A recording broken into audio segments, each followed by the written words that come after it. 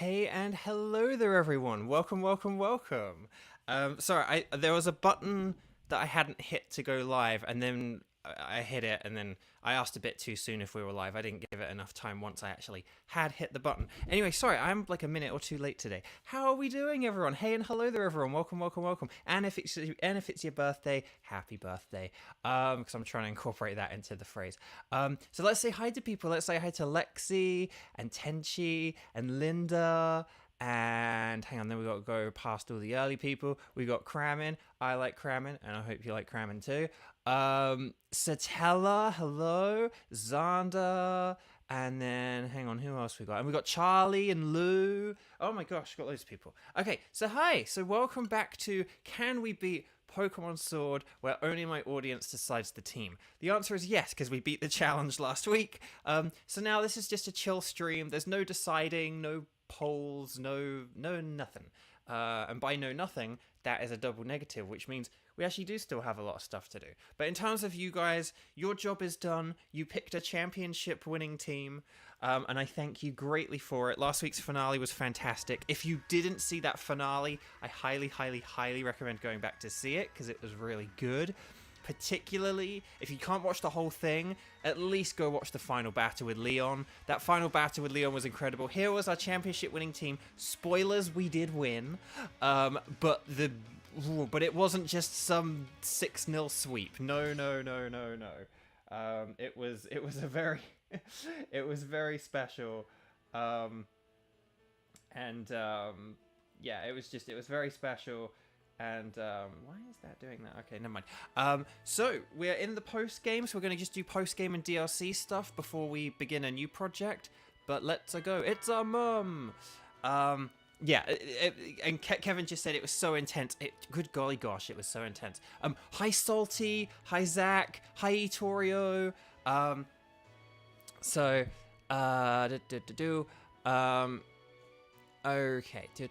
Oh, Lexi, that's so sweet.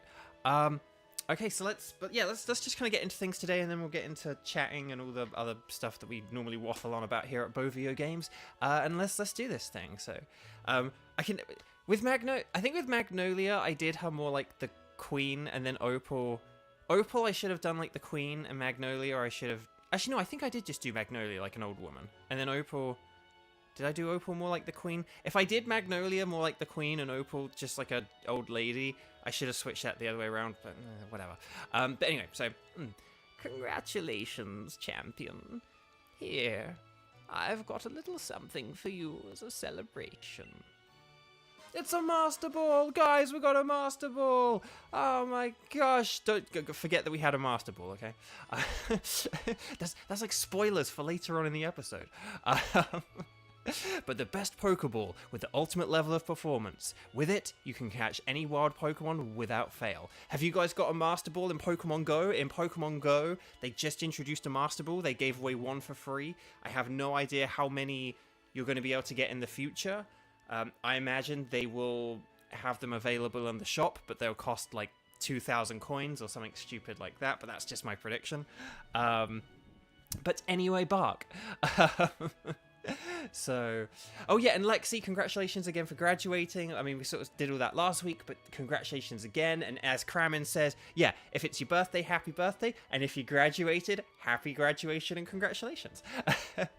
So, Kramen did not know that. Yeah, they just put the Master Ball in Pokemon Go. They had a, there's like an event you can do. So you need to do like a load of tasks and stuff like that. But at the end of it all, you get a free Master Ball. So they've given you one for free. Don't waste it. If you ever get like a shiny legendary from a raid, don't use it on that because legendary shinies are guaranteed catches anyway. Just use a Pokeball, or well, Premier Ball. But yeah, those Galarian birds are such a pain to catch. So use it on those or whatever. But yeah, okay. So, yeah, I know, Kevin, we got a Master Ball after we already saved the world. I think this is one of the only, if not the only set of games where you get the Master Ball in the post-game. I could be wrong. Like, maybe Sun and Moon. I can't remember when you get it in Sun and Moon, but I feel like in Sun and Moon you get it sort of as, like, everything's kicking off. You always tend to get it when things are kicking off, and you also tend to get it, like, from the evil guy, which is a weird thing. But anyway, Bark. So, Professor Magnolia, why, you didn't have to come all this way. After everything Bo has achieved, it's really the least I could do. The wishing stars that make Dynamaxing possible are parts of Eternatus. And when Eternatus was awakened, Dynamax energy flooded the entire region. Because of that, Dynamax Pokemon were popping up all over, causing trouble across all of Galar. But Bo and his friends came to our rescue. Yes, I give Bo all the credit, even though Hop kind of also did a lot of stuff as well. Maybe? I can't remember. It was a week ago. The Dynamax phenomenon has long been an important part of Galarian culture. I hope that's why I say like Dynamax and Galar and culture and economy and anyway, sorry. I hope everyone will use the power of Dynamaxing correctly in the days to come, before Terastallization takes things over. So, young Bo, please do what you believe is best. Oh, yeah, no, I think I did do Magnolia that way, because it reminds me of, like, an English version of, like, Mother Willow from Pocahontas. I remember making that connection now. It's kind of, oh, dear. Sort of, because, you know, oh, I'm Magnolia. Hello there. And then sort of, like, the Mother Willow is like, child, you have to face the wind and believe. And, you know, so, yeah. Anyway, sorry, bark. So, there we go. So, let's see. Oh no, Salty's like not had like internet for like a week. Good golly gosh. In this modern age, like not having the internet for like a week must be, to quote my friend Ryan Bartley, wild. But anyway, poor Professor Magnolia. Caitlin, hello, welcome. It seems she's quite bothered by the chairman's actions, since she helped carry out so much of the researching into Dynamaxing for him. Oh, that's it. That's it. I thought she was gonna like say like Hop is next door. You better go see him or something. But anyway, bark.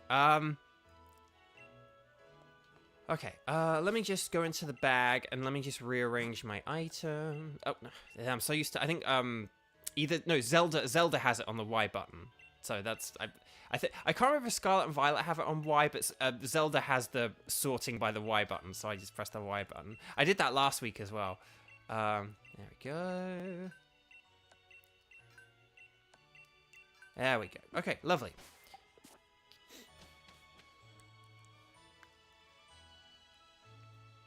Well, I'm glad everything's sort of better now, Salty. Right, so we're gonna go this way. And there, the Wooloo.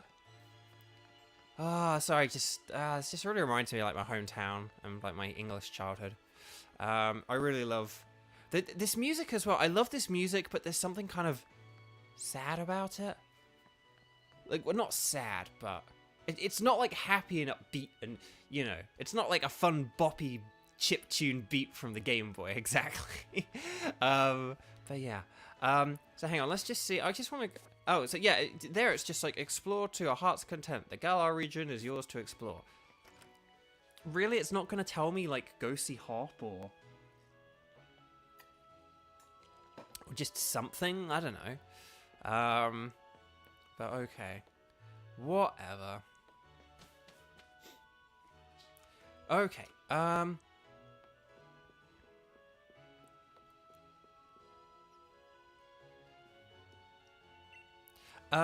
Tenchi, that's an interesting. So, does it make you miss your hometown like nostalgia? Maybe. Yeah. So it's like a nostalgia thing rather than like. Because it's weird. I don't really sort of miss stuff as such, or it's not. I'm not in a position where I'm like, oh, I wish I was there, or I wish that was my life, or anything. So it's like, no, I want this to be my life. But like, but there's just like a fond memories of it and stuff, and particularly like my childhood. Like once I was like an adult and in England, like I didn't care, that kind of sucked. But when you were like a child in England and you know you lived in like a small little town and it was kind of like a lot of like pre-internet type stuff. You know, the internet didn't really sort of catch on, or I didn't really get into the internet because I think I was a bit behind on the internet compared to some people, but I didn't really get the internet till like, I don't know, late teenage years or something. before like the internet was really a part of like my day-to-day life kind of thing. That was more like sort of later teenage years. So there's something about that simplicity of like a little English countryside town. So anyway, if you're reading this, Bo, then I'm leaving this special Charmander to you. Let's have a real fiery battle again soon. Best, Leon. We got a Charmander, and it can Gigantamax. Woo! I believe this one has the Gigantamax mark. But there you go. That's how you get Charmander in this game. Although I think you can also just connect to Pokemon Home and you get one that way as well. But let's see. Platinum, hello, welcome. And then whoa, cats! Hang on, I gotta deal with the cats.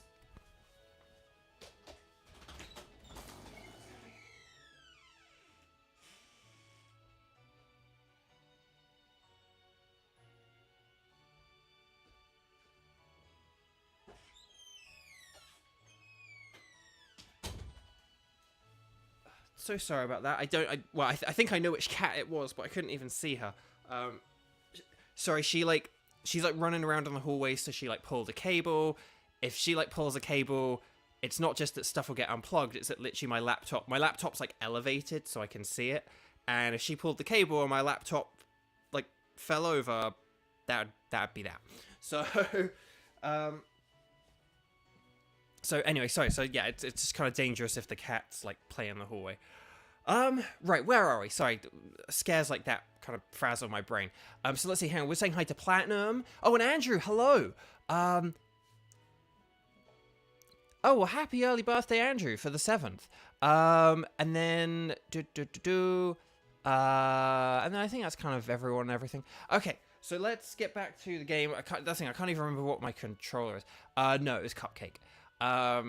Mina does well. No, Mina can be a bit of a goofy girl, but Cupcake sort of is the one who will like can get like really nuts sometimes and stuff. Like well, no, Mina's the only one who doesn't really like sort of super duper go like crazy nuts kind of thing.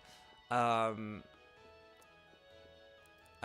the others can like get pretty hyper in like various ways, but Mina's kind of the one where she's more like inward and quietly anxious and stuff like that. She still does like get like playful and can be a little bit like Mina, you gotta be careful with that, sweetheart. But definitely not like the other cats. So we need to like find Hop or something, because to be honest, it's been so long since I've done this that I thought it was kind of just like obvious. We might need to bring up a guide or something. I thought it was just gonna be obvious, like where everyone is. I thought you just like go out your house and I don't know, Hop's there or something, and but no, apparently not. So yeah, if anyone did want to look at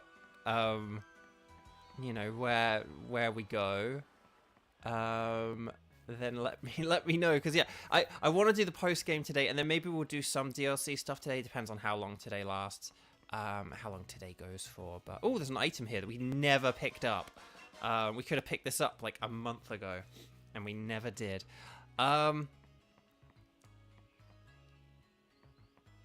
Yeah, DLC's at the train station. I don't want that. I want to do the post game first. So yeah, we're not doing DLC now. I definitely want to do just the regular base game stuff first. But I can't remember where people are. The one thing I can remember is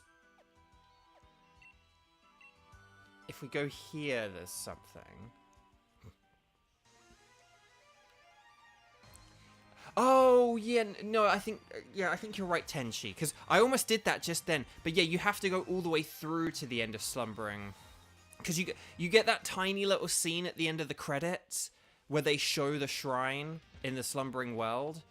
Yeah, no, you're right. They have that tiny little scene where they show the shrine, and it's kind of an indicator to be like, hey, go back. But I only got this type null recently in my copy of Pokemon Shield, which I've like had and played for like 2 years. Shield was like my extra copy, but I only got this type null like a few weeks ago for my Pokedex, which is quite funny.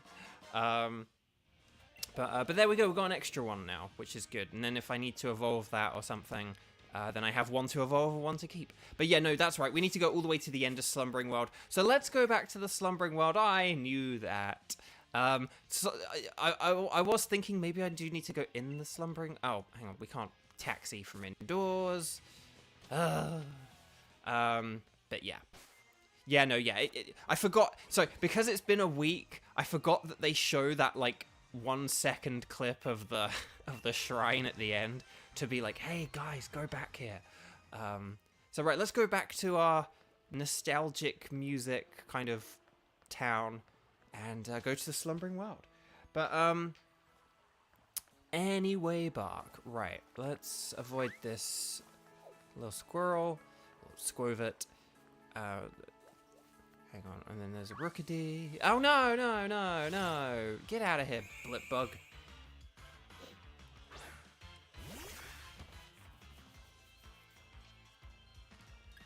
Yeah, exactly, Craven, exactly. I'm just testing you guys to see if you're paying attention. You got like just trying to lure out the lurkers. But no, thank you all so much, because again, like, this challenge is over now. Like, you are basically here just to hear me waffle on and on, essentially. Like this. Don't get me wrong. The post-game in this game and the DLC is really cool, and it's fun, and I'm looking forward to showing it to you guys. But, like, the challenge is over. The challenge is done. We are, like, finished with this. So in a bunch of ways, a load of you don't really have any need to be here. So I really do hugely appreciate that a bunch of you are here. That's very lovely of you. To spend some of your Saturday with me whilst you do other things. You probably just got me on in the background or whatever. Which is why I was trying to get your attention. So yeah. But no, yeah, no, I'm not doing this just because I want the extra DLC Pokemon for, like, Pokemon Home and trading to Scarlet and Violet purposes. I don't want another Cubfu and another Calyrex and to get my own Spectria because I only got Glastria. I will just say that was one thing I didn't like / didn't appreciate about this DLC, that it had... not version exclusives, but that it made you, like, it would be like, oh, you get one copy of this Pokemon, but it can evolve into 2 things. Or like, oh, there are 2 Pokemon, but you only get to pick one. That, like, that was a bit not cool, I feel. It just wasn't ideal, because it's like, again, part of why I'm playing this again is so that I can get a Regidrago, because again, I do apologize, like, in theme with the challenge, you guys would be picking the Pokemon like, oh, do we pick Glastria or do we pick Spectria? But it's like, no, I'm picking Glastria or Glastria. I'm picking Regidrago, and I'm getting the Dark-type Cubfu and not the Water-type Cubfu. So it's like, you know, it's like, I'm sorry that that choice isn't up to you guys, but I'm getting those because they're the ones that I've, like, say, traded back with a friend, and that I don't have my own copies of. But yeah, that's the sort of secret bonus / true hidden motive behind this series, so I can just fill out my Pokedex. Right, let's hang on, let's just check out our team and stuff. Let's have, like, Grappled out first. Let's, like, switch the team around just because we do want to get this team a little bit more experience if we can. Hang on. Whoop. You go there, you go there, you go there. There we go. That's nice. Okay. Let's hop. I know, I almost always say Kofu instead of Cubfu and Cubfu instead of Kofu, and yeah. And yeah, Kevin, yeah, it's like having parts of the DLC, like, cut off, and it's like, what? But this is like the DLC. The whole point of DLC is it's like, okay, you now have access to extra content, and it shouldn't be like extra content or whatever. Like, I don't know. But yes, and it's also a Memorial Day this weekend. We're very grateful and thankful to all the people who bravely and valiantly sacrificed their lives so that we could have one. We like Memorial Day here at Bovio Games. But yes. But let's see. Oh, Kevin, I made the same choices. So you picked Spectria, Regieleki, and the water-type Kubfu, is what you're saying. Nice, or Urshifu, I should say, Urshifu. But nice, awesome.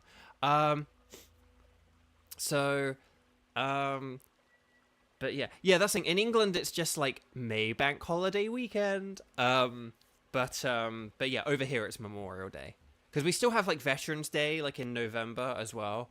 But yeah, we have two here. There's a Simpsons joke about the fact that there's two. It's quite a funny bit. Doesn't really have anything to do with Memorial Day, but it's a funny episode. Right, okay. So I need to do some voice acting, because that's my job. Huh? Bo? What are you doing here in the woods? My chat reminded me to go here.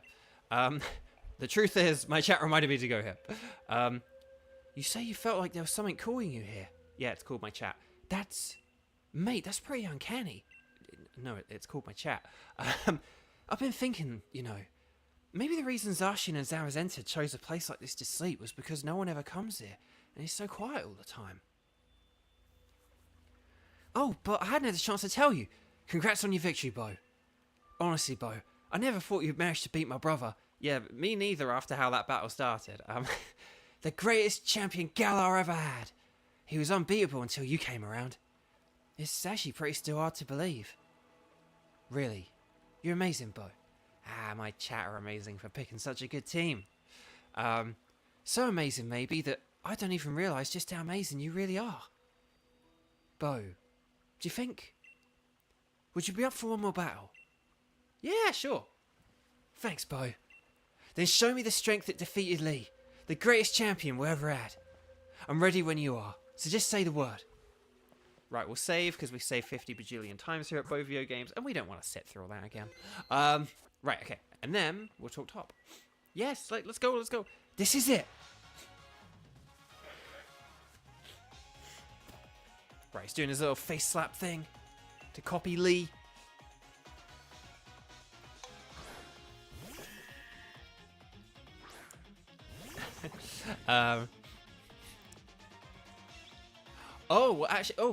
Caitlin. That's an interesting... So Caitlin put a comment here. And sorry, I don't mean to, sound snooty or anything like that when I say this, but it's one of the reasons why this game is cool. So Caitlin puts the comment, kind of like how he forgot to put Wooloo in his team in the middle of the story. He didn't forget to put Wooloo in his team. That's actually a very purposeful thing that is also, tied to the story, because he's having his, crisis of faith in his battling abilities and his technique and his true self and, what he's gonna do and how he battles and what kind of battler he is. And, Wooloo is his starter Pokemon, and Dubwool is. And so he, removes it from his team. He's taking out his starter Pokemon, his, best friend Pokemon, from his team in some kind of very confused sense of, what maybe makes him stronger or not. So it's a really good little story arc kind of thing, and it's a very purposeful thing. He is making a conscious choice to not include his starter in his team. And I just really like that. I think that's really cool. It's kind of a sad thing, that he kind of felt like he needed to ditch his partner just to become stronger. So please don't think I'm oh, actually, he didn't forget. I'm just kind of saying, that is, a very purposeful thing. It's not just, oh, they didn't put a Dubwool in his team. They very purposefully give him, two completely different teams in the middle of the game because of this. Because he's what do I do? How do I battle? I don't know how to do this anymore. He has these two wildly different teams. So, yeah, it's a really cool thing. And again, the other games don't really do that with their rivals and stuff, but right, we're gonna go back to Graplucked. No, so thank you for being cool and understanding that. I appreciate it. But yeah, I don't want you thinking I'm singling you out you're wrong, Caitlin. You're wrong. No, it's not that. But I just now, do we go with a superpower and hope for a KO, or do we go for Drain Punch and recover health? I'm just going to go for the superpower. Hope we get the KO here. Snorlax is very bulky, but we are so strong that we knock it out. Oh, we got a critical hit. Well, maybe that did make a difference. But it's okay, Satella, because he brings Wooloo back. In the end, he brings Wooloo back, so it all works out in the end. Okay, Hopper's about to use Cramorant. We had one of those, but unfortunately it let us down. Right, Sniffles, get in there, Sniffles.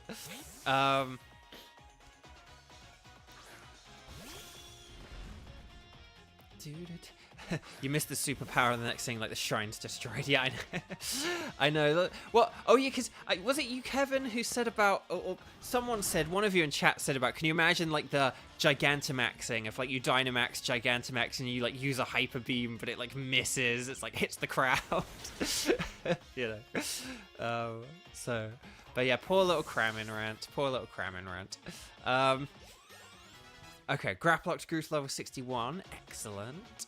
And then we're going to use Cinderace. I think, annoyingly, it's still Sunny. So I'm actually going to try Raredon.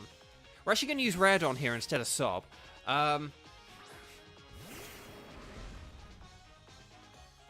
Cramming. He went 1 for 1, so I'd say he did pretty well. Yeah, exactly. That's the thing. We sort of retired him before, like, just, we'll quit while we're ahead. Like, well, 50-50's not really ahead, but we'll quit before we're, it's more we quit before we were behind. Oh, come on. Ugh, what is with this bad luck? Torkoal always gets critted, and then Rhydon gets burned. Ugh. Like, I finally picked a Pokemon that could take out Cinderace in 1 hit, and then, like, and then we get burned. Like, how unfair is that? But anyway, Bark. That's it. I was going to say Crammon. Like, sort of, that's the thing. We're basically kind of agreeing with each other here. Exactly. His ratio isn't negative, lol. But that's kind of, like, honestly, that's kind of like a lot of my philosophy in life. Like, a lot of my philosophy in life is this kind of sense of, like, well, at least it wasn't bad, you know, like, or at least I don't dislike this thing. Like, that's kind of, like, often, you have to kind of, sometimes you have to take, like, sometimes it's like, yeah, it's good if you get the victories, but just take the not losses as well. You know, so Charlie, no, Hop doesn't deserve Wooloo. No, he does. He does. Wait, it knows. Ow, what? Did that know Bubble Beam? I wasn't. I was shocked by Charlie's message of Wooloo. Oh dang. Okay. Well. Okay, let's. Sorry, Raredon. Let's go the Stomping Tantrum. Hope we can get a KO here. Unless the attack misses. Boom, baby. Dang. New Bubble Beam. I did think, like, I think it can know water moves, but I was hoping it was so weak that it, like, wouldn't matter. But, right, we beat Hop. Once again, he's sad. He's just as sad as when he lost the league battle because they didn't give him a second animation. But that's okay. Oh, I didn't expect there to be such a gap between you and me, mate. Well, we did start on the same day, like 7 weeks ago or whatever, but... So, there really is no way I could ever beat you. I mean, you even beat my unbeatable brother. And if it isn't you, the two of you again, I was wondering what all the noise was about. And if it isn't Sonia... Boo! Congratulations on beating Leon. Thank you. Like, I'm not going to say it was nothing, because that was not nothing. Again, that battle was incredible. It was very intense. One of the best... I will just say, I'll tell this story later, but part of why I love that battle so much and why it sort of resonated with me so much is it really reminded me of the first time I ever became a champion in a Pokemon game. And I'll get to that story later, though. It's a very good story, though. It's very good. When I first became a Pokemon champion, it's a good story. So, taking you in stride like it's your due, eh? You cheeky thing. What are you doing here? Shouldn't you be off assisting the professor? And then, like, I am the professor now. But like, Hop, I'm actually not working as my grand's assistant any longer. In fact, I'm the professor now. I love this little animation with, like, the curling thing. So much personality, like, really, just really good, like, it's so good at, like, bringing the personality through the characters. This game, I feel like this game is one of the best for it. Probably, maybe even better than, like, Scarlet and Violet. I'm not sure, but yeah, just this game is so good at, like, making the characters expressive and really kind of, like, bringing their personalities through. Just, I love it. I love it. I love it. You are? And really, I've got the two of you to thank for that. I was just going along for the ride on your adventure, but I ended up taking a real interest in the history of the Galar region. And I came to care for Pokemon even more than I ever had before. And here, it's a book I wrote. I even signed it. That makes it a collector's item. We got a copy of Sonia's book. Would you like a copy of my book, Sonia? Day-to-Day Happiness. Hang on. Will this work if I do this? Will this work? Come on, Nightbot. Come on, Nightbot. Come on, Nightbot. I don't know if that'll work. Hey! There we go. Thank you, Nightbot. Right on time. But for those who don't know, I wrote a book as well, Sonia. It's called Day-to-Day Happiness, and Nightbot has just posted a link all about it. So there we go. Yeah, I need to put my Nightbot shortcuts here. I normally have the piece of paper right in front of me, but I didn't. Again, today I'm a bit switched off. I think it's because last week I was really on it because we had the game to beat, but this week I'm like, it's like the chill one, you know. So there we go. We got a copy of Sonia's book. I don't have a copy of mine on hand. We'll give her one later. I'll do it off screen. But yes, Professor Sonia's published writings, her new discoveries about the Galar region's legends are recorded in this enjoyable read. I've already got my own copy, lined up to buy it the day it came out. Aw, thanks, Hop, that's so sweet. I'll sign your copy for you later. Anyway, Bug, I've got my grand's blessing and put out the first book under my own name. I think you can expect great things out of the lovely Professor Sonia in the future, wouldn't you say? Yeah, I expect so. Sonia and Bo, you both amaze me. I've got a load to live up to here. So, what are you young'uns doing here? Oh, right. Oh, that's it, isn't it? You're putting the rusted sword and the rusted shield back in their place. Can't just keep holding on to them forever, right? We were, yeah. That's what we were doing. We're just about to do that. You forgot entirely, didn't you? What, you think the two of you are besties now with Zacian and Zamazenta or something? That must be it, Bo. Well, you felt like you were called here. Let's put the sword and shield back and say a proper thanks for all the help. Maybe if we do, we'll get to see Zacian and Zamazenta again someday. Right, that was all very long. I'm just going to save just in case we somehow get like a glitch between now and then and we don't, just so we don't have to watch all that again. But here we go. Let's put the sword and shield back and say a proper thanks for all the help. Yeah, that was exactly what we said. Return the rusted sword. So we're going to return the sword. And we're never going to see Zacian and Zamazenta again. Zacian, Zamazenta. Thanks loads for helping us out. Took us a little while. Yeah, it took like a week because that's how frequently I stream. But we've brought back your precious relics and all. You and Hop return the rusted sword and rusted shield. Alright, that about settles that. Bo, why don't you and I head back? What are you going to do, Sonia? I think I'll stay here a bit longer. I want to do a little more research here in the forest. My power spot detector's going off. Well, I thought I heard someone making some noise over this way. Look at that hair! The hair! Well, wouldn't you be the Professor Sonia who wrote the book Galar History? Hello? You bought my book? Why, yes, of course. Read it cover to cover. Why, yes, of course. I even wrote an internet review for it.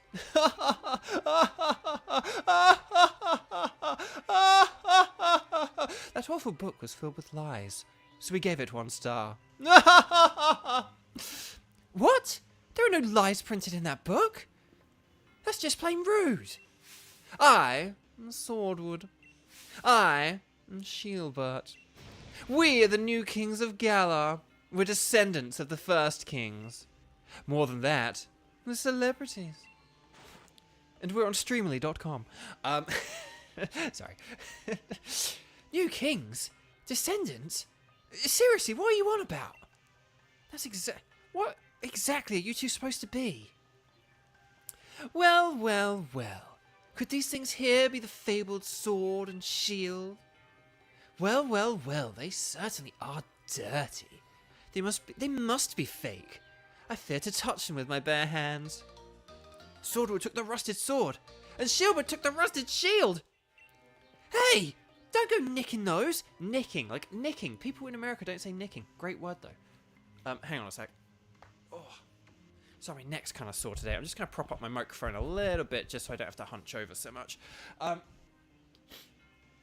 Hey, don't go nicking those. We just returned them. Oh, do shut up. We only happened to pick up some things that were dropped on the ground. If you've got a problem with it, how about you prove to whom they belong, But there's no way anyone can prove who those ancient things belong to. Even if we can't prove it, they're really important to Zacian and Zamazenta. Oh goodness, such a plebeian, and you're so pushy. If it's really so important to you, perhaps we should settle this with a battle. We're celebrities who buy battles at twice what they're worth. What does that even mean? I, the magnificent Swordwood, am your opponent. It's Swordwood! We have to face the sword-haired man known as Swordwood. So I will catch up on chat now.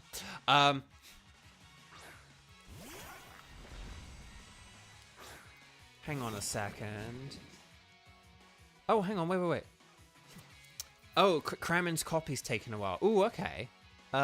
Keep me updated about that if, like, in a few weeks you don't, don't hear anything. But, again, they might just be a bit slow mail or something. If you did it through the publisher instead of Amazon, it could be a bit slower as well, perhaps. Here's the best design characters, Kevin says. Hang on a second, let's just check. Oh no, Platinum. Oh no, it's the pompous man children with the goofy hair. Charlie. Oh no, I forgot about these dudes, Lamau. But yes. Satella, these guys' hair routine must be very meticulous. I like the idea that they just go to bed and wake up this way, to be honest. But yeah. Okay, right, let me right, so he's got Sefetched. Let's just go with a superpower and hope that it's... Oh, crud. Crud! We're gonna die here. Ah! Grapplocked, no! I should have paid attention to the fact that we didn't have full health, but it's fine. Oh, crud! Hang on, we've, like, lost a load of Pokemon. Oh, dear, this isn't great. Right, Ryan, Dazzling Gleam!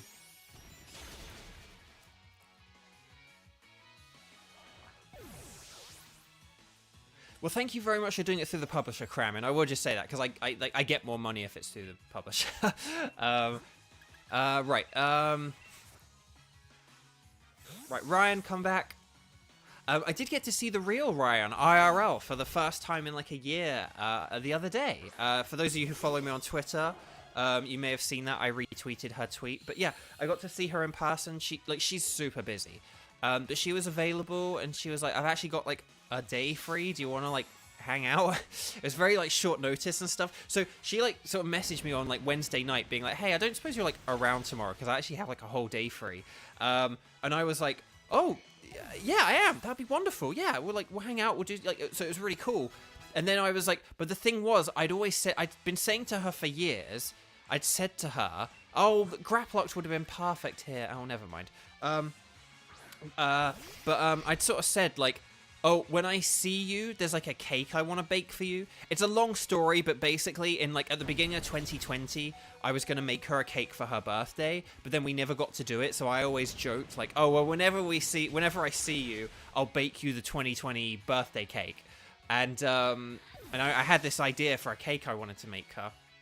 And, but then, so on Wednesday, it's kind of like, yeah, I'll see you tomorrow. That'll be great.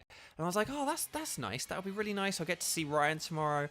And then it's like 3, 2, 1. And then suddenly it kicks in. I'm like, oh, I should try and make a cake. Because I like don't know when I'm going to see her again. So yeah, I was kind of like, I got to make her a cake. So on Wednesday night, I got sort of busy baking. And I finally made this cake, and I'd never made this kind of cake before. And unfortunately, it didn't, like, taste... that's enough faffing about. I suppose it's time to get serious. But I'd had this idea for a cake, and although it wasn't like, as yummy, or you know, like, the texture wasn't as good as I'd hoped and stuff like that. Oh, come on! Oh, for the love of pizza. And a critical hit as well. Like, what is with these crits? Oh, I hope Shob can handle this. Right, Shob, get in there. Use weatherball. Let's go. Oh, come on. Well, this will be a crit as well, won't it? Right, okay. So I'd had this idea for a cake, and basically, if you didn't see the cake, if you didn't see the tweet, go on my Twitter and check out like the retweet that I did of Ryan's tweet, and click on the slice of cake picture she took. She took a really good picture of just like one slice of the cake.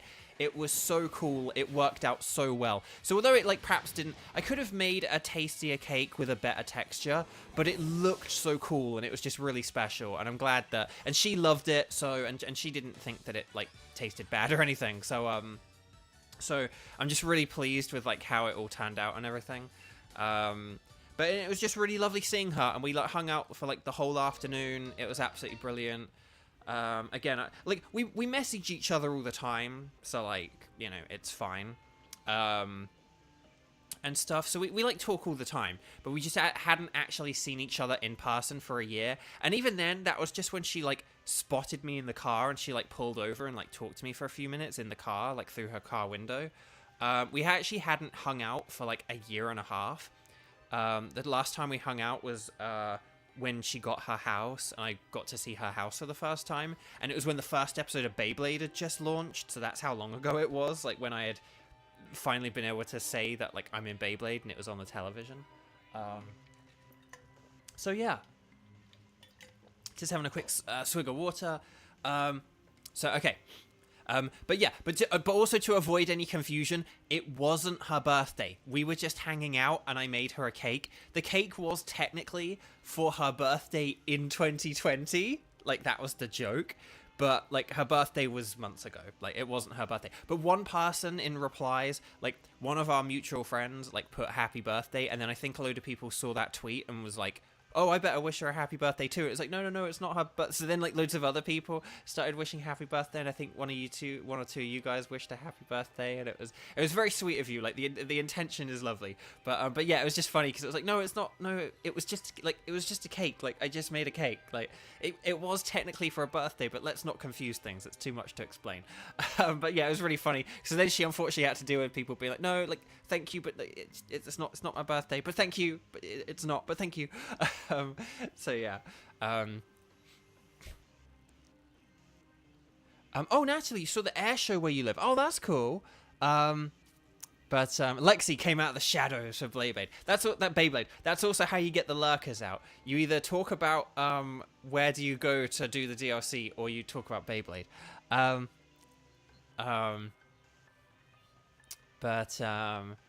But anyway, Hank Buck. So let me just. So yeah, it was a really fun day. It was really nice. But yeah, so if you didn't see that tweet, go and check it. Oh, Satella, happy belated birthday to your cat. I think I started saying the happy birthday thing after that. So right, okay. Oh, Xander, it's your older sister's birthday. Well, there you go. If it's your birthday, happy birthday. Like, so there you go. So happy birthday, Xander sister. But anyway. So, to somehow have defeated the adorable Pokemon I go strolling with, you're certainly strong. However, it appears that my younger brother was victorious. Oh, hang on. Sorry, I thought that was going to be a Shilbert line, so I, like, slightly did it different, but I mean, sorry, that was still a Sword line. Sorry, Bo. I lost to him. Something on your mind, boy. You weren't concentrating at all during our battle. Older brother, isn't that the one who stopped Eternatus? Oh, now that I look closely, I believe it is. What a rude child, snatching up our chance at glory like that. According to our sources, I believe he was also present during the destruction of the magnificent mural of our ancestors so artfully created many years ago. What a garish brute, destroying the mural our family has held in such high esteem for so long. Mural? You mean the one that hid the historical ruins of Zarshin and the others? And hold on a moment, Bo wasn't the one who destroyed it. Let us withdraw for now. Next time we shall bring Pokemon that will utterly defeat you. That's right. And with that, farewell! Wait, stop! Give us back that rusted shield! Hold on, Hop! Oh, that kid. He's gonna recklessly run off. Oh, at least you're calm, Bo. I expected as much. I think that's why people come to the streams, because they're chill and calm. I feel like they're chaotic and crazy, but other people think they're chill. So I'll go with that. I'll go with that. Oh no, Zandi, you had plans to go to one of your local cons, but then not feeling so good and had to be like, oh, I'm sorry, mate. That sucks. Well, I hope she has a good birthday, and I hope you get to make up for it somehow. Yeah, and yes, Kevin, that is what I was thinking as well. Like the Squidward, it's not my birthday. Yeah, but yeah. And yes, it is hard to buy a house. I'm incredibly proud of her for buying a house because she's like one of the few people who can, and she's worked ridiculously hard for that. So, and it's an amazing house as well. And she's done, and and she's sort of done a lot of like fit. It wasn't not that it was like a fixer upper, but like every house has things you want to like fix up, and because it's like been a year and a half. I got to see a lot of like before and after, and it's just very cool. So, so I'm surprised that Hop lost to someone like that. He looked upset about something during the battle. Maybe that had something to do with it? His own rival became the new champion, and his goal vanished before his eyes. You can't help but wonder how he feels about it all. Anyway, Bark, Swordwood and Shieldbird, was it? Swordwood and Shieldbird, was it? I think I might know something about where those two weirdos went. Should we go over at the lab in Wedgehurst? Of course. I bet I didn't even need to ask. Thanks. Okay, we'll meet up later then. I'll head back to the lab and run off as well. Why does everyone run off? Okay, we're back in we're back in Postwick. And then but now we're gonna just warp to. Well, no, hang on. Do we need to heal? Yes. Okay. Does our mom heal us? I can't remember whether mom heals us or whether she's just like, oh, I miss you, sweetheart. It's like, okay, but can you heal my Pokemon? Can you heal them, please? Heal them. Heal my team. Heal my team. Here we go.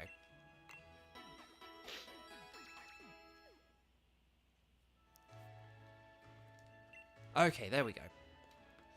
The team is back. Back again. Team is back.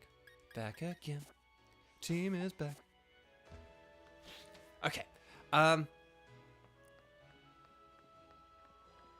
Right. Let us... So, I am a bit down on energy today. Don't know why. Maybe just like Thursday ended up being a busy day and now I'm having to like come down from that maybe. Maybe, I don't know, maybe just because this is the post-game, it's a little more chill and fewer stakes or whatever, I don't know. Our team is still unfortunately kind of under-leveled, but yeah, it's fine. Well, we should be alright. We should be alright.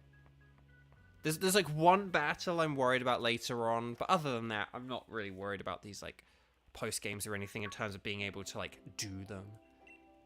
Oh, Professor Sonia, you have a visitor. Hey, Bo, glad you're here.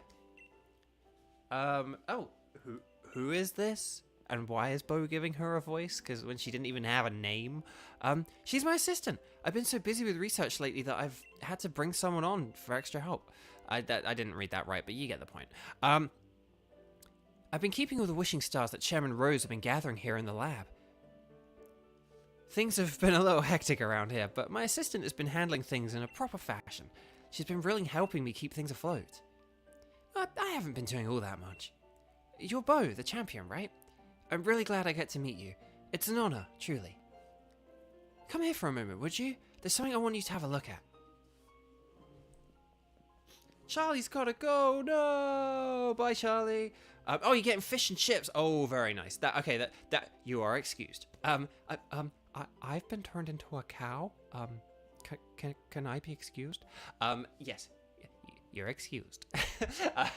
But no, that and fish and chips. If you get turned into a cow, or you get fish and chips to your grandparents, that's fine. That is fine. But bye, Charlie. Thank you so much for joining. Hope you're able to catch up later. But anyway, you remember my power spot detector, right? It detects places where Dynamaxing's possible. Basically, when there's a high concentration of Galar particles, the readings spike. And that's how I figured it out. The power spot detector reacted when those two got close. So what does that mean? I actually don't get where she's going with this. Basically, follow the readings from the power spot detector and you might be able to find those sword and shield weirdos. Ah, interesting.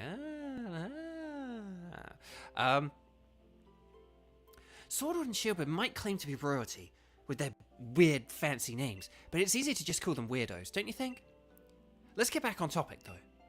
I placed power spot detectors all around Galar, and now it's their time to shine. Power spot detectors, access! Look how it goes when you've had too much coffee. In fact, actually, I might like tweet that. But anyway, okay. So she's put little flags or something. We're gonna head. No, wait, what? Whoa! That's way bigger reaction than I would have thought. Looks like it's coming from Turffield Stadium? You could always Dynamax Pokemon at the stadium, so that's not exactly unusual. But these readings are way higher than normal. It can't be Eternatus. You already caught it. Maybe it's something related to those Sword and Shield weirdos? You should go check it out, Bo. Since you're our snazzy new champion and all. I set up your town map to show where the strong particle reactions are coming from, so have a look at it. Okay, so basically, we need to go to Turffield. To investigate what's going on. So let's do some investigation. No, we're going to investigate stuff and... hang on, where am I going? So I'm trying to read chat as well, that's why.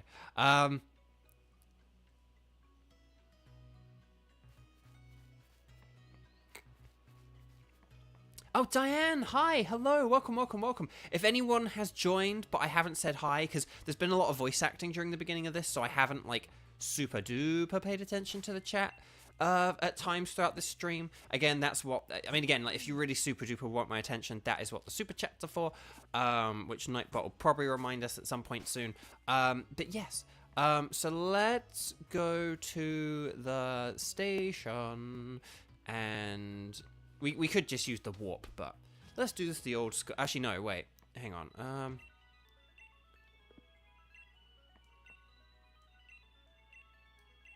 Where would you like to go today? Neither of those places. Hang on, can I not just... Oh, there we go.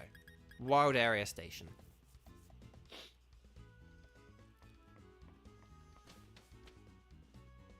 I forget about this music. It's nice though. Kind of reminds me of like Pokemon XD, the battle menu music in Pokemon XD. You heal, right? Yeah, you heal. So there's a reason I'm here in the wild area. Spend my what? Oh, we got quick balls again. Nice. Hang on, how much is Thunderbolt? 5,000. Oh, we're like so close. We're so close. And there's Surf as well, which would have been a great move to have had on Shorb, but whatever. No, there's a reason we're here in the wild area. And it's because I just want to... Okay, it's foggy. Okay, well, if it weren't foggy, I'd want to look around and just see if there are any Dynamax beams at the minute. Oh, now that we've beaten the game, the Dynamax wells give us 200 instead of, like, 50. I think they gave us 50 before, or something like that, but now they give us 200. It's pretty sweet.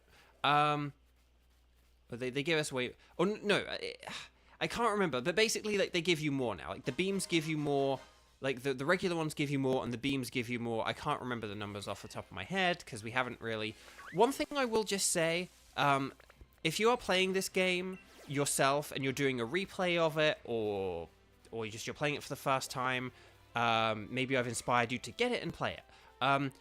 Do, like, explore the wild area a lot and, like, go back to it frequently. I did not do that in this playthrough because it's just not good for, like, streaming kind of thing. But in your own personal playthrough, you do want to keep coming back here, like, every day. Like, once per day, come back to the wild area. Check the different areas, see what different weathers there are, see what different Pokemon are available, check these dens and collect your watts. So if you are playing this game, whether it's like for the first time or on a repeat playthrough, definitely once per day, come back to the wild area. Again, we did not do that just because you can spend a lot of time here and, you know, I want to like progress with the story and stuff like that.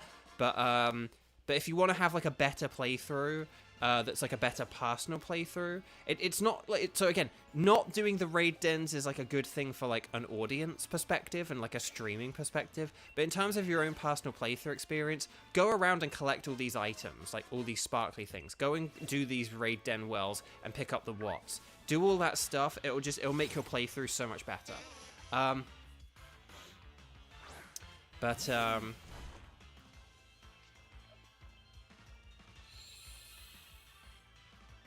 Okay. Right, come on. Okay, are you going to be able to run away from this? Okay, good. I was like, wait, Torkoal's really slow. Hang on, let's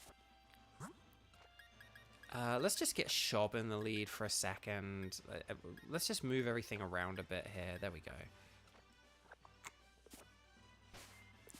Never knew how big Beware... Yeah, Beware's a big one. Beware's a big one. Okay, I cannot see a single big beam of light. I don't think this area has any big beams of light. So let's just very quickly... let's just very quickly go to Hammerlock and see... oh, there's a beam. I think it's down in the... Oh, there are loads of beams. Okay, there are loads of beams here. I just want to check the big beams, because if there are any raids that are quite... raids that we can beat, then I actually do want to beat a couple of raids today, if we can. If there are ones that we can beat. I'm not going to try them if I don't think we can beat them. But if I think we can beat them, then I want to give them a go.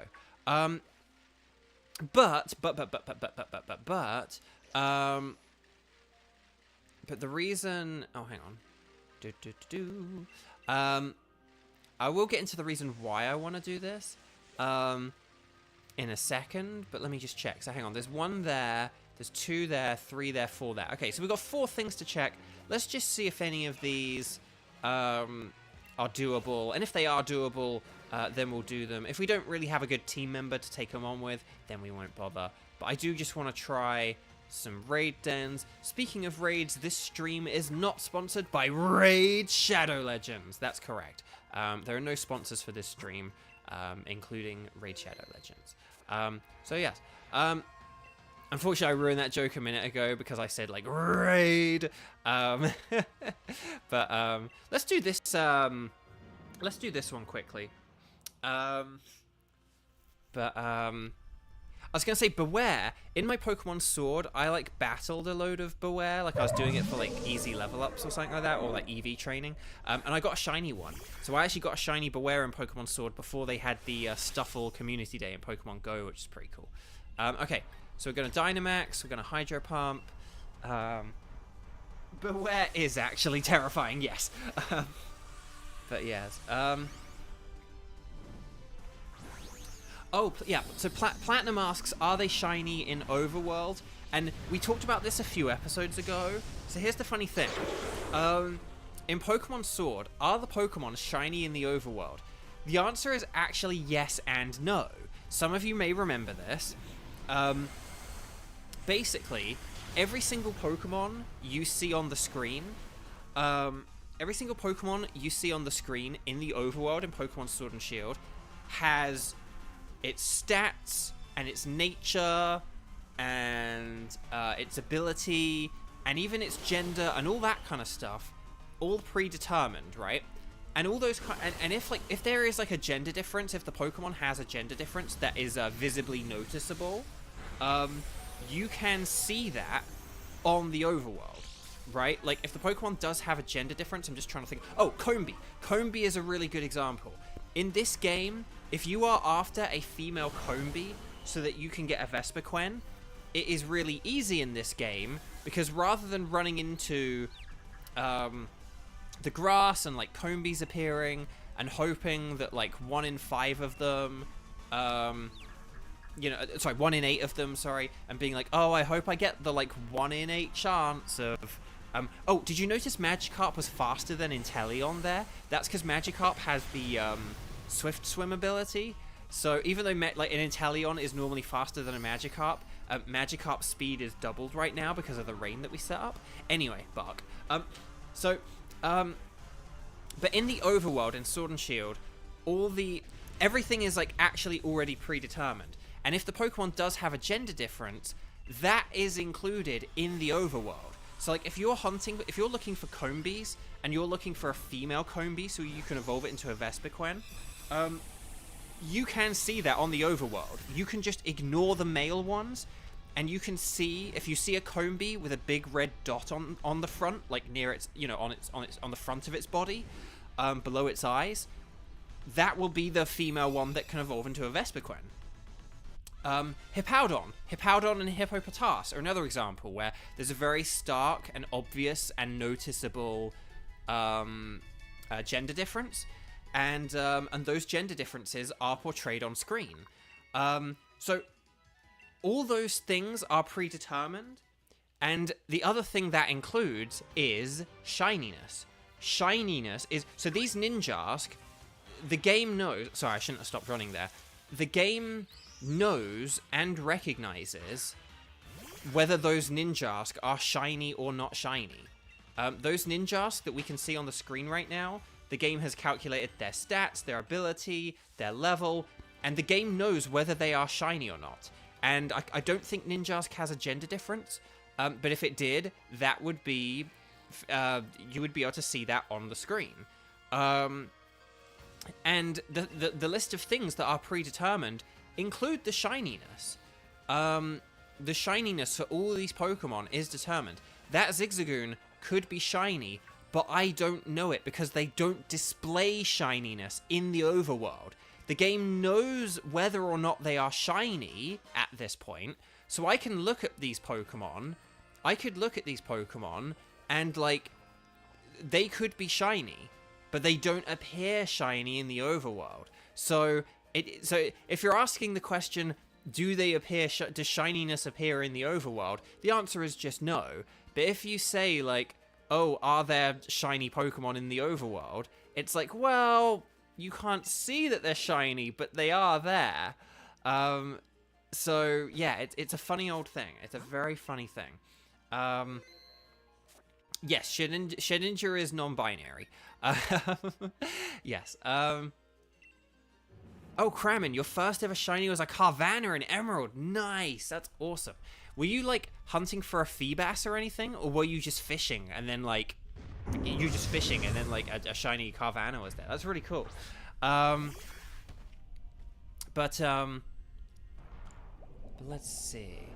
Oh, Zach, your first shiny was in Fire Red. In the Safari Zone, oh my gosh! That really puts the pressure on. For anyone who's not familiar with the Safari Zone, the Safari Zone is where you only get Pokeballs that are similar to a Great... Like, in terms of their power and usefulness, they're as good as a Great Ball, so not the best kind of Pokeballs.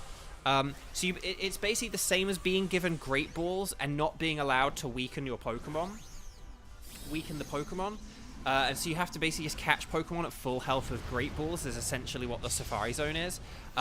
But they can run away. So this is why we'll, like, never get the Safari Zone again, because, like if a shiny Pokemon runs away, that's just cruel and unfair. But yeah, shiny in the Safari Zone, very high pressure, high stakes. I got a shiny Natu in my Pokemon Sapphire. And the funny thing is, if you look at the shiny Natu sprite from Generation 3... Oh, come on! No! Did they just get a double hit in on me? Oh, no, there we go. Okay.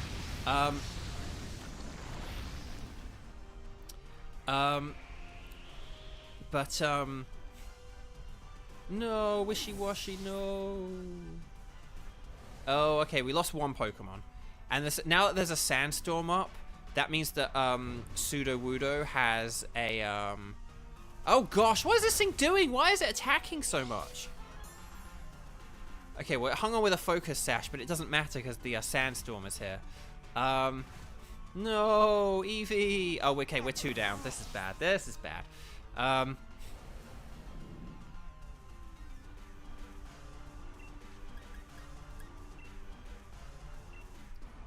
But yeah, I had a shiny Natu, and it's funny, if you look up the shiny Natu sprite from Generation 3, you will see it's very similar. Like, they look almost identical. So I remember seeing it. I missed the animation at the start, so I was kind of just looking at this Natu, and I was like, is that Is that shiny? It looks different. I'm sure that looks different. I'm gonna catch it just in case, and I think I either got it like first Pokeball, or I got it like the second Safari Ball or something like that. No, no, no! Oh, okay, we might not win this one. If we don't win this one, we'll move on. The computer players are unfortunately just not very good here. Hang on, what happened to Shob? Why didn't Shob attack? Oh, no, wait. Did we set up the rain, but then it set up a sandstorm again? I kind of missed what happened there. I'm kind of like paying attention to chat here. But oh yeah, and then Tenchi just reminded me with the Sword and Shield overworld thing. I called them like Schrodinger's, like it was like Schrodinger's shiny, because they sort of like anything can sort of simultaneously be and not be shiny. Like you never know until you run into it. It was the idea. Caitlin, you got shiny Machop in Pokemon Go. Nice, excellent.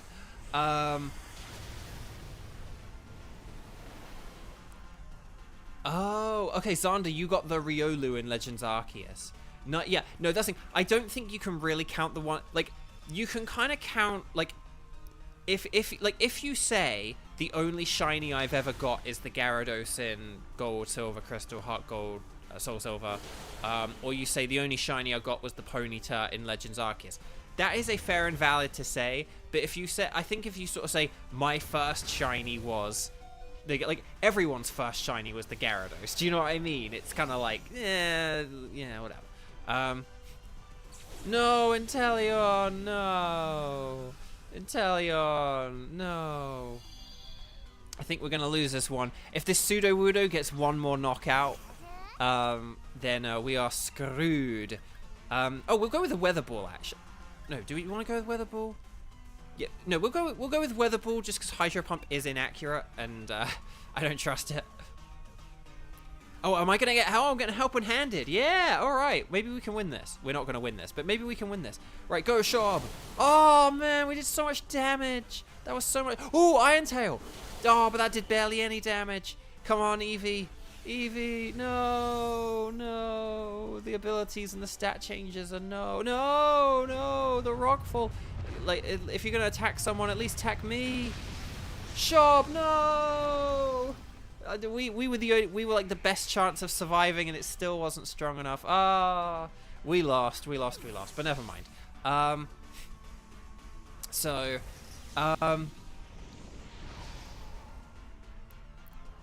Zach says, I really wish they could change the shinies for ones that are like similar. A thing I've said is, don't change them, but have second shinies. I think every Pokemon should be given a second shiny.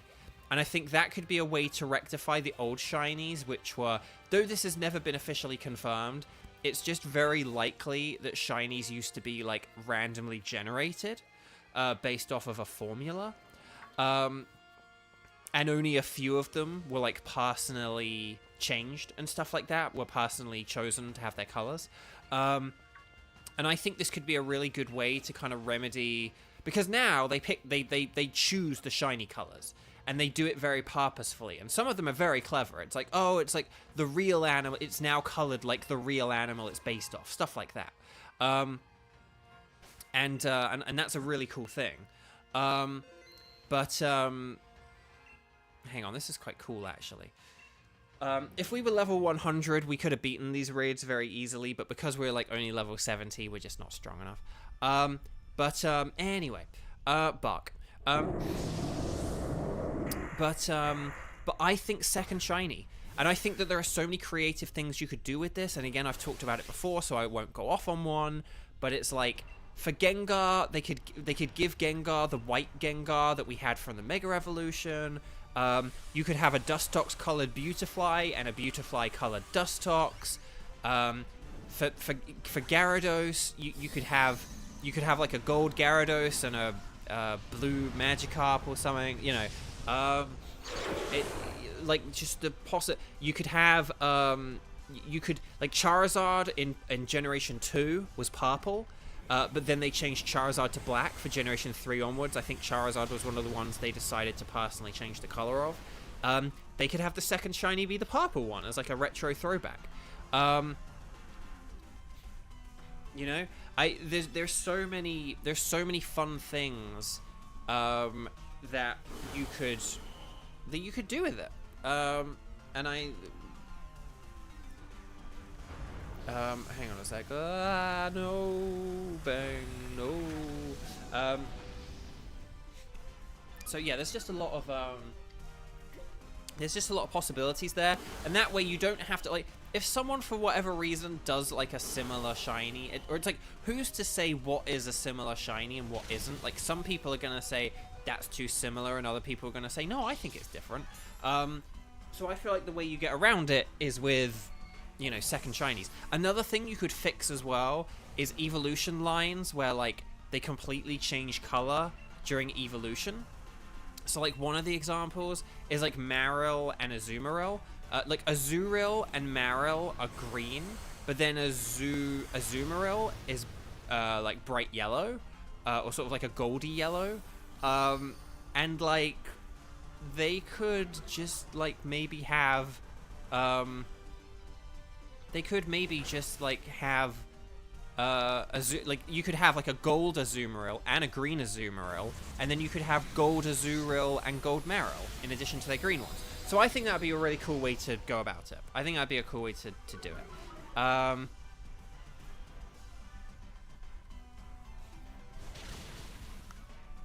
Wait, Stadium 2 had shiny Gyarados as purple? What? Was that... But one thing about the Stadium games is they changed the colors of Pokemon if you changed the nickname. So was that definitely a definitive thing they did, like, regardless of the nickname? Or did the nickname tweak the shiny color a little bit? That's an interesting thing. But, so, yeah. And yeah, Lexi just put, like, what? I love Green Espeon. And exactly, like, a lot of people complain about the Green Espeon, but some people like it. So it's like, well, then just have, you know, a different one. Have, like, you know, just have a different colored Espeon, and then bada bing, bada boom. Like, you get the best of both worlds. If people don't like the green one, who cares? Like, you know. Because what you could do as well is, I feel like one thing you'd have to do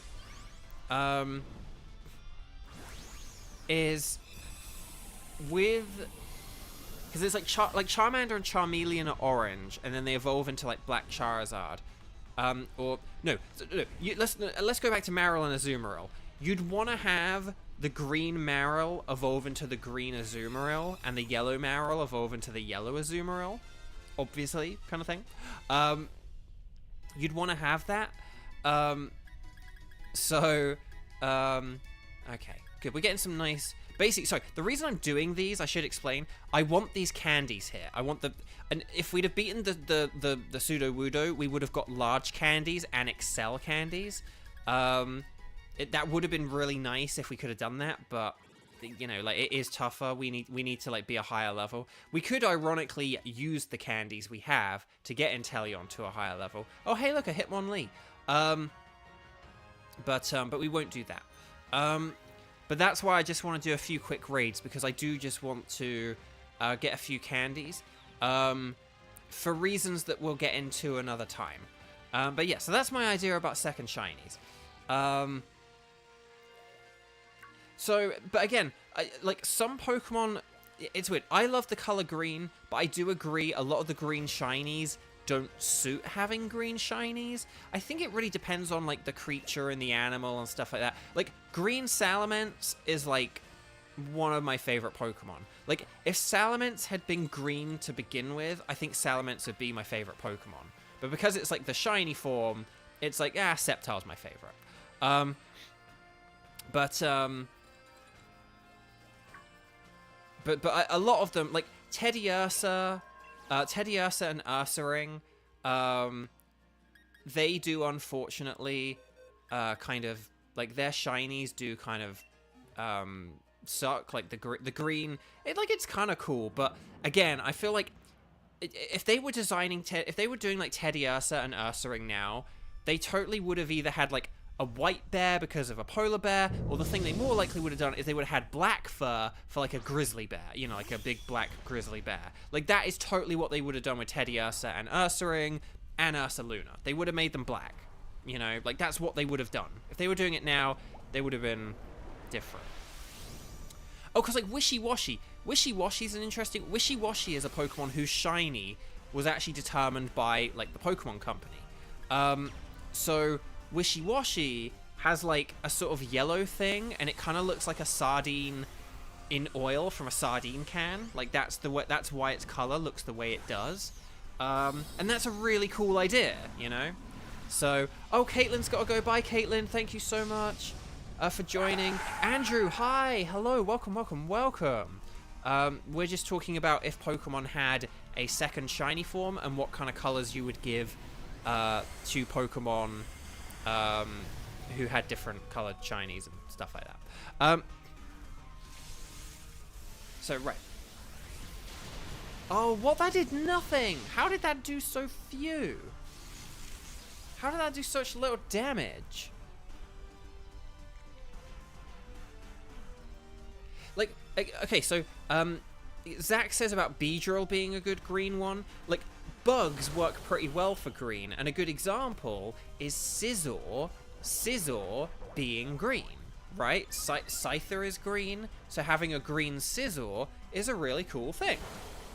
I like that. That's a good thing. Unfortunately, though, Scyther just has, like, a little red thing on its chest, so it, like, doesn't really look that different. It kind of sucks. But, like, can you imagine if, oh no, Wishy-Washy, no! But can you imagine if, like, you had a red Scyther? You know, like, that would be so cool. Like, I mean, Scyther shinies, really, you should have a brown one for Cleavor and a red one for Scizor. Like, those should be Scyther's, like, 3 colors. Green standard, shiny 1 green, shiny 1 red, shiny 2 brown. And then Cleavor should have a green shiny and a red shiny, and then Scizor should have a green shiny and a brown shiny. And that's, like, how you do it. That would be such a cool idea. Oh, Chugga's at, like, one of your local cons? Oh, no. Oh, because he's doing, like, the black and white... he's doing, like, the black and white 2 thing at the minute or whatever. Is he doing black and white 2 or black... He's doing black and white 2, right? I haven't watched any of it. But yeah, he's trying to, like, do the avenue, the shopping thing with people. Oh, that's really cool. That's really cool. I like that. I like that. Black and White 2 are good. I've only played them the one time. I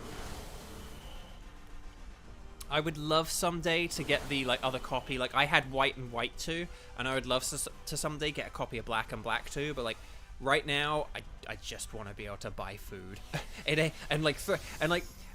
and any console that's not the current console just has crazy prices for games. It's so weird how, like, 3DS and Wii and stuff like that. Because, like, when I was a kid, when, like, the GameCube came around, Super Nintendo games became cheap, right? They were, like, this old thing. It was like, oh, here's this, like, old thing. You just get, like, bins of cartridges, you know, like, they wouldn't be in, like, boxes or anything, but you just get, like, the cartridges in a bin, and they'd be, like, £5 each. And so you could get, like, really cool SNES games for £5 each. But now, if you're looking at, like, Wii games or something, like, Wii games aren't as cheap now as, like, Super Nintendo games were then, you know? Like, it's this real weird thing how, like, old game price, like, not even, like, retro, just old. Like, if it's not the current console, prices go up for things.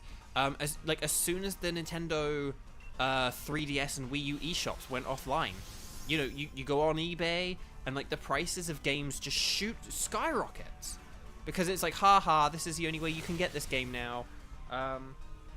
It's just a sad thing, and it's why, like, video game preservation is important, because I don't think I think realistically it's going to be unlikely that I'm, like, going to be able to get Pokemon Black and Black 2, particularly because I have, like, a UK DS and 3DS, so it's kind of like, if I ever do want those games, I'm either going to get an American console, or I'm going to have to, like, get copies from England or something. You know, like, either way, it's kind of like a headache for me.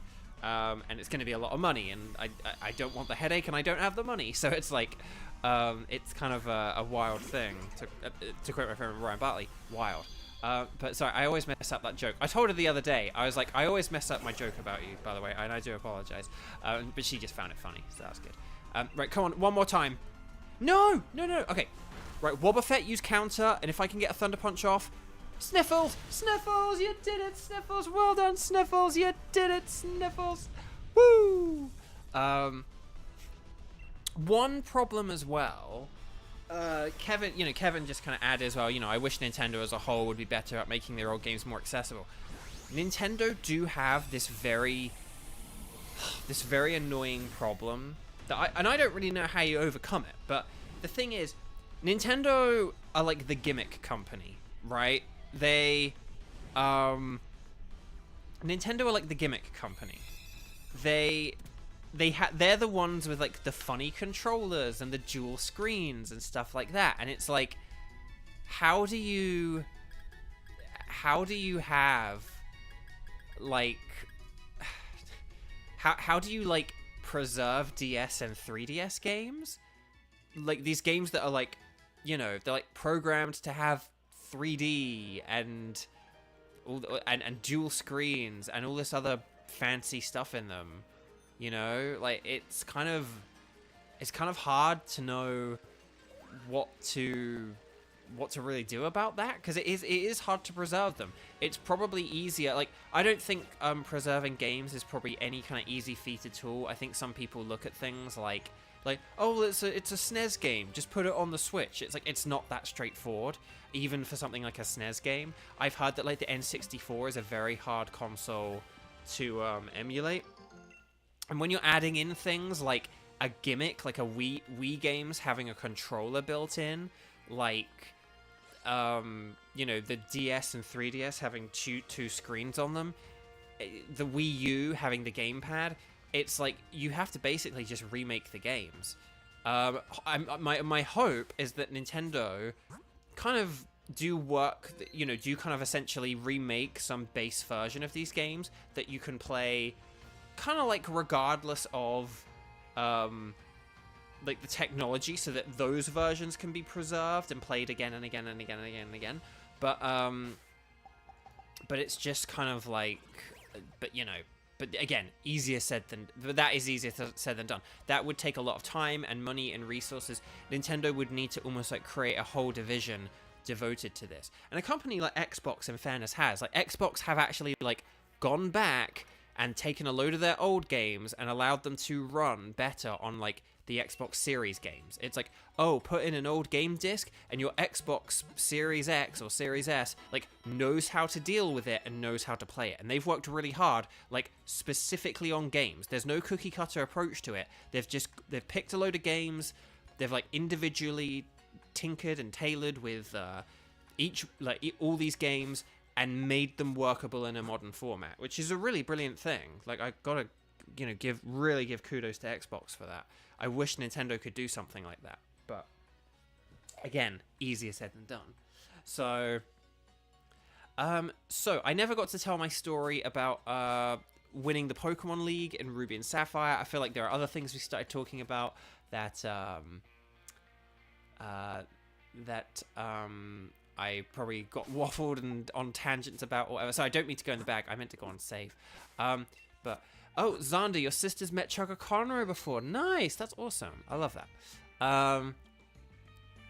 Okay. Well, I know what state he lives in, which means I know what state you live in. But I won't say it out loud, publicly. Well, unless he's moved state, I suppose. But I feel like I know where he used to live, and unless he moved, I know where he lives, which means I now know where you live.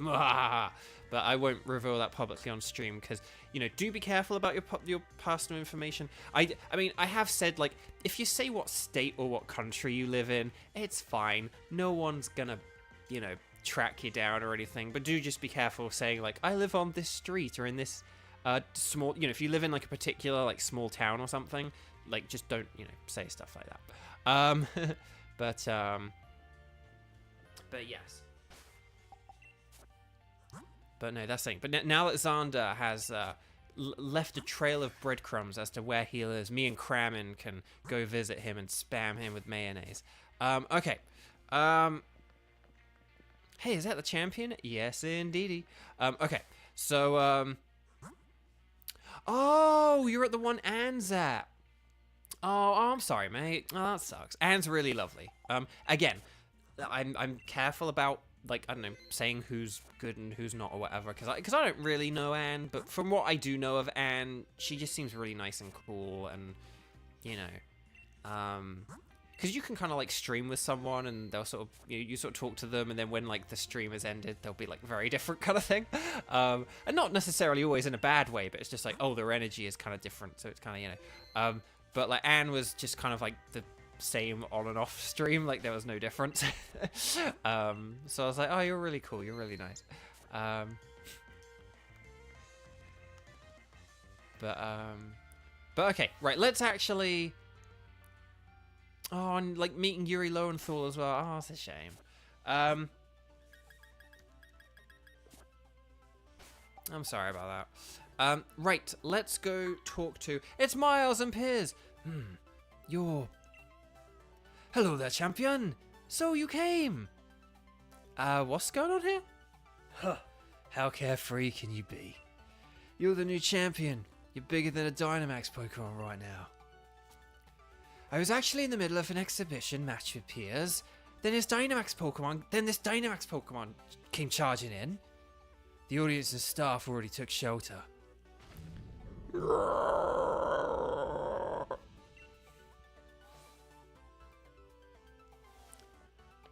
I got everyone who was seated on the north side of the stadium evacuated. You must have heard, right? That the bird is the word, the well a bird. Bird is the word, the well a bird. Sorry. More Dynamax Pokemon are running amok. Much obliged, Hop.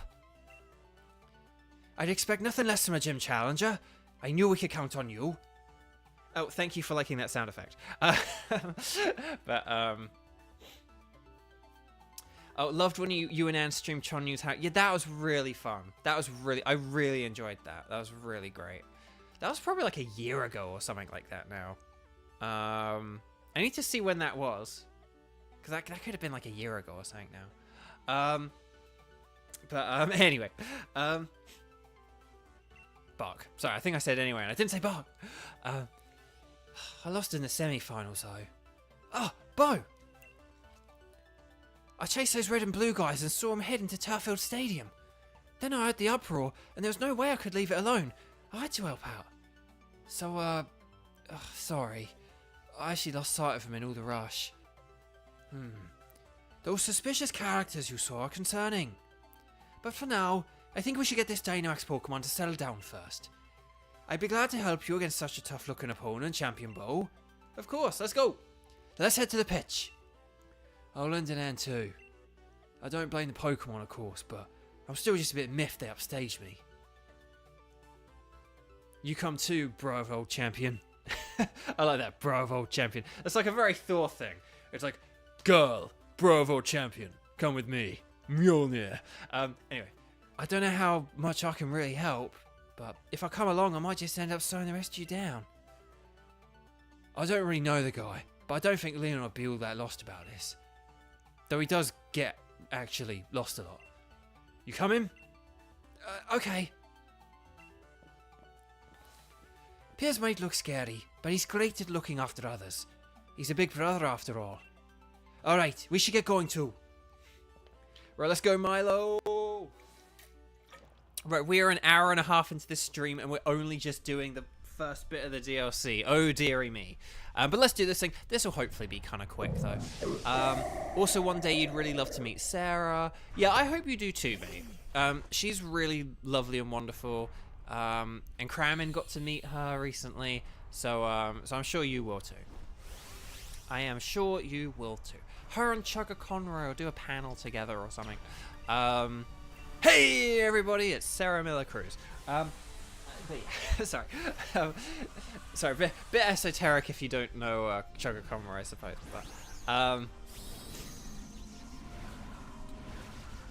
Yeah, and Archie did, of course. Yeah, Archie did. So yeah, it'll happen. It'll happen. If I got to meet Sarah and I don't go anywhere and I don't do anything, you will too. Whoa, well done, Cinderace. Look at that. Cinderace just doing all the damage there. Luckily, I don't think we have any shields or anything here, so this is quite straightforward, quite bog standard stuff here.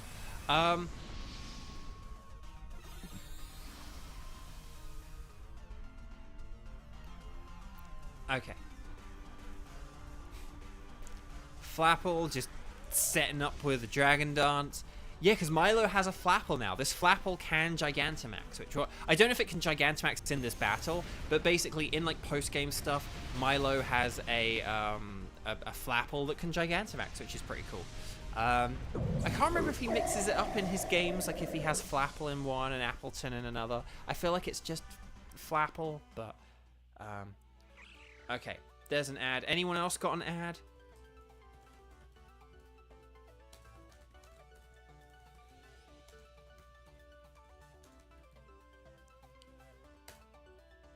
Okay.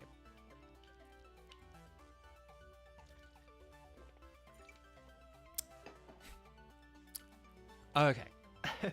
Kevin, we calmed the Pokemon down by bathing it in fire. So anyway.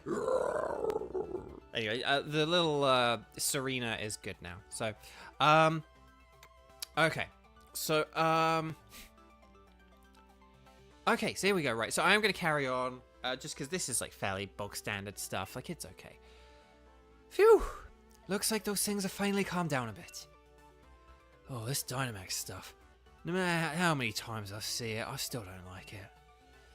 I can see your dislike of Dynamaxing still. I can see your dislike of Dynamaxing still hasn't changed, Piers. But there was definitely something off about that Dynamax transformation. There wasn't any trainer anywhere, and the Pokemon seemed like it couldn't even control the power itself. Quite right.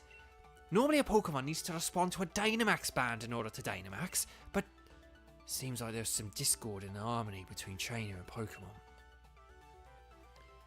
Did you feel anything unusual, Bo? I did. So you noticed something was off too? There's no trainer to be found. This really is a mystery wrapped in an enigma. Sorry, I'm all congested. I get congested when I stream. I'll explain why someday. I'll make sure Turffield Stadium takes good care of this Pokemon for the time being. You lot really helped me out here. Thanks for that. Oh, and Bo, if you should ever need my help, feel free to call me anytime. Here's my new rare league card. There we go, we got the... Alright, follow me, little Serena. Serena's off. Well. Looks like that Dynamax Dynamax nonsense has calmed down. Well. Champion as expected. Ah, it's you two. I knew you'd be here. Give the rusted shield back. Well, I never. It's not like it's something that belongs to you either. Even if it were yours, we wouldn't give it back. What's with these two? Ah, get over here so I can battle you. Who are these guys? Spectators and staff should have been evacuated. The normal rules simply don't just apply to it. The normal rules simply just don't apply to us. Yes, that's what it means to be celebrities. No, it doesn't. That's not how being a celebrity works. What? That's not. Celebrities don't mean you get to do what you like or rules don't apply. Who is this ruffian to question us? You're just someone with a strange taste in hairstyles. His entire style is complete black and white nonsense, isn't it, older brother? You think I'll put any faith in words from rude little punks like you? But it seems our experiment was a success, younger brother. Quite. Next time, let us try to Dynamax even stronger Pokemon. Yes. At last we shall reveal the true nature of Zacian and Zamazenta. What was that about Zacian and Zamazenta? You, despicable champion. We're going to keep letting Dynamax Pokemon run wild. If you do stop us, do your best to chase after our splendid-looking bottoms. More like celebrity bottoms. Who is this person, Koi? And with that, farewell. So you were the ones who caused all this. Stop! Oh, Shabartooth here. Hey, hello, welcome. Hi. I'm doing very well. A little down on the energy, I think just because it's the post-game and, I don't know, stuff like that. But otherwise, I'm doing well. Things are good. Life's going okay. Oh, hang on. Kevin. Oh, to hear act who played Zach was Milo in Twilight Wings, which I forgot to mention in the first episode, in the episode where we saw Milo, but first episode. Be interesting to hear him do Irish. Yeah, I mean, because I was doing Welsh there, just for people who are like, oh, he's doing a voice, but I don't know what it is. That was Welsh. Because like sort of, I think Milo is kind of. I think Milo is probably kind of inspired by Welsh people, because it's like he's like the sheep farmer, and like sheep farming is kind of like a stereotypical Welsh thing. Yeah, but let's go back. So calm down, Op. You don't gotta act so hard. But they're getting away. Yeah, and they could be leading us to a trap. It's a bad idea to run in unprepared. But still. Fine. You're right, I get it. Good. Let's all calm down for a sec. Thanks to them running their mouths, we know their goal was to force Pokemon to Dynamax. And that they plan to continue doing it. We have to stop them. Oh, thank you, Sherrod-Tooth. And Tenchi. Yeah. This is no time to be hung up on getting back the Rusted Shield. Bo, Piers, we've got to stop those two. Nod. I thought we were going to say something. Right, do we need to heal, or are we healed? Hang on, I'm just going to check. No, okay. Right, we're going to head outside. I think... Sorry, this is very cutscene heavy, so it's like... Oh, there you are, Bo. Things are a right proper mess. Just when I thought the Galar particle count around Turffield had calmed down, I started getting huge Galar particle readings from Holbury Stadium and Motorstoke Stadium. So, what exactly happened at Turffield Stadium? I'll explain what happened. I won't exaggerate it. What? A Dynamax Pokemon went on a rampage? Those Sword and Shield weirdos did it. Oh, Sonia! Hop? And Piers? Piers, what are you doing here? Shouldn't you be back in Spikemouth? I'm an ex-gym leader. I can be wherever I want. It's not that weird. More importantly, you said there were Dynamax Pokemon at other stadiums? Yes, and I'm getting the same readings in other towns as I was from Turffield Stadium. I'm worried about Marnie. But Spikemouth should be okay, right? I'm only seeing readings from Holbury and Motorstoke. Oh, I see. If Pokemon are being forced to Dynamax and running wild, there's no way I can simply sit by and watch. What do you say, Bo? Let's head to one of the stadiums. That's a spirit, champion. Leave those Sword and Shield weirdos to me. I can poke around the net for sightings of them. We'll leave the researching to this to Sonia, was it? We should get to the other stadiums and not hiccup and help out. Okay, so we're not gonna run around routes and stuff like that. We are just gonna warp. So let's go to our next stadium, which is Holbury, home of Nessa, the lovely Vanessa. And we're going to... Oh, Nightbot just reminding you guys, if you have been watching this for over an hour and a half and you're still here and you enjoy these streams, or if you're watching in the replay and you've got this far, please make sure to like and subscribe, hit that little thumbs up button.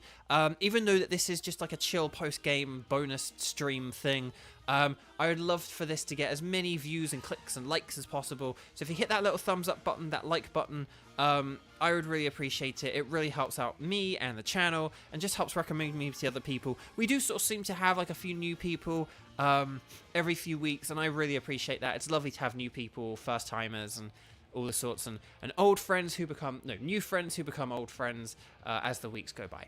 And tell your friends too. And I will just say thank you, because I know you guys do this. You do share the posts. Oh, hang on, wait, no, hang on. I see the I see the retweets. I see the Facebook shares. And as well, I check my analytics, and it's like, oh, like people find the stream via Discord, and it's like, I don't use Discord, so thank you. I really do appreciate it. I really, really do. So subscribe, ring the bell. We're getting very close to 2,200 as well, like 2200, which would be a really cool thing to hit. So if you are watching but you're not subscribed, please do. It's really cool. It'd be really cool of you. Don't get too close, you lot. things are pretty dangerous here. You know the situation, right? Are the staff and spectators alright? Yes, they took shelter just a short while ago. You know, the more I look at you three, the more I see how odd a little group you are. Leave us alone. We came here to help you out, and I'm grateful for it. That Dynamax Pokemon's power is so intense, I'm sure it'd give me trouble. I'd feel a lot more confident about it all if you join the battle. Let's do it. Right, here we go. So we just, no more faffing around. We just get right into things this time. So basically, you can kind of see where this is going.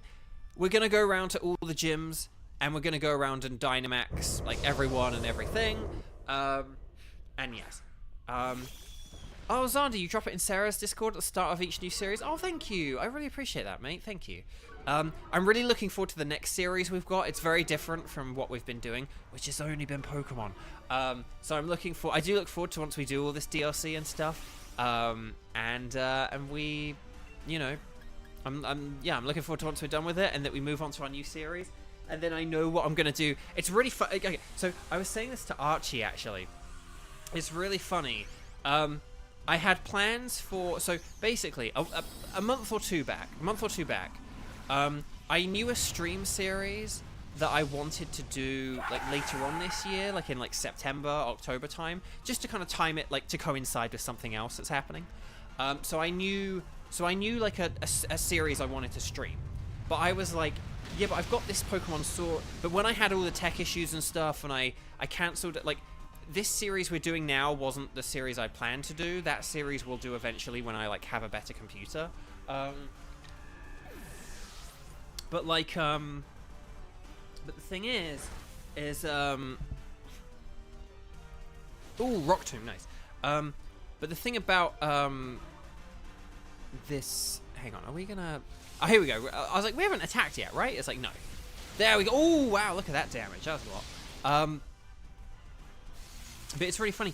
But when that happened, so I cancelled one series, I kind of came up with this one.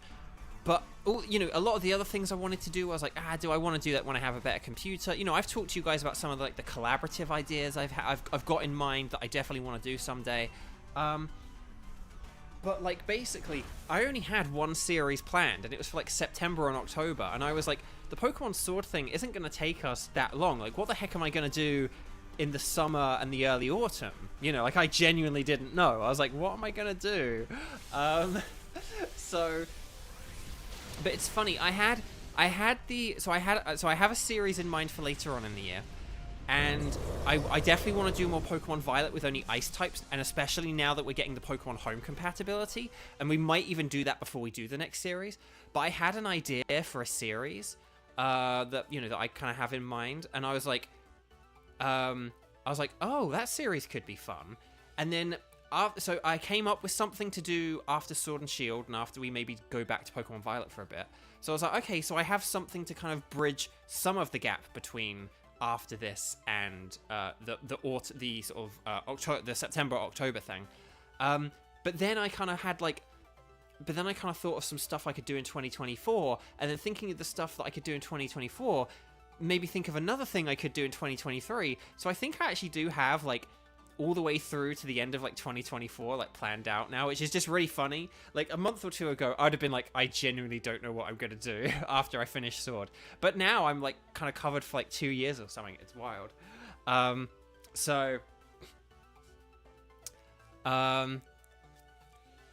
okay. Oh, hang on a sec. People are talking about Flapjack. Old friends who become new friends and new who become old. All I can think of is the scene with Flapjack from Cammy. I don't know what that is. Oh yeah, and yeah, Kevin just said if you guys are playing the new Genshin event that just came out, I hope you enjoy that, because a very special someone is in that and has returned, which I was very happy to return for. But okay.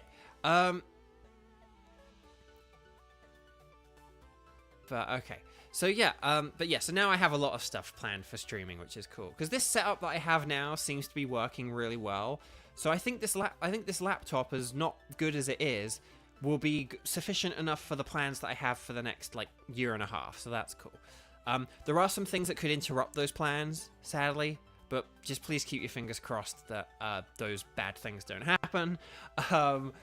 And again, that's why I just really do appreciate you guys watching these streams and supporting them and promoting them, because the more people who watch them, the less likely those bad things are gonna happen, kind of thing. So any support I kind of have, and again, I do really appreciate the super chats and the PayPal donations and stuff like that. I will just say thank you. They do come in, and I really appreciate it, and it's really sweet and lovely of you guys.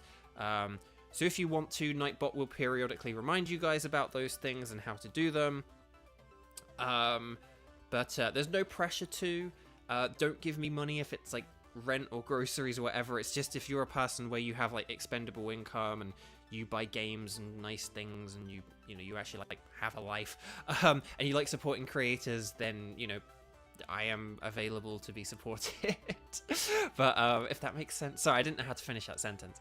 But yeah, that's when I say those things, when I say about like super chats and the PayPal donation link thing, I'm strictly just talking to the people who have like the disposable income, and where like a few dollars is nothing to them. Like they do not care about a few dollars. It means nothing to them.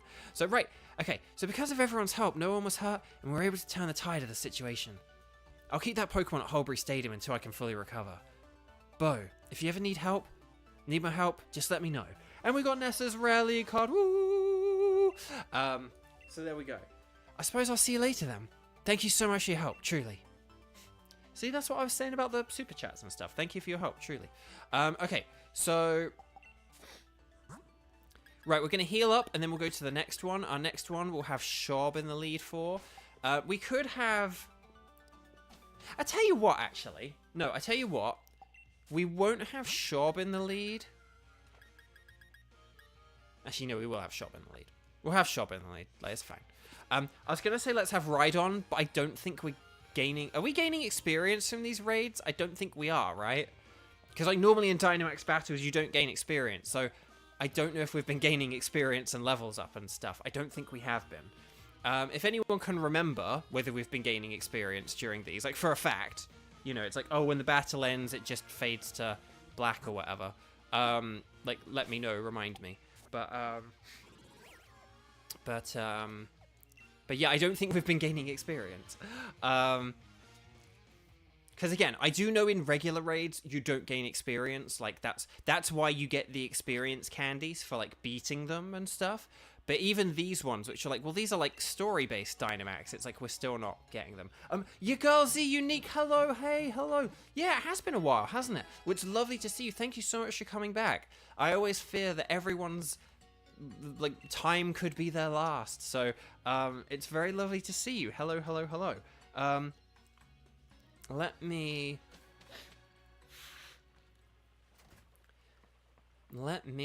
go to the gym.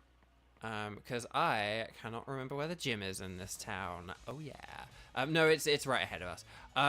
So I will try and tell my Pokemon Ruby story later, because it's a good story. It's a good story. Look at that smooth transition. Gotta love it. Gotta love it.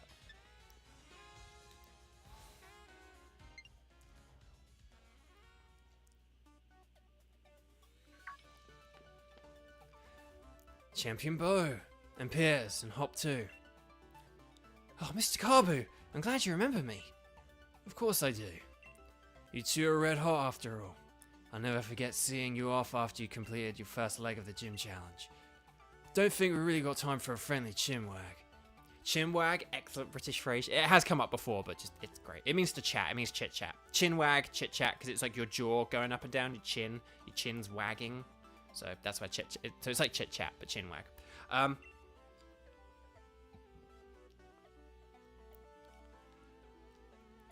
Right. Actually, the situation's getting pretty bad over at the stadium. Yeah, that'd be why we're here. Ah, brilliant. The opponent's a bit much to take on single-handedly, so I was wondering what to do. But with you all at my side, my confidence in this battle is burning brighter by the minute. Let's begin. Yeah, I would have used Rhydon here. If we could get experience points, I totally would have used Rhydon here, but let's just use Shob, because Shob is easy and convenient. Platinum, the slang they use is crazy good. It is, and that's what I've been telling everyone for these past 2 months as we've been playing this game. It's so good. Hey, it's a Torkoal. It's not Shelby, but it's a Torkoal. Right, we will change the weather here.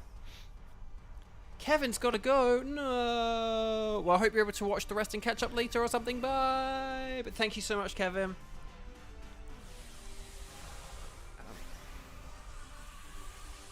Hang on, I'm just gonna blow my nose quickly. Forgive me if any noise comes through.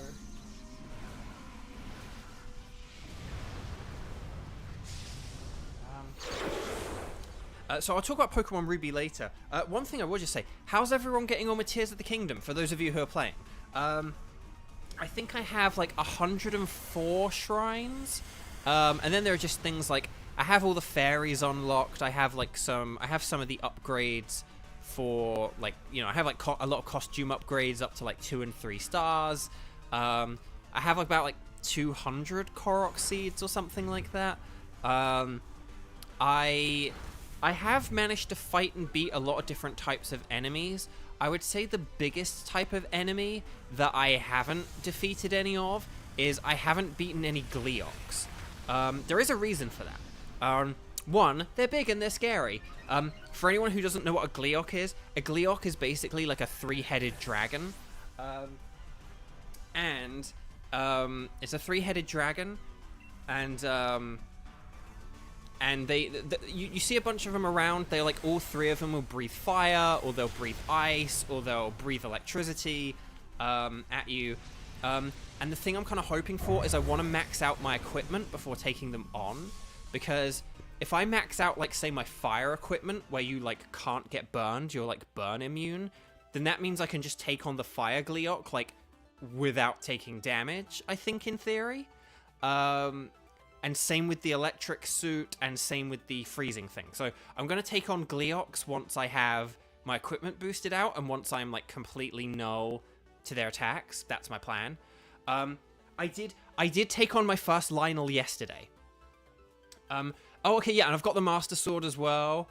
Yeah, that's cool. Yeah, Master Sword's quite easy to get in this game, but it's really cool how you get it. Yeah, I did take a The thing is, so, I don't know about you guys, anyone who played Breath of the Wild. In Breath of the Wild, you had the Stasis ability, which is the one that freezes time. Tears of the Kingdom has Recall, which is the one that rewinds time, right? And for the puzzle solving, the Recall ability is way more interesting and way more cool. But for battle, I think Stasis was cooler for battle. You can use Recall because it's more usable in battle. Recall is cooler in battle, I will say, when you can use it, but the Stasis was more usable in battle. And Stasis, the thing I loved using in Stasis is once you got the upgrade for Stasis, you could freeze your opponents. So, like, I would get a Lionel in close, let it charge at me, I would freeze it, and then I would just whack the crud out of it. And you get so much damage off, but when it's like frozen, you know, and you can do so much damage to it. But it is a real fudge. Whereas now I have to beat them the old-fashioned way, and I actually have to be like, you know, good at fighting and stuff. Like I said, the recall is like cooler in battle because if an enemy throws something at you, you can use recall on the thing that they threw. And then it will, like, send the item straight back at them, and they get hit with their own item. It's really cool. But against, like, the Lionels and stuff like that, Stasis was way more useful, and now I actually, like, have to be, like, strong and powerful and rely on, like, not getting hit and stuff like that.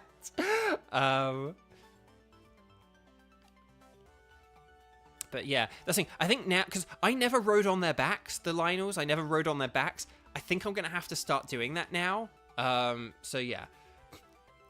Yeah, we're talking general non-spoilery here.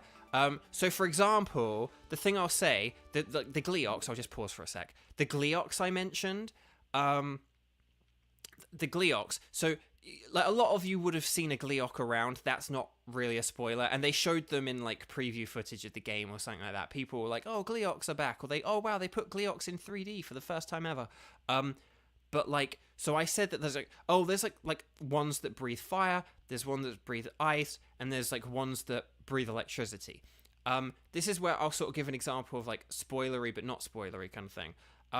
There is actually another kind of Gleeok that I've encountered that is like even cooler and better than the other Gleeoks. But I won't say what it is, what it does, why it's cool, or where it is. But to quote Yoda, there is another. There is another. There's not just fire, ice, and electric Gleeoks. There is a fourth kind that I discovered, and I was like, oh, I'm gonna get more hearts and weapons and stuff before I even dare to try to take this thing on, because yeah, there's no way I'm gonna. I think soon I will be ready to take on. I think in terms of hearts and stuff like that, I probably could take on a Gleeok, but I want those. I want those suits to test out. I want to test out my theory. I want to see if I have like a burn-proof suit. If it means that I'm just invincible against the fire Gleeoks, unless it like can claw at you or something like that. But I want to see. But yeah, they're really cool. One of the most obvious ones you can see, if you go to like the Hyrule, like Lake Hylia. If you go to Lake Hylia, there's the really big bridge, like the sort of the Lake Hylia bridge. There is like a fire Gleeok blocking that. Yeah, have fun with that. But yeah, so like the horse stables and stuff like that, they're like, yeah, go the other way around. Like, we don't get many people come to this stable, and if they do, they come from the other direction, not that direction, because of the Gleeok. So but yeah, oh, when you're riding the Lynels, your weapons don't lose durability. That's good to know. Thank you.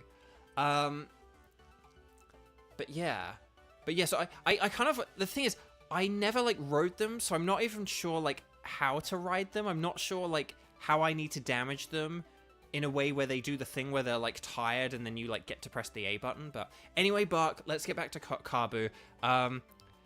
Looks like we're able to extinguish things this time.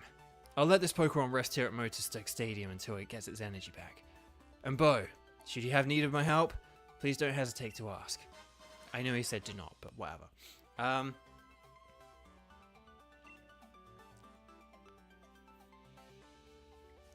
So I have some ideas as to how to take on the Gleeoks as well, not just from like the defensive standpoint, but again, I want to test it all out. But I kind of looked at them and I was like, oh, this thing like just attacks me with fire.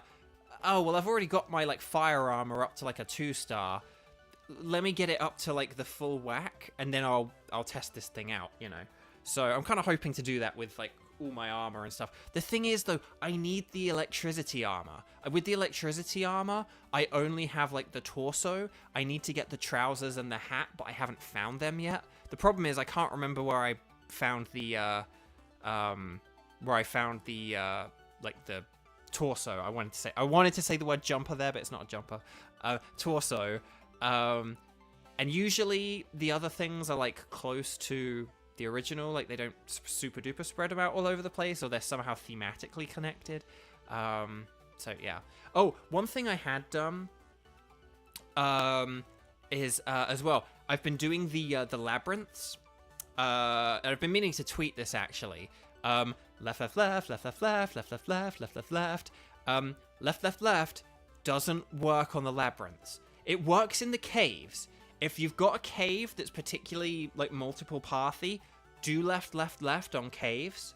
But as soon as you introduce like, you know, oh, you can go upstairs and downstairs or through a hole in the roof or something, that's when left, left, left that starts to not work. Staircases are okay actually. If a staircase works for left, left, left, but if there's like a hole in the ceiling or you like have to jump down a hole, that's when left, left, left doesn't work. Or you have to kind of remap the maze in your head to make left, left, left work. So if you're doing the labyrinths, there's like one in the northeast, there's one in the southeast, and there's one kind of in like the north, slightly northwestish. Those 3 labyrinths, you can see them on the map, so it's not a spoiler to say that. If you see those labyrinths, just remember left, left, left doesn't work. You have to they're not just as straightforward as like, oh, it's a maze you walk through. You have to kind of look up and around and move stuff, and stuff changes. So just keep that in mind, okay? Because I've said about left, left, left. I'm like, left, left is how you solve mazes, but it doesn't solve labyrinths, okay? So there we go. Right, sorry. So don't worry. I know you all have more work that needs to be done. Yes, go forward, youths. I wish you well. Right, see you, Carbu.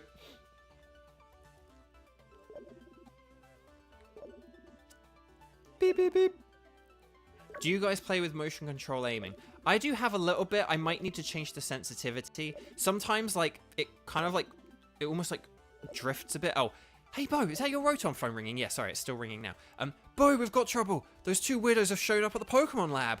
What? Sonia, you alright? I just really want to talk about Zelda, so I'm just kind of rushing through this, but, like, they keep really demanding a hand over wishing stars. I'm alright for now, but get over here quick, okay? These guys are right creepy. I like right creepy. That's very British as well. That's a very British phrase. They're right something, which is like they're really something. They're very much something. Like right. Oh, like he's right annoying. He's being right annoying or something like that. Like what are those two going after the wishing stars? We gotta help Sonia and get back the rusted shield. Let's hurry back to the lab. Oh, he really doesn't think anything through. Sure does make him seem a proper fool. Oh, nah, guess the word would be reckless. Oh, we're headed back to the Pokemon lab next, right? Guess I'll stick by you till we see this through. Right, okay, so let's heal up and then we'll go back to the lab.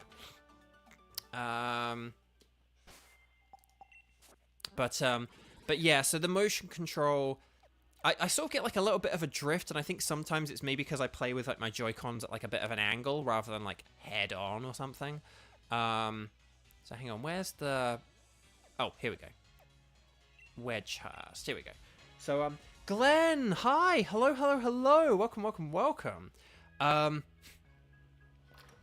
So I do play with like a little bit of motion control. I do play with the motion controls on. I don't know if I should change the sensitivity. There are certain things where it feels good for arrows, but then for like the recall, it can feel a bit much or something like that. So I don't know. It feels like you almost need different sensitivities for different things, but good question. And good to hear other people's answers. I'm just going to change my water for a sec. Hang on. Because I've run out of water in my first one. Hang on. Whoop. Oh, that's close. I nearly just poured water like right onto my mouse, which would have broken it. But it's fine. It all worked out. It all worked out. Right. Yeah. Stay hydrated, folks. Okay. Did we just heal up, or did I just walk to the Pokemon Center? I can't remember. I'm just gonna check. Hang on. I think we're good. Okay. That all looks good. Hang on a sec. Who did he? We'll put Ryan out first. We'll see how this goes.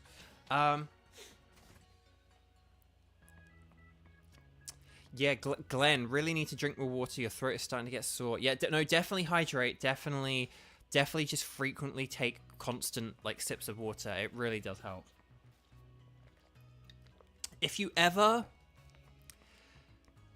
ever at, like, a wedding or a party or something with a lot of people, loud music, where you go around and talk to a lot of people, just make sure you, like, constantly drink water, and when you talk, like, talk in a way where you're, like, not letting yourself get out of breath. Kind of thing, sort of thing. Because when you like get out of breath, you can like start to exert more if you're like a bit short on breath. Whereas if you take nice deep breaths before you talk, you kind of talk in a more controlled manner, and it's like less forceful if you have like a good lungful of oxygen. And especially because when you are at those events, like there's music and you kind of like talking more like this, and you're kind of talking over people, like yeah, so good to see you, kind of thing. And it, so make sure you drink water. Right. Okay. Please don't drown in my boat. No. Oh! Speaking of that, did I ever tell you guys the story about the golden syrup and the ants in the cupboard? Did I ever... I feel like I told that story, but maybe I have, but it's a good story that's worth telling again. I'm going to voice act whilst you guys answer that question. Glenn, the con I'm at has such huge long lines for the water fountain. Oh, man. Stuff like that, they need to make that stuff like more accessible. But yeah, let me know if I haven't told the golden syrup mice, ants and mice story. Okay. Anyway, we'll do some voice acting here, and then we'll get back into it. So, we all know the wishing star. Sorry, I got hiccups and burps. That's what you get for not eating enough food this morning. Okay. We all know the wishing stars that Chairman Rose had gathered here. We celebrities are have an enhanced level of insight into such things. You non-celebrities are not suited to having such valuable things. Hand them over to us. Wishing stars and being a celebrity have nothing to do with each other. I don't know what you knew about this, but there's no way we're giving them to you. That's right. You could never understand how important those wishing stars are. You have no need for them. Goodness, whatever should we do, younger brother? It would certainly seem we have been inconceived, older brother. I love that teapot there, and then it's got biscuits next to it. Very nice touch. Very British thing. Tea and biscuits. And by biscuits, I mean cookies, and by cookies, I mean biscuits. Don't know what that was. But, Sonia and the professor are the ones who've been inconvenienced here. Hop! Forcing Pokemon to Dynamax against their will, you've gone way out of bounds here. And I haven't forgot about getting back the rusted shield either. Well, I certainly thought the champion would come, but I didn't think a loser would follow. Must I have to beat... Hang on. Must I have you once again taste the flavour of a humiliating defeat? Don't let those goons put you down. That's right. Sorry, I thought I pressed the A button there. You lost a battle, but don't lose that rocking spirit. Right. We'll fight them together. Bo. Thanks, mate. First things first. Let's get these weirdos out of here. Weirdos? Oh, how they wound me, older brother. To be called so terrible a thing as weirdos by these ruffians. Indeed, to address such royals such as ourselves in such a manner will not be forgiven. This time I brought a much stronger Pokemon to thoroughly trounce you with. I know I almost did go with the Waluigi, because it was like, like, just that real kind of Waluigi thing, but... Okay, oh, what they got? Golisopod and Bronzong? What is this? Ugh. Well, this is a rubbish matchup. I need to switch, I think. Let's get Shelby in. Waluigi. Sorry, my voice is kind of dried out and tired, so I can't do Waluigi quite as well as I normally would do. But Waluigi.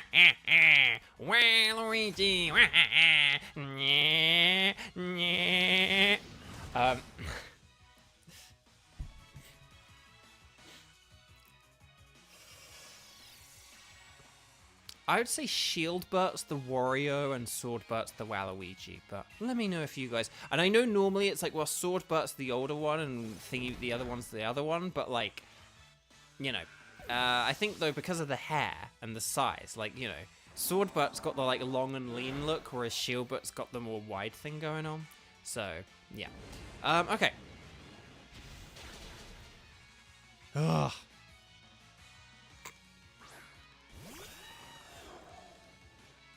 Okay, so we haven't even got, unfortunately that's one Pokemon down, but it's one Pokemon down for Hop, which sucks. Oh, Quick Claw Clutch! Quick Claw Clutch! Right, go!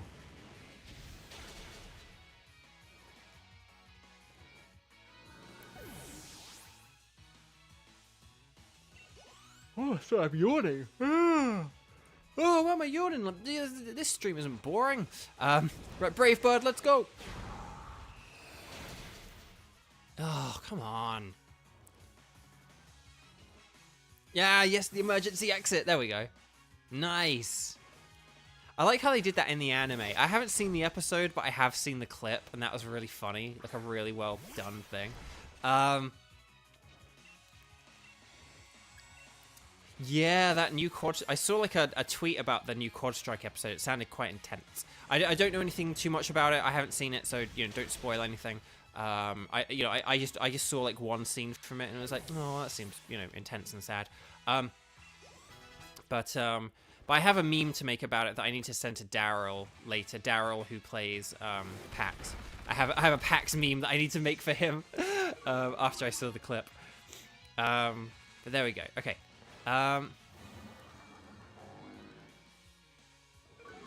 Oh, you had a theory about Wakia and Pax, and you were right! Excellent. Very good. Well, I hope you enjoy the rest of the series. I'm going to go for Phalanx. Oh, yes, here we go. Quick Claw Clutch.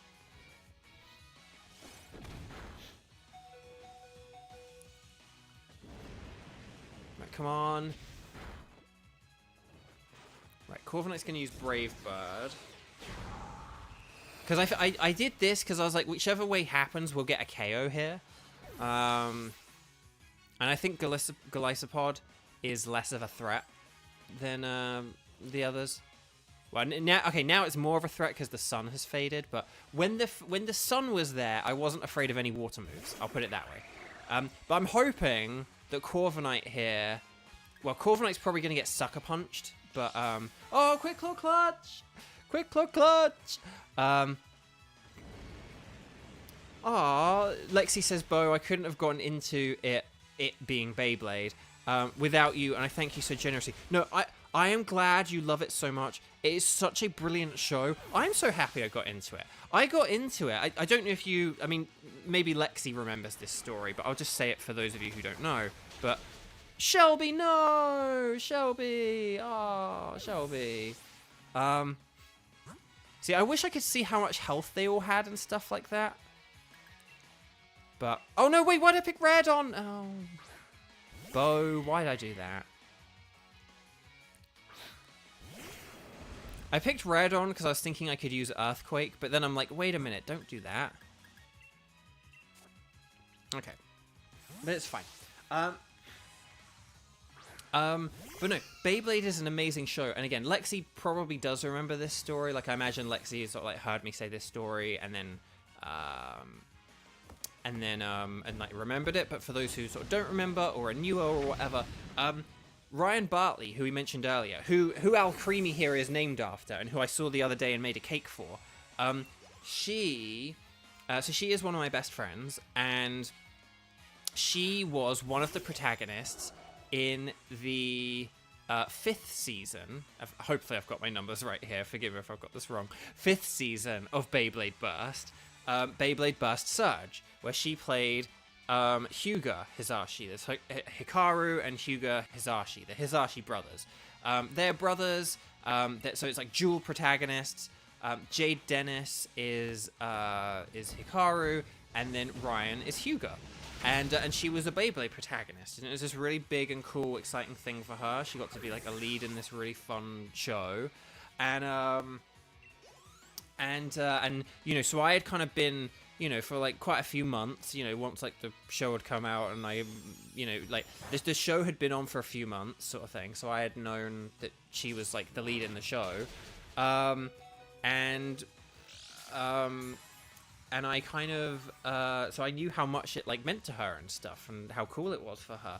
And then, so I kind of, and basically they started showing it on YouTube. So I started watching it, and I immediately loved it. And I was like, oh, this is brilliant. I love this.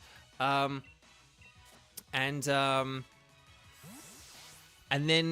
like after I watched the first like pair of episodes, I think they released like the first 2 episodes together, like on the same day. So I like watched the first 2 episodes, and then I got the audition for Bashara for the next season, for season 6.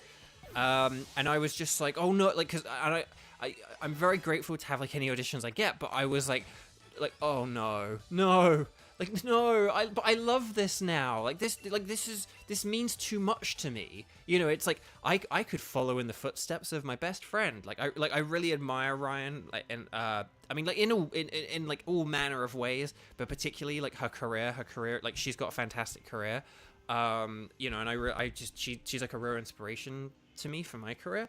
And so to follow in the footsteps of her, like in some voiceover way, would be such a cool thing. And to be like a main series cast member in like Beyblade was like you know, it was just like, oh no, this is like amazing, and I was like, oh, and I think I'm really good for this character, and I love him, and I love this show, and I love Ryan, and I love all this stuff, and I really, really, really want this, and I want it more than, and I know I want it more than anyone else, but like I might not get it though, and if I don't, that's gonna be so heartbreaking, and I wouldn't know what to tell her, and you know, but I auditioned for it, I got it, I played Bashara, people seem to really love Bashara, and I'm very grateful.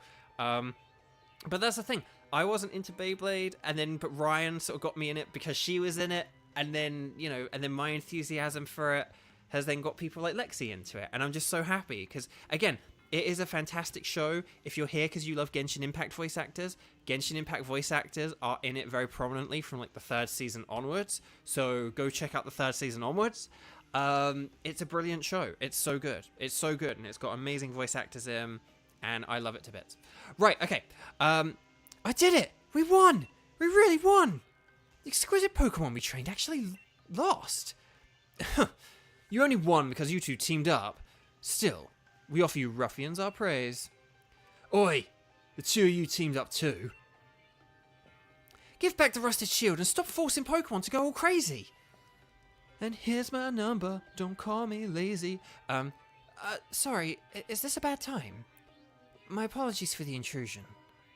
Those men are dangerous, be careful! Well done. Your infiltration mission was a resounding success, it seems. Have you gathered the wishing stars? Yes, thanks to Masters Swordwood and Shieldbert buying me some time. So much time. No, they now they have the sword, the shield, and the stars. What? Stop! Give back those wishing stars! Oh dear. It would seem we've been completely had. Why, this moment is so sweet. I don't think I'll need any sugar in my tea later. Our battle with you was just a little trick.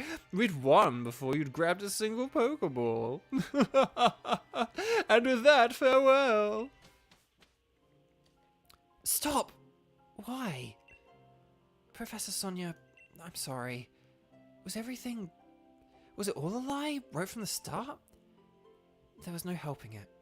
It was necessary for the plan. Our plan to put Galar under the control of the royal lineage once again. No.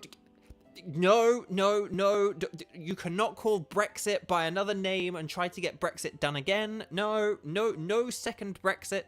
No Galexit. Get that Galexit out of here. Just get Galexit out of here. No. I'm sorry to get political as well. I'm sorry, but like, it's been long enough. We all know Brexit was bad now. We can all say it without fear of repercussion. No Brexit. We don't want Brexit for Galar. Take the UK as a warning call for other people. No Galexits. Oh, sorry, crud, I pushed a button there. I didn't mean to. But yeah, no Galexit. No. But anyway, right,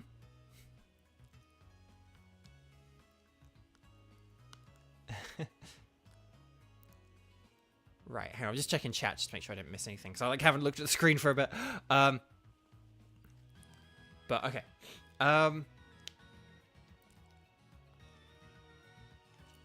Right. But you were upset. We didn't want to say anything to make it worse. We're trying to be considerate, but of course I'd be down on myself. It was my fault. I got tricked by. Oh, whoops. Sorry, I didn't mean to do that. But that's it. No more feeling sorry for myself. That lot made off like bandits with all the wishing stars. It'd be awful if they were used for some evil purpose, so there's no time to be feeling down. Oh. You got some guts. You've certainly grown strong in the face of adversity, dearie. Gran? Dynamaxing draws out the true strength of the trust between a Pokemon and their trainer. But that group is likely pouring the Galar particles emitted by the wishing stars into Pokemon, forcing them to Dynamax. That's awful. Indeed. What an awful thing to do to Pokemon. The theft of wishing stars was just the start. Things could get a lot worse from here on. But why? What reason could they have for forcing Pokemon to Dynamax? Those weirdos said they wanted to reveal the true natures of Zacian and Zamazenta. I'm curious about what my former assistant said about a royal lineage. Does she mean it literally? Ah, Bo, look at your town map. I'm detecting huge reactions at 4 stadiums now. They certainly get around, don't they? If there's trouble at the stadiums, then Marnie could be in a real bad way. Spikeman seems to be okay. There's no power spot stadium there. Oh, righto. Bo, this is no time to be lying about. If Pokemon are in trouble, why are we still here? Let's get right out there to lend a hand. I'm sorry to leave it to you all, but you'll have to take care of the Dynamax Pokemon. I'll search for those Sword and Shield weirdos in the meantime. Okay, so we are back to the game. We're back to talking. Right, let's just check our team and stuff, because we probably... Oh, okay. Oh, so we're like actually healed up now, right? See, now we're healed up. Yeah, okay. Weird.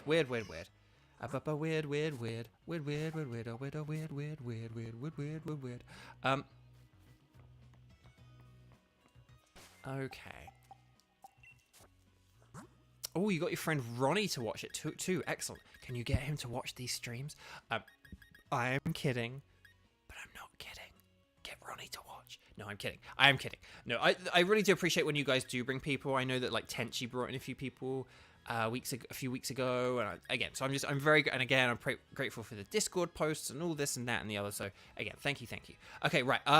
Next gym. So let's go. We're going to our next gym. Next gym is B and the fighting gym. So let's do that. Again, this should be, although we've been going a little bit slow here. Hang on. Oh, sorry, I'm at the wrong part. We should be able to like speed through a bit more now. So I think we will probably just end up sticking to the post game today. I think this will take a sufficient amount of time. It's not really worth getting into like any DLC this week. So that's kind of my prediction, but we'll see. I mean, if we end up beating this in like the next half an hour, maybe we'll start DLC. But I think even if we went for like 3 hours, like that would be enough. So let's go up these stairs. I do like this music. It's good music. Well then, thank you, Lexi. That's really awesome. Thank you. Satella, those gaping mouths are hilarious. I know, right? They are really funny. You all, did you come to lend a hand? Something like that. How are things looking? We just finished getting everyone to safety, so I was about to challenge the Dynamax Pokemon. Nice one. Then let's all work together. I give you all my most heartfelt thanks. We've got several opponents, so we may as well take one each. I'll be counting on you all. Here we go. Wait, one each? One each? One each? Oh, and you've gotten a load of people into Beyblade. Excellent. Right, so we've got a Conkeldurr. So now it's not 4-on-1. Now it's just 1-on-1. So it's like, ooh, it's tougher now. But we can Dynamax, which is good. So we got a little bit of a tougher challenge ahead of us, but that's okay. That's okay. 2K for a tiny mushroom. I know. Wish that could be real life. Oh, I didn't tell the story about the golden syrup. Let me tell my golden syrup story. I didn't tell my Pokemon Ruby story, and hopefully I will later. But let me tell my golden syrup story. Years and years and years ago, back in England. So I don't know if any of you know what golden syrup is, because it might be a bit niche to England and maybe like parts of Europe. But basically, it's like thick, viscous, sort of like sugary gloop. It's like way thicker than something like maple syrup, for example. More akin to something like treacle. But just very thick and viscous. Very thick and viscous, like golden sugar. It's like liquid. It's like very thick, liquid golden sugar. Hence the name golden syrup. I loved it. I had it on sandwiches, which I know sounds a bit weird, but it was delicious. So it was like one of my favorite things growing up. I loved it. And it comes in these tins. It comes in these metal tins. They're very iconic. They're like these green metal tins. They're awesome. Very iconic. And but one day, we went in the cupboard, and a load of ants had like swarmed the cupboard, and they went right for the syrup because it's sugar. I can't thank you all enough. With your help, the Dynamax Pokemon have all been returned to normal. I'll keep them safe here in the stadium, so no need to worry. This DLC is a bit repetitive, even down to their dialogue. I do apologize for that. Bo, next time I'll be the one who saves you in your hour of need. Give me a call if you're ever in a rough spot. Hey, at least that bit of dialogue changed. But we got her rare league card. If there are other places that need a champion's help, please go look after them. I'll protect the peace of the store-on-site stadium with all my might. And off she goes.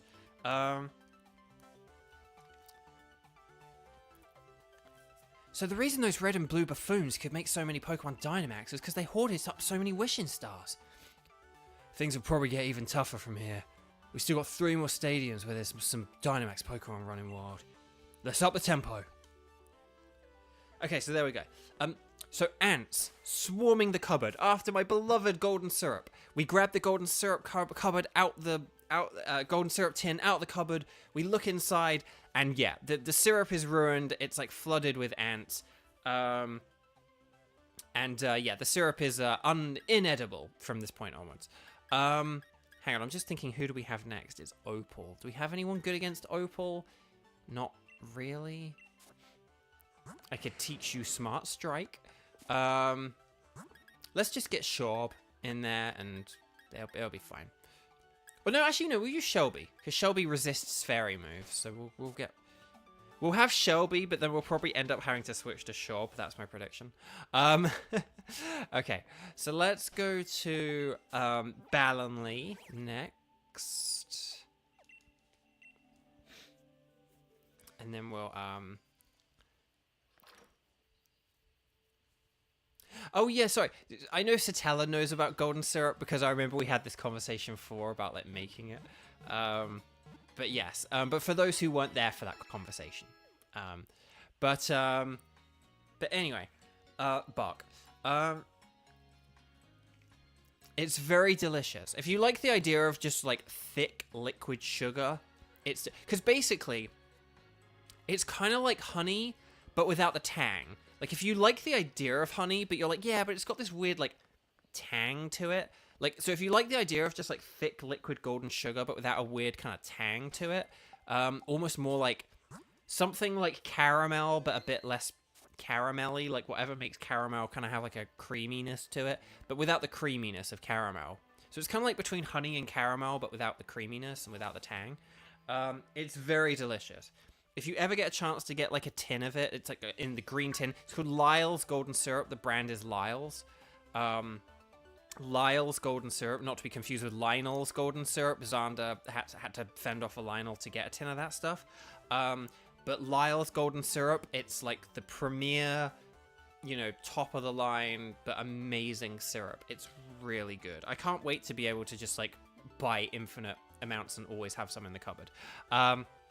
So I'm glad you like that joke, Xander. That's the thing, it has a really long shelf life, so it's good. Yes, honey has a tang.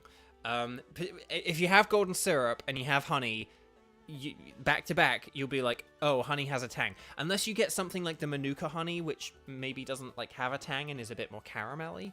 But yeah, but just bog standard honey. Bog standard honey definitely has a tang to it compared to syrup. If you grow up on syrup and then you start having honey, honey has a tang to it. Anyway, Buck. So, sorry, we've got Bead. So, Bead, what about the Dynamax Pokemon? Oh, I should have brought Ed Sheeran in to voice this. Hang on. You think I'm the elite fairy type? No. But there we go. That's right, you're a gym leader now. Though, I don't know about elite or whatever. But yeah, Bede just being Bede. Like, supposedly Bede has learned some lessons, but I don't see where they are. I don't see where these supposed lesson learnings have come in handy. Oh,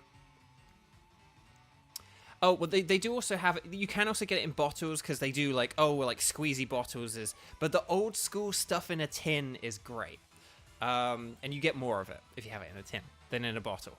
But you can get squeezy bottles of it as well. You can get squeezy bottles. But look up the green Lyle's Golden Syrup tin. Just look it up for the, you know, just because they're iconic. It's iconic. Anyway, Buck, Ant said, what an obnoxious gym leader. The next gym challenge is shaping up to be really something. So, but now, oh, Bede's gonna decide it, like Merida in Brave, like, it's time for me to decide my fate. So, and he's gonna battle me. Look, I'm sorry, mate, but this is hardly the time.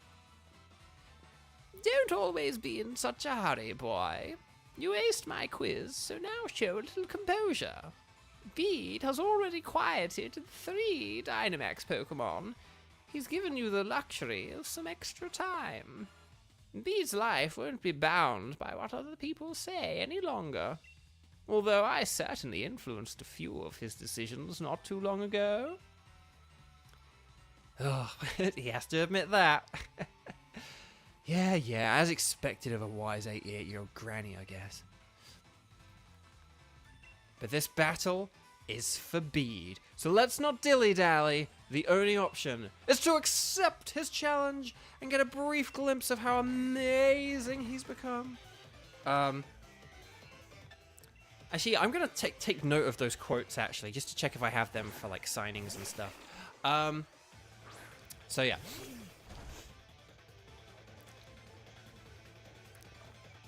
Oh, yeah? You really going to be stronger? I mean, for one thing, I've got a super effective Pokemon to start, but... Satella, I love how the fairy gym uniforms remind me of cotton candy and Trix yogurt. Yes, I do say yogurt instead of yogurt, but when I'm talking about, like, I don't know, an American thing, it just seems weird to say yogurt about, like, an American yogurt. Yeah. Oh, yes, so Andrew points this out, just for anyone who doesn't know. Andrew says, didn't know you were the VO of Bede in Pokemon Masters EX until now. Really cool. Yes, I am. So yeah, I am the voice of Bede in Pokemon Masters EX. Which is really cool. And that was such an amazing role to have. And I'm so grateful to have done it. And it was completely out of my wheelhouse. I did not, when I got, like, the audition and stuff like that, I did not think I could do Bede. I was like, Bede? Like, I can't do Bede. I'm not Bede. But I'd been, like, personally requested for it and stuff like that. And, so I was like, okay. I sort of got personally recommended for it and stuff. So I was like, okay. But then once I did my, like, once I did my audition, or once I did, like, my first take, I was just like, oh, no, yeah, I've got this. Like, I love this. So... I kind of knew once I started, like, once I actually started reading for it and, like, not preemptively doubting myself, I knew that it was like a weird match made in heaven. Even though, like, Bede and I are, like, total opposites, I think we're, like, so opposite that's why like, he was perfect for me. So okay, let's see what else we got, because there's been a few chat here actually, from yogurt to flags to all kinds of stuff. Oh, you never heard me for Bede? Yeah, look up the voice lines. There's a video you can find. I'm going to use recover. There's a video you can find that, like, has all the voice lines. If you look up like Bede EN or English voice lines, like EN, I think if you go EN voice lines, there's a thing. It's like a minute and a half long, and it's just all the lines put together. I really love it. I'm really proud of how it turned out. The session was incredible and really fun. Yeah, I love it. I love it. Love it. Love it. Love it. Love it. Love it. Love it. Oh, Linda, thank you. Oh, thank you. Yeah, in Twilight Wings, he only had one line. And they went American in that series instead of English for Twilight Wings. I think every Galar thing they've had, except for Masters, they've always gone American. So, like, the main series, they went American. Pokemon Evolutions, they went American. Twilight Wings, they went American. Masters is the only one where they've, like, tried to sort of do sort of British accents and stuff like that. And I think I'm one of 2 actual sort of British people who do the characters and stuff, which is really cool. So I'm just really glad they did, like, find authenticity for that, and that was really special as well.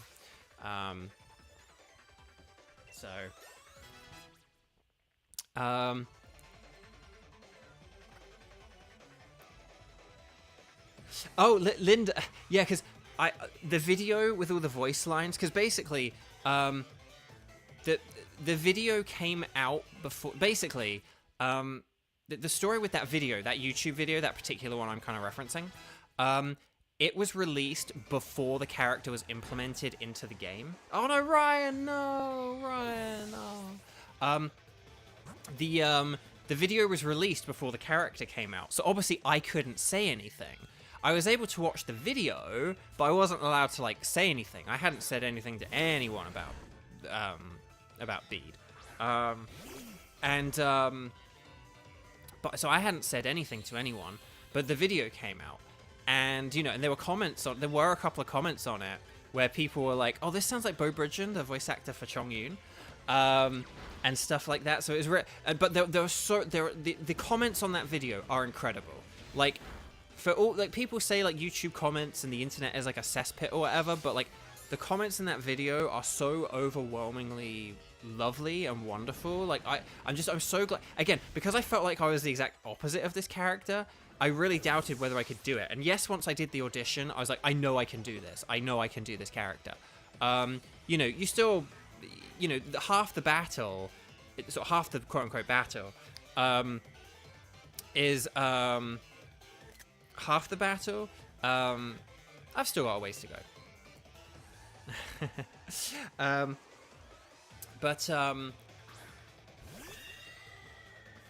Oh, is he gonna G-Max here?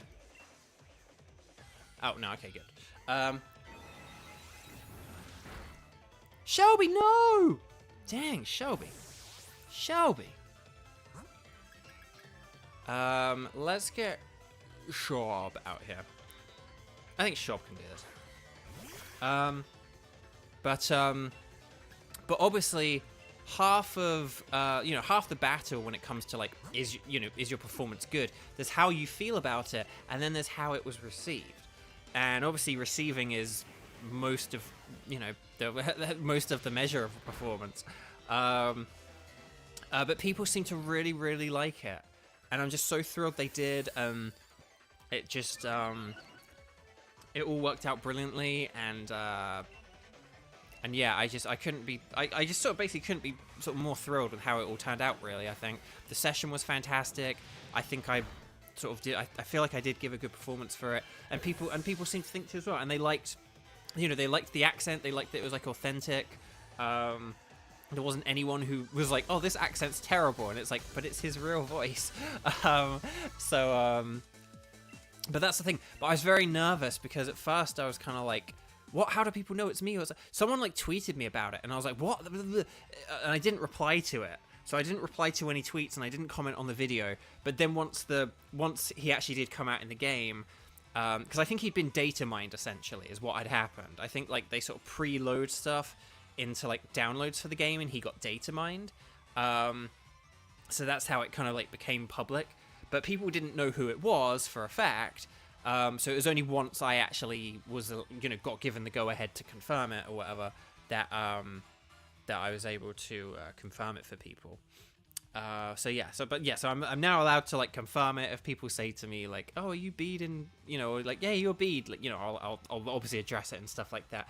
But back then I couldn't. But so I did go back on that video and just put a comment being like, "Hey, thank you all for like the lovely comments or whatever." So you can find like this channel via that video. So if you are like a Bede nut, and you click on that video and you're like, "Oh, who plays him?" or whatever, and you see in the comments and you can see like my comment there and stuff. But okay, Bede is growing. He is starting to grow, and we got his rare league card, which is cool. But oh, thank you, Lexi. Okay, Lexi just went and found it. So I'm really proud of it. Right, he's gonna go clean the stadium.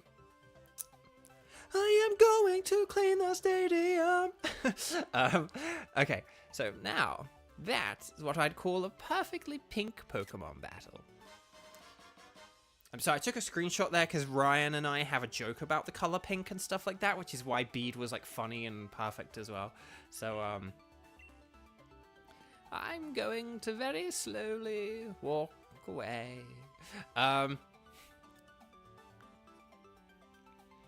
But yeah. Lexi found it a while ago, but like you were waffling. But yeah. Oh, Shibertooth, you found it too. Excellent. Good. I'm really glad you guys are finding it and liking it. And yeah, even after losing his right to participate in the gym challenge, Bill still found his own way to crash the Champion Cup. Yeah, I'd say he's a force to be reckoned with. I think I get why he was chosen to be the next gym leader. He might be unbearable at times, or really most of the time, but he's a fierce trainer. What should we say, chat? Seriously or strong? I'm going to have a quick sip of water. Seriously or strong? Put your comment below and we'll select.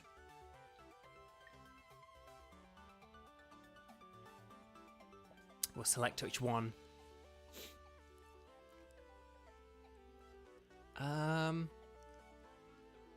Let's see. I'm just going to catch up on chat as well.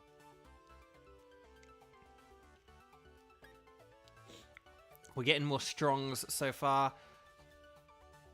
Okay, everyone's saying strong. I'm just going to pick strong. He's strong enough that even a champion like you recognizes it, eh? If you're both going to keep talking, how about I fetch you a nice cuppa? Cuppa, great cuppa, cup of tea. Great British thing there. Tenchi. I wish there was a third option. He's perfect. Right, I hear you. And I won't be outdone by that bead or anyone. On to the next one. Bo. This is weird because the camera kind of changes to, like, it kind of resets here. And then it's like, we've got to go help all the other places where these Dynamax Pokemon are running wild. Looks like there's 2 Pokemon stadiums left to check. Okay. So our next one is Gordy. Gordy, we'll use water for Gordy. We could use Grapploct, but yeah, like Sharp is the better choice here. I'm annoyed at how we're not gaining experience though, because it means we might have a lot of. I am worried about like our final battle. I'm a bit worried about our final battle. I'm not sure what the levels are, but there's one Pokemon that we have to fight in the final battle that is like insanely strong, and it's like, so I kind of need us to like be at kind of good levels for it, and I don't really want to use that. What we'll do, we'll save before the battle, and then if we don't win, we'll like use the candies. We'll go back and we'll use the EXP candies, but I want to save the EXP candies for the DLC, which is what we will. I'll explain that later. But let's go to our next gym. Okay. Suchester. Here we go.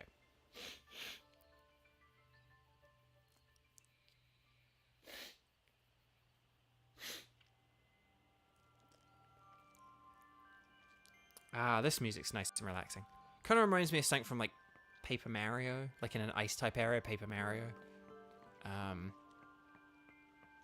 think I'm thinking more like Thousand Year Door than the original, but yeah. Oh, very nice. Very cold. It's cold and old and possibly filled with mold.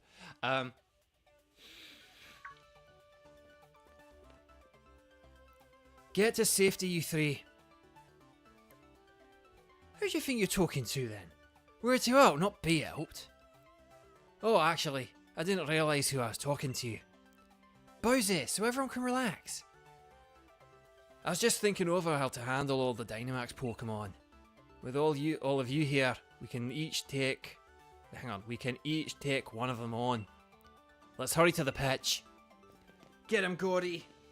Okay, so we are once again in a one-on-one. Nice SpongeBob reference. Thank you very much.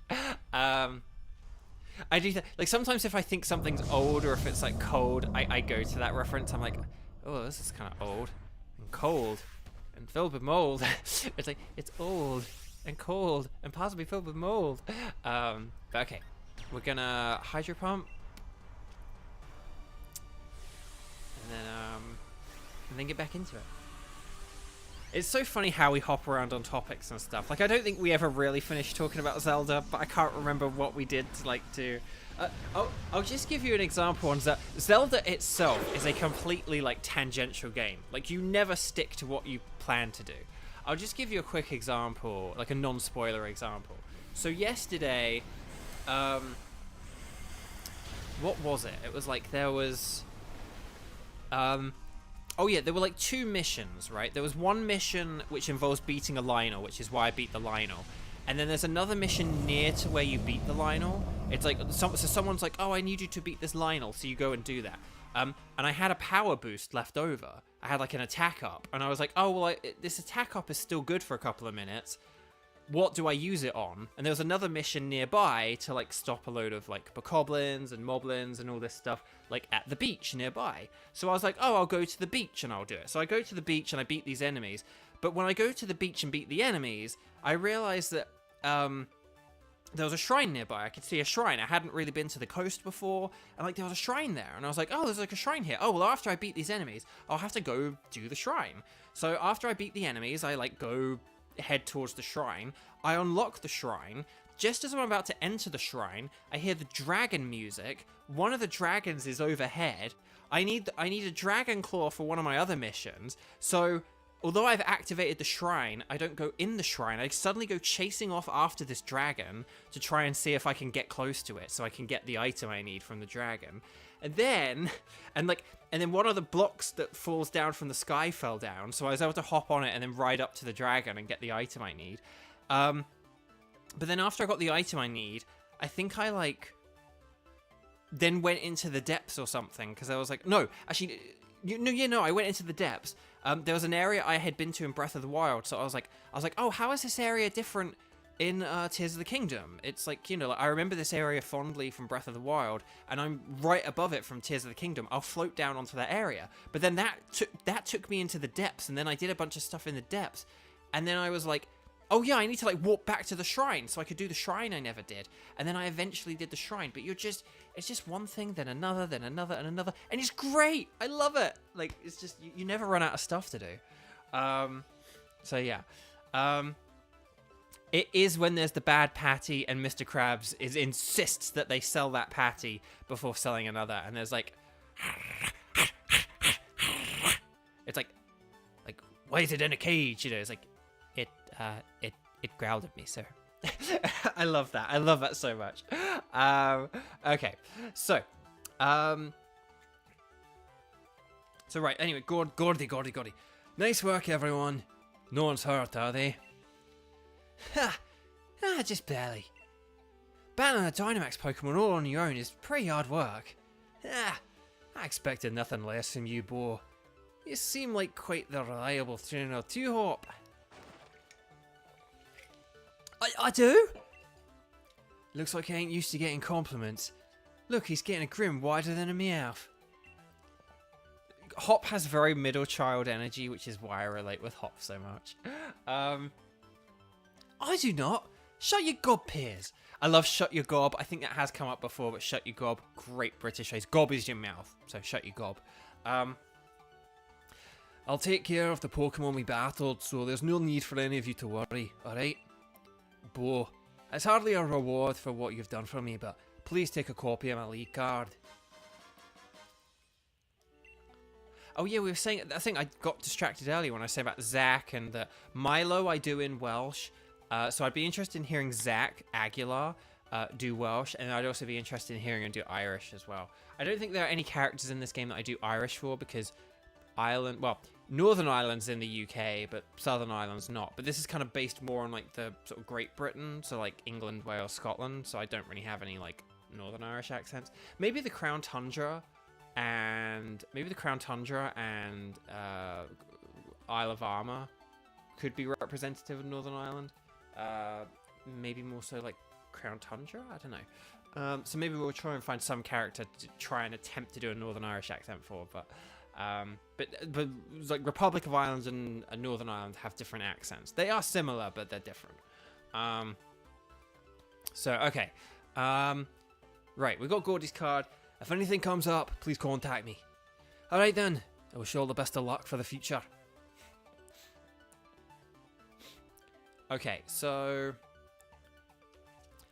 looks like most of the stadiums have got this Dynamax problem sorted now. Let's keep up the pace, Bo.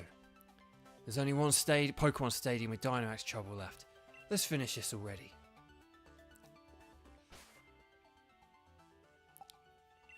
Oh, right.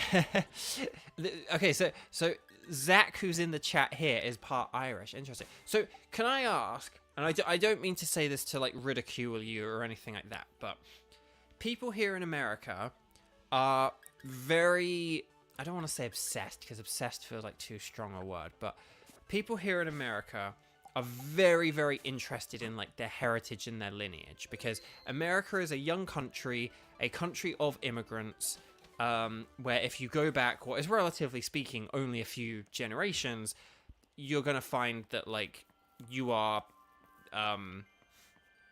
the relative of, the descendant of an immigrant. That is just kind of how America works. So it's kind of fair enough that people are interested in that. But a thing that I find very interesting is that people will say they are something, like they are Irish, and they'll say like if you're in the UK and you like said you're Irish, it would mean that you were like born and or raised in Ireland. Or one of your parents is Irish. Like if you talked in an English accent and stuff like that, and you were like, "Oh, I'm actually Irish," it would mean that like your parent is Irish. If you say that you are like a particular like nationality, or perhaps like say, and maybe it extends to ethnicity. I don't want to delve into the ethnicity side of things too much, but just in terms of like nationality, I would say it like your parents, like definitely. Your grandparents, I feel like, is kind of where the limit ends. If you don't have a grandparent who's a certain thing, like yes, you are still kind of that thing, but I feel like it's a bit weird to go like I'm Irish if like your great grandparent is Irish. Like if you're 1/8 Irish and you're like I'm Irish, it's like 1/8. Like if you said I had my great grandfather came over here from Ireland, or I've got a great grandfather who's Irish or something, that's cool, that's fine. But if you say like I am Irish and you're like, oh, you like were you born in Ireland? No. It's like, oh, were your parents born in Ireland, or a parent born in Ireland? No. Were your grandparents born in Ireland, or like at least one of your no. It's like then I'm kind of like I wouldn't say I'm Irish. I would say I have an Irish relative or an Irish descendant. Like I'm not trying to invalidate it when I say that, but what I'm saying is like if you say like, but the difference between like, if you say I'm Irish, I feel like that's sort of like it's kind of more like a significant, like if you have a relative who you've never met and like who wasn't even say like alive when you were born or something like that, perhaps even like, and that's kind of your claim to being a certain nationality, it's a bit. Maybe also as well, it's because I think of things like passports and green cards and stuff like that. It's like I couldn't get like an Irish passport for having like a great grandfather who's Irish or something like that. Do you know what I mean? So whereas I maybe could for like a grandparent possibly, but that's just my kind of philosophy. Does anyone else find that interesting or weird about the USA? Is it something which people in the USA don't really think twice about or think is okay because they're so acclimatized to it and used to it? Maybe people outside of the USA who are like, yeah, it's weird how people sort of say I'm from this country or something, obviously it's kind of more inherent if like, say if like your great grandfather was Irish and he had a very Irish name, because of the way that like marriage and inheriting names works, you would have like an Irish name, I suppose, like O'Donnell or, O something, O'Brien or whatever. Like, yeah, it's kind of fair enough. But let me know what you kind of, but like, but I feel like sort of, if you're going to say I'm something, I'm like insert nationality, I feel like like parents or grandparents, that's cool. I feel like once you get to great grandparents though, that's when you kind of, I feel like it would be better or more appropriate to say like I have a great grandfather or great grandmother or like who is or who came from or who was or who is or something like that, because it just sort of seems because at that point for me that seems too far removed for me. But so hang on, a friend is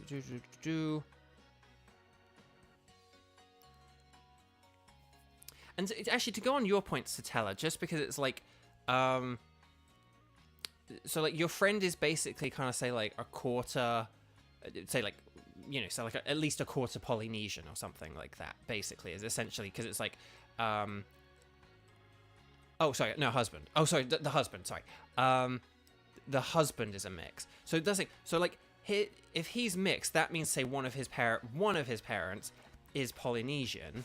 And so with that, it would be like, yeah, your parent is Polynesian, and you know, so that would be if he was to say I'm Polynesian, yes. And I think again for ethnicity, it's a different kettle of fish. I'm not gonna like touch that one, but I'm just talking in terms of like nationality, like in terms of say like a country that you're associated with. I feel like it's weird to associate with a country where, like, I don't know, you may not really even know the person who, like, lived in that country, kind of thing. But that's the thing, because, like, American people don't really go around saying, like, oh, I'm British, right? Sort of because, like, their ancestors were British or whatever, you know. So, you know, there's a difference between sort of, like, I don't know, again, here I am just talking about, say, like, nationality versus ethnicity. Oh, wow, Zach, that's a lot to... I'm not going to read that out loud, but because that's, like, a lot to get into, but, actually, no, I will. You're more Mexican than anything else since both your parents are mainly that, but Irish/German on your grandfather's side, but the Irish pride my grandfather had was a lot, lol. And see, that's the thing, like, if you're, like, if your grandfather... that's like fine, and if he was sort of, you know, if he has a lot of Irish pride and and all this kind of, I don't know, you know, it kind of depends. But when people kind of, like, a lot of people here say they're Irish, and I always kind of wonder what they mean, because it doesn't mean the same thing. There's like a whole spectrum of what people mean when they say I'm Irish. And like I like if someone over here in America says I'm Irish, you can never infer what that means. Basically, that's the point I'm getting at here. That you can never know. So, oh yeah, we're going to the gym. Gym.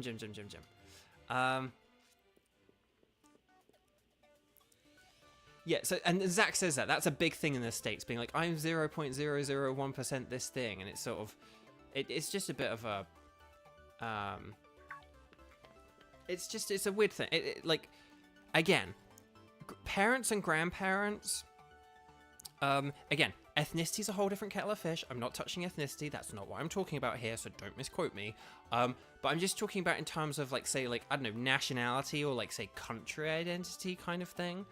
And it's just an interesting thing, because it's kind of like, I just think it's weird to go, when you go too far back, it's kind of, because again, I've talked about how I am technically half South African, because my dad was born and raised there. But I don't really feel a huge connection to South Africa or anything. And my dad didn't really have much of an accent and stuff like that. He has little quirks and this and that and the other. But like, you know, but I've never been there. We only had like one of his sisters who like still lived there. All his other brothers came here and stuff like that. So I feel more connected to South Africa than like most people I'm going to meet here. I know more about South Africa than most people I meet here. But I still don't, you know, but I'm not, but I don't go around sort of really saying like, I'm like a British South African voice actor. You know, it's like I'm an English voice actor who moved to America. You know, someday I kind of hope to be like an English American voice actor or something like that. You know, that'd be a cool thing.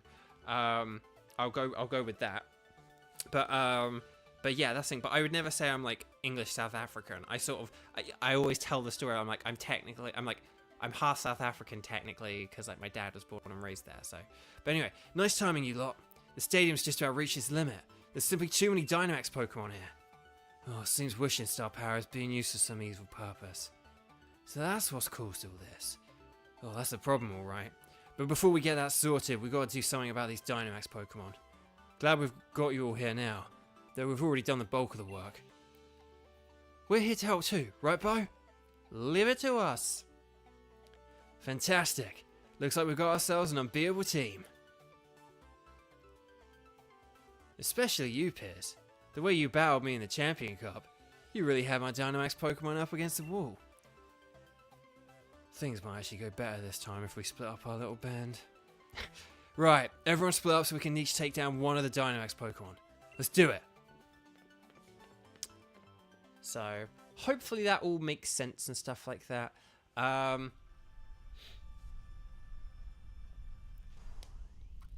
because I think kind of like, again, sort of some of your like ethnicity and heritage is like a really cool thing to explore and to know, you know, where people may come from and stuff like that. But just in terms of that sort of, I don't know, national identity, it's a different and interesting thing. So hopefully I've articulated that in a way which sounds, but just there are a lot of people who say they're Irish and they may even have like an Irish name, but I'm like, have you been to Ireland? Are your parents Irish? Like people say it, and I never really know what they mean, because they can mean all kinds of things. So I'm whereas just so it's a very American thing, I suppose, because in the UK, if you did say you're Irish, you would only say you're Irish if you came from Ireland, or you were born there, or like both your parents were Irish or something like that. You would only say you're Irish if you were having a specific conversation about heritage. Someone could use a phrase like I'm Irish, or they say my family's Irish, but yeah, you wouldn't, but people in the UK wouldn't go around saying I'm Irish if they weren't actually like born from Ireland. But people here in America, like even like someone like Joe Biden, the president himself, will say he's Irish because his ancestry is Irish. But I don't know, was it like, well, did his dad come from Ireland? Or I think it might have been like a grandfather. I need to look it up for him. But I think maybe with him it's like a grandparental thing, which is like okay and it's fine. But again, it's this really interesting thing about America where people will say, or they'll say they're Italian, Irish. Those are like the two main ones, where people say these things, and then right, hang on, I'm gonna switch here because I don't want to lose Rhydon. So,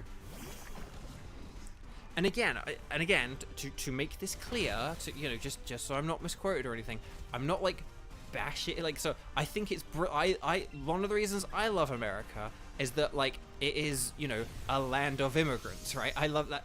I you know, have a very personal resonance with and attachment to immigrants and immigration. It's an issue very close to my heart, and it's one of the reasons I love America, because America is a country of immigrants. So but that's why I find it a fascinating and interesting thing. It's this different attitude towards sort of immigration and I suppose like sort of heritage and stuff like that. So I think it is so cool and so brilliant and so wonderful that America really does just have like so many different kinds of people who have kind of come from all over and made their lives here and stuff like that. It's very inspirational, and I do find it sad that there are people who are trying to sort of take that away from future generations, and I hope that it doesn't.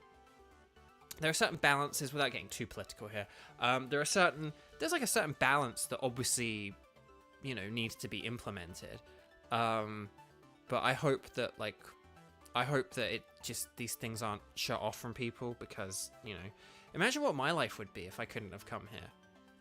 You know, like, I wouldn't have had a life. This is like all I want to do, like, you know. So Ryan, hello, not my friend Ryan with the cake from the other day, but Ryan Labania. Sorry, I always like look at your surname, but I've realized I've never tried to say it out loud. Lovely to see you, Ryan. Thank you so much for joining. But right, okay. You guys are the greatest. You really got me out of a tough spot here. I think I better snap a quick one to remember this victory by. I'll take care of the Pokemon that went wild. No need for you all to worry about that. Bo, give me a ring if things should go to pot again. Give a ring is a very British phrase, like to give a phone call. And go to pot means, well, sorry, I just bashed my microphone.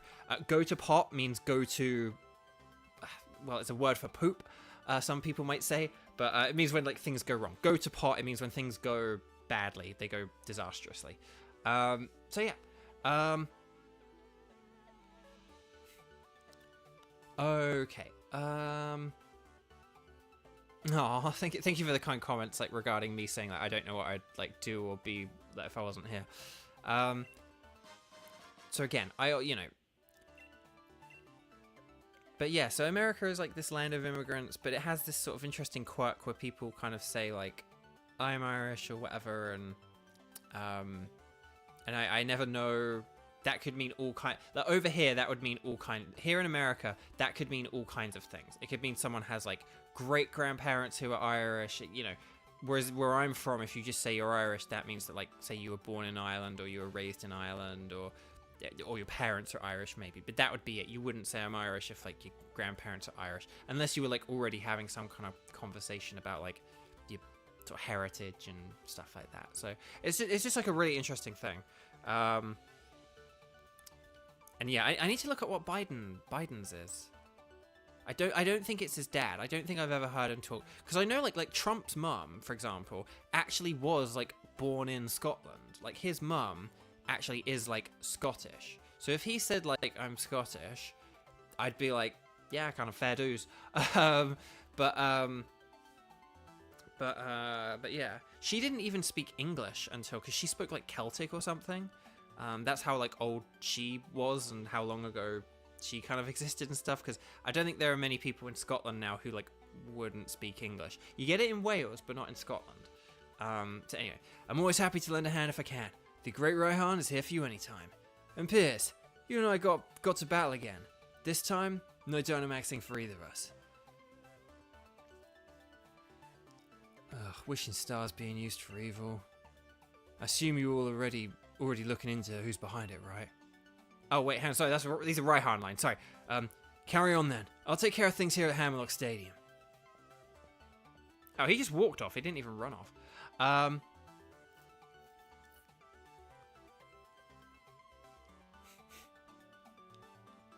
Right, I think that's all the stadium's sorted now. We didn't miss anything, did we, Bo? All that's left is to catch those sword and shield weirdos.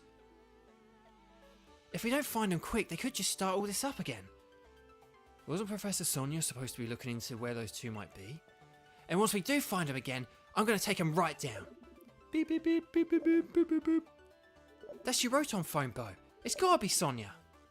Bo? It's me, Sonia. Heh, called it. Those sword and shield weirdos got into Hammerlock Stadium and are headed for the energy plant. The door to the plant's locked, but I think I can get it open. Give me a bit and you'll be able to get in there. You hear that? Hammerlock Stadium? Get over there as soon as you can. Like, even over the phone, Sonia sure sounds lively. We're already at Hammerlock Stadium. The door to the energy plant should be right down the hall. Guess we should get going. Zach would love to do one of those ancestry type things because it's so fascinating. It is, yeah. I am just going to like heal first and then we'll go back and talk to Sonia.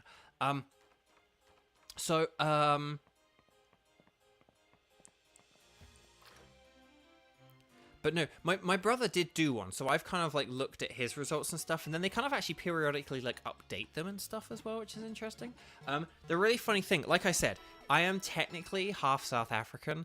There was like a 0.1% or something for like India, but Africa was 0, so which I just found really funny. I found it funny that we are technically like half South African, but like we actually literally have 0 African in us, like literally 0, and we actually maybe do have like the tiniest fraction of a crumb of, say, something in Asia instead, which is just really funny. Okay, let's hold on a sec. Okay, we saved 50 bajillion times because that's what we do here at Bovio Games. If you have been watching this for over 3 hours and you haven't hit the like button yet, please do it. Let's get this stream lots and lots of likes.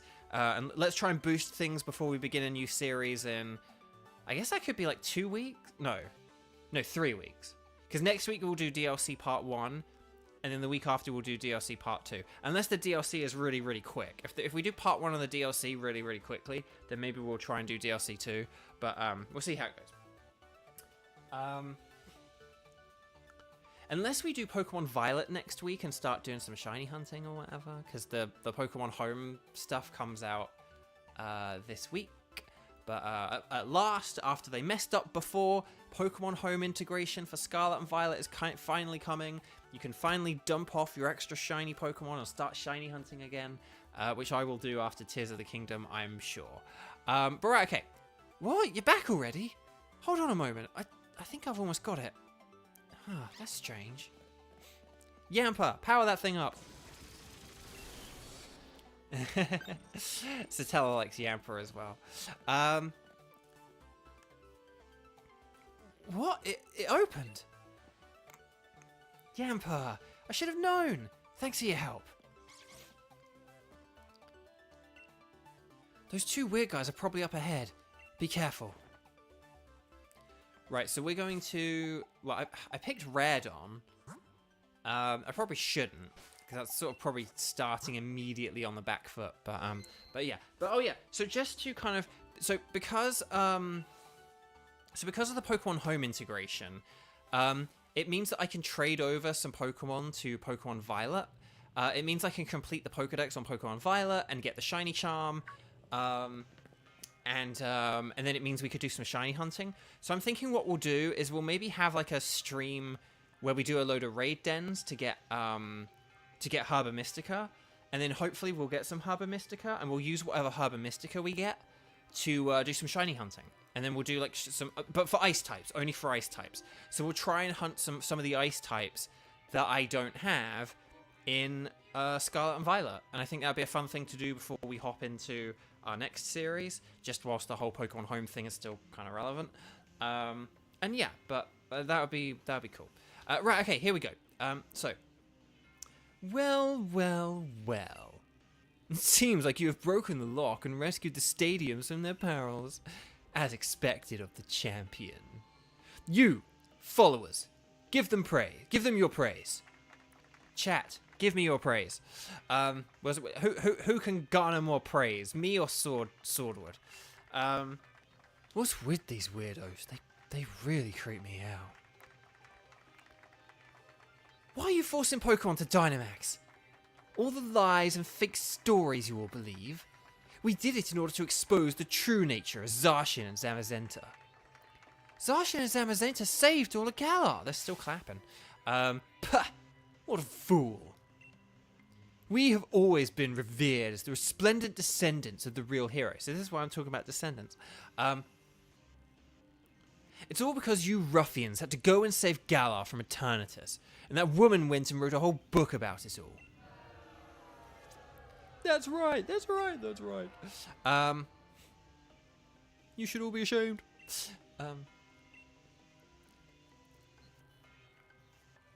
You said that the real heroes were Pokemon.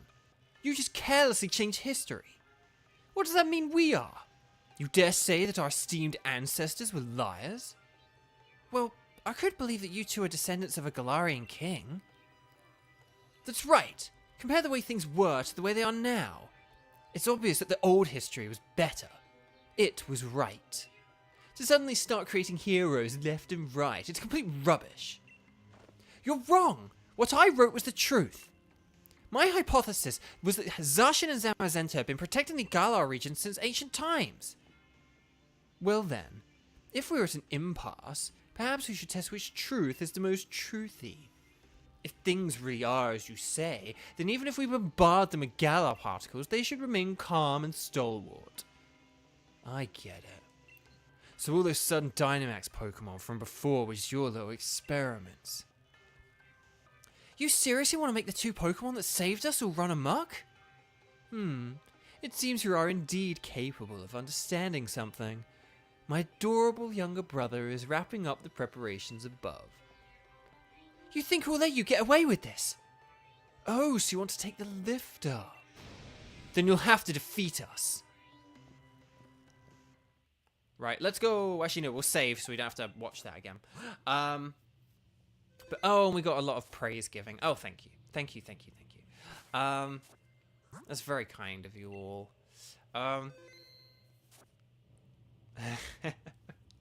Okay, right, let's talk to him. This time I shall show you the opulent Pokemon I have raised explicitly for this battle. If he uses Farfetch'd, I'm going to be so annoyed. Oh, I meant Surfetch'd, but yeah, oh, he's using Surfetch'd. That's annoying.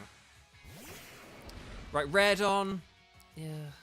Okay, this is fine, because he's going to use a fighting type move. He'll use, like, Meteor Assault, or whatever it is. And then we can just switch in Ryan, and that'll be fine.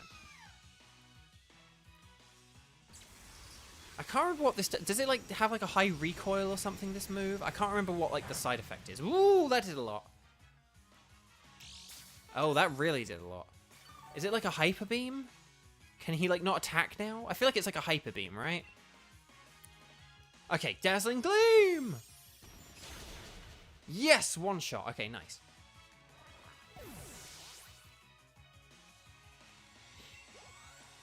Okay. Right, we're getting some nice healing going here, which is good. Okay, he's about to use the blade, so we'll switch into Shelby for Charlie. Okay, yeah, it is like a fighting type Giga Impact. That's what I was thinking. I was like, it either has like crazy recoil, like the head smash, but I was like, I think it's the Giga Impact one. So okay, good. Thank you for that, Zonda. Thank you for confirming my 50-50. Right, Sacred Sword, that did nothing.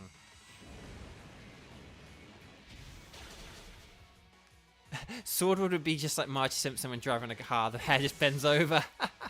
Oh, that's good.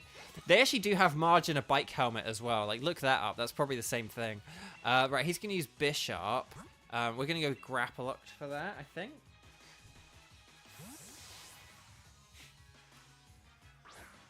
Because Bishop is ×4 weak to fighting, so this is a pretty good... I'm going to just use Drain Punch instead of Superpower, though, because, yeah, he's going to get some damage off. And that did quite a lot, actually. So we'll use Drain Punch, and this should hopefully get the KO, and it'll heal us. Oh,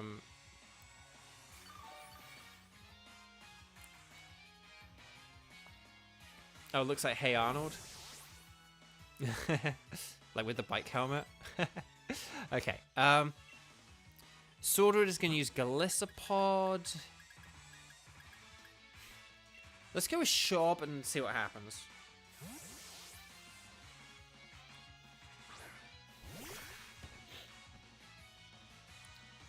I understand you want to get it over and lose, but we don't. But why not enjoy this challenge? Oh, I don't know what he said. I don't care.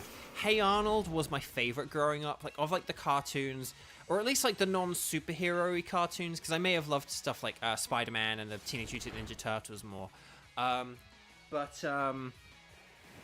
But my favorite like cartoon, just like say like regular cartoon, I think was definitely Hey Arnold. It's so good. Like, I love the vibe. I love like how like New York City just really had like such a cool vibe in it. Like Arnold's bedroom was cool. He had like his friends and like the different characters were really good. I loved his grandparents. It like had all the cool music and stuff as well. Yeah, I really loved Hey Arnold. It was such a good show. Definitely my favorite from, you know. But out of like say those Nickelodeon, Cartoon Network, Disney shows and all that kind of jazz, what were your guys' favorite cartoons growing up? A question I can't believe I've never asked before. Hey Arnold was mine. I really loved Nickelodeon stuff, especially. So I liked Hey Arnold. I liked Doug. I liked Rugrats. There's another one that I'm totally forgetting as well. But there are lots of ones I watched and enjoyed, like Cat Dog and, you know, Rocko's Modern Life and lots and lots and lots of them. But anyway, and so I am defeated. We've driven him back. Now we can get up on the roof. Arnold did have a super cool room. Exactly. See, SpongeBob was sorry. I was thinking like more like I suppose like young, like the ones. Actually, no, Arnold wouldn't have been like young. But yeah, SpongeBob as well. SpongeBob and Fairly Odd Parents. I always think of them as coming along a bit later for me, even though they didn't really. But again, compared to like SpongeBob is like a few years after like Hey Arnold and Doug and Rugrats and stuff like that. Like SpongeBob is like a new show compared to like Rugrats, for example. But yeah, SpongeBob and Fairly Odd Parents as well. Sorry, yeah. Gotta love that early SpongeBob. Samurai Jack from Ryan, Angry Beavers from Zach. Let's see, Tenchi, Rugrats, Little Bear, Franklin, Jacob Tutu, interesting. Invader Zim from Xander. I don't know if you might not have. I might not have gotten to say this, but Richard Horvitz is one of my mentors. Oh, and Xander says Avatar as well. Oh, Andrew says Adventure Time. Satella says Yu-Gi-Oh. Yagazi Unique, SpongeBob, Dora, Barney, Last Airbender, yeah, whole Nickelodeon crew plus Teen Titans. Excellent. These are all excellent choices. But yeah, Richard Horvitz, who was the voice of Invader Zim, and also one of the Angry Beavers. He's one of my mentors. I took classes with him, and he really taught me a lot of everything that I know. So I'm very grateful to him. What was that sound? Ah, well, it appears that my youngest brother was given enough time. Should we head up?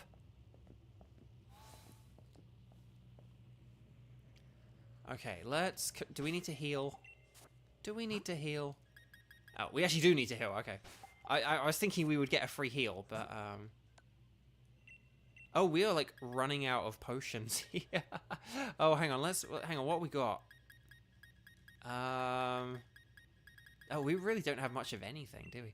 70 HP, so Shelby can have that. Shelby, it's a name we should know.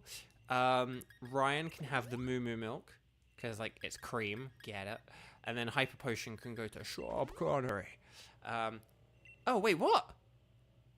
Oh, I thought he had enough. Oh, sorry, I didn't read how much HP he had. I just assumed that was going to be enough. Okay, we'll go to the Max Potion. See, if people say, like, oh, are you going to use potions in this run? No, because we don't even have any. So yeah, we better hope we're good enough. Hang on a sec. How am I gonna do this? Zach, the day I'm too old for cartoons is the day I don't want to see. Oh, no, exactly. No, you're never too old for cartoons. I think we've kind of got to this place with cartoons as well, where it's acceptable and fine to watch as an adult. Like, there was a very weird thing in, like, I don't know, 90s, 80s, 70s, where there's like a real kind of there's like a real border and difference between, like, children and adults. And I don't mean that, like, adults are childish now, but it's like, but if you look at the way people dressed in, like, the 80s and 90s, there's a way kids dress and there's a way adults dress. And that's not really a thing anymore. And I know that sounds weird, but for people who are young, because there are, like, a couple of, like, sort of teenagers here and stuff. For the teenagers who are here, in, like, the 80s and 90s and stuff like that, like, adults kind of would wear, like, I don't know, the trousers would be kind of nice, and they'd wear, like, sort of buttoned-up shirts. Not necessarily, like, the smartest of buttoned-up shirts, but you'd kind of wear, like, a buttoned-up shirt. You can see this if you watch, like, early episodes of Friends and stuff like that. Like, they just dress in a way which isn't the way that, like, you gotta remember, they're, like, in their, like, mid to late 20s, and it's just, like, that's not, like, people in their mid to late 20s don't dress that way, but they don't really wear, like, a t-shirt in Friends, you know? Like, you won't just see them wearing, like, a t-shirt. Maybe, like, around the house they will, but if they're, like, out in the coffee shop or somewhere like that, they'll be wearing, like, some kind of buttoned-up shirt instead. They might be wearing, like, trousers with, like, a belt or something like that. And so there used to be more of this divide between, like, adults and children. And again, one of the ways you could see it was, like, how they dress. Like, again, adults didn't really used to, like, wear t-shirts much and stuff like that, or jeans. But, like, you know, jeans were, like, for teenagers. But, like, now adults just wear whatever's, like, comfortable and whatever they like. And it's, you know, cartoons are the same. It's like cartoons are, like, written for, like, adults anyway, kind of thing. Like, the adults are, like, kept in mind in terms of the jokes and stuff, you know. So now they just kind of go all in on it, and it's great. Okay, here we go. We've got lots of noise. Noise.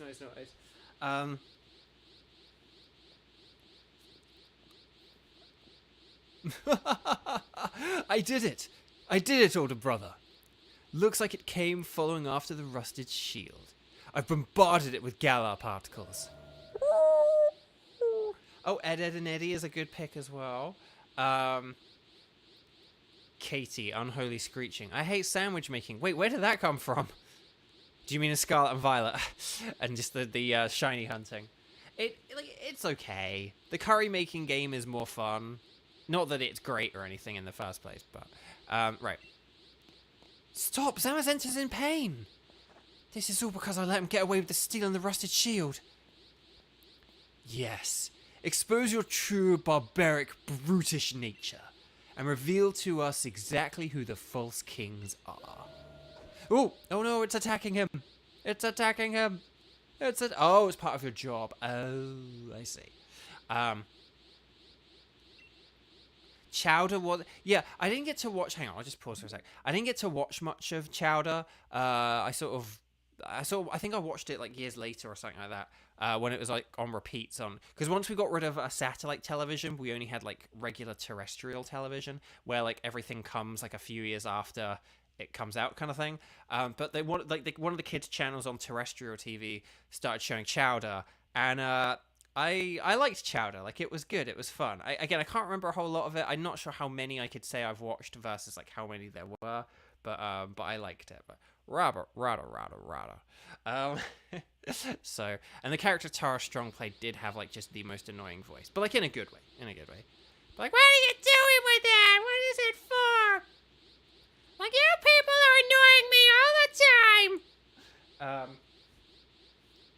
I don't mean this as an insult, but it's also that's quite similar to the voice of comedian Michelle Wolf. She's got quite like a fun screechy voice like that as well. But yeah. But yes, and yeah, Greenblatt did used to work on SpongeBob. Yes. Rattle.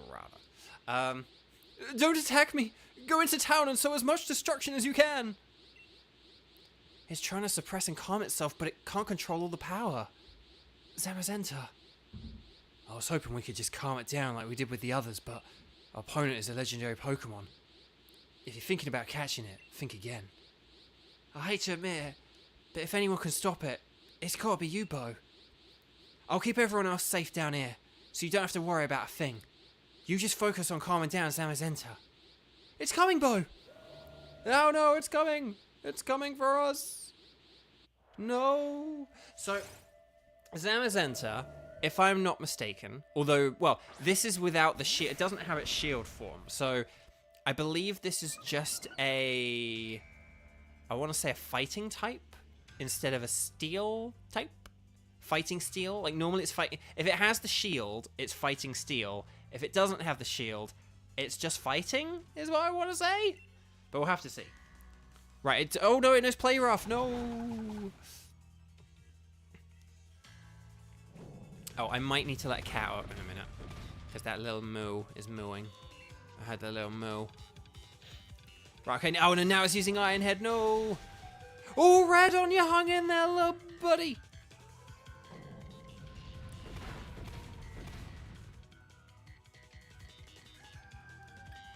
I'm actually going to switch out Radon. I know that seems kind of weird and counterintuitive, but I'm actually going to switch in Shorb Cornery.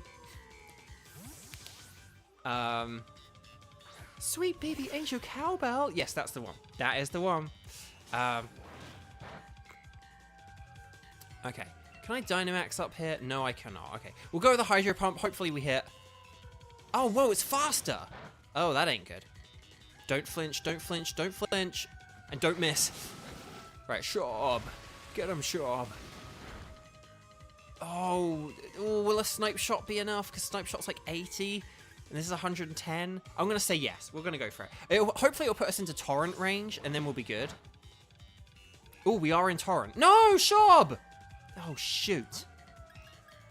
Let's get Shelby out here, see if Shelby can do anything. Cows' meows are very cute. I mean, they can be a bit annoying. Like when the cats incessantly meow, they can be very annoying. But cowbell's meows are very cute. Cowbells are very cute. Minas are sort of like quite sweet, and the kittens are quite sweet. And then Jareth is like kind of fun, but can be kind of annoying. And then Sila's just really annoying. Like Sila's meows aren't cute unless it's, I don't know, like a real small, like whimpery little one where he's kind of like. There we go. We beat Zamazenta. It only took three Pokemon to do it. But they all survived. They all get experience, which is what we wanted. So Shelby grew to level 63. Ryan grew to level 63. Redon grew to level 57. Right, Zamazenta, are you all right?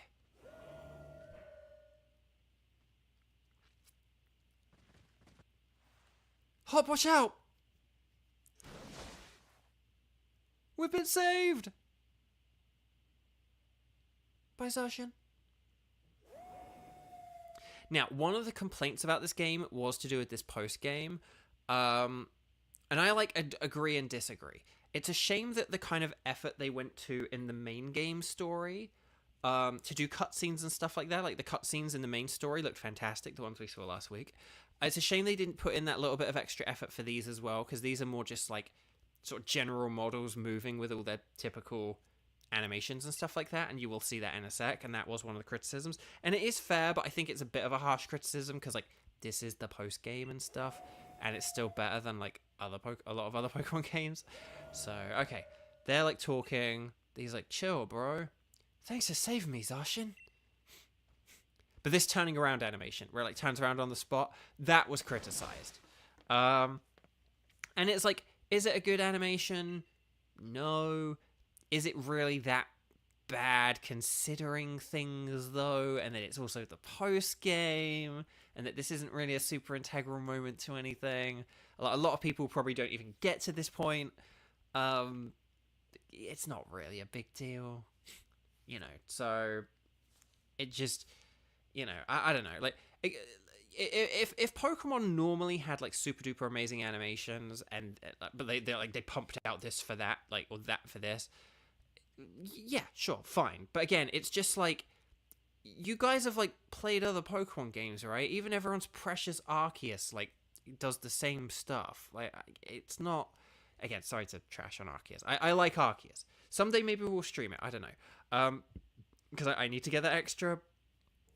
I need to get that extra, what do you call it, Enamorous. I need to get that extra Enamorous for my Pokemon Home Pokedex or whatever kind of thing, so I have an extra one to trade up through the games. But yeah, I don't like this bow, not one bit. I'm gonna go after Zamazenta.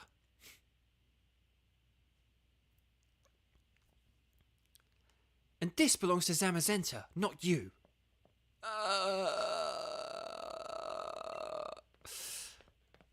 And now I'm running away.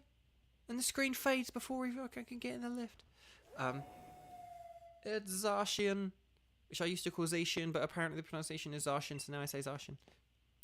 Please, don't hurt my younger brother. Wait, Zacian. Don't do anything to them just yet. But maybe eventually. Zacian stares into your eyes. And the turning on the spot and the walking. Again, it would have been nice if this was like... And then it's going to turn again, look. It's going to turn around here. So again, it's a shame there wasn't a more devoted cutscene to this. I agree. Like, that would have been better. But I don't think that this is the most horrendously awful, bad thing ever in the history of forever.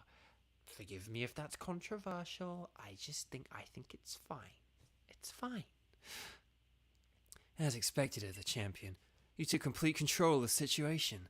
Plus, it looks like that Pokemon is waiting for you. Okay. So, Zacian is very tough. We don't have potions. We are very low on health. This one's a fairy type, so we don't really have anything good against fairy. Shelby resists fairy, so Shelby will be good for resisting fairy. And then we'll have Sniffle. No, we'll have Ryan, then Sniffles, then Grapploct, then Redon. So yeah, it's we don't really have any potions left. I don't think it's really worth just randomly assigning one to anyone else. But Zacian is... Because Zamazenta is kind of easy because it just boosts its defense. But Zacian is, like, really strong in attack. It's very difficult. So it's going to be really interesting to try and weaken this thing. Zacian gives you a calm look. Ready the rusted sword to catch Zacian? Yes. Okay, here we go. Leonard! Here we go. And look, this is Zacian in its full sword doggo mode. Right, Shelby, I need your assistance. Okay, Zacian has an intense look in its eyes.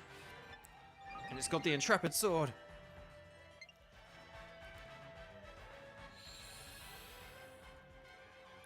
Okay, so what we're going to do is we've got Will-O-Wisp, which can weaken it, but we're going to ignore that and just throw the Master Ball. Did I have any of you guys there? Did any of you think I was actually going to battle Zacian? In my original Pokemon Sword, I did battle it, and I did catch it, and I got it in like a what did I get it in? What did I get it in? I got it in like a timer ball or something like that. So this is my Master Ball. This one can go to this one can be traded or transferred to Scarlet and Violet next week. So there we go.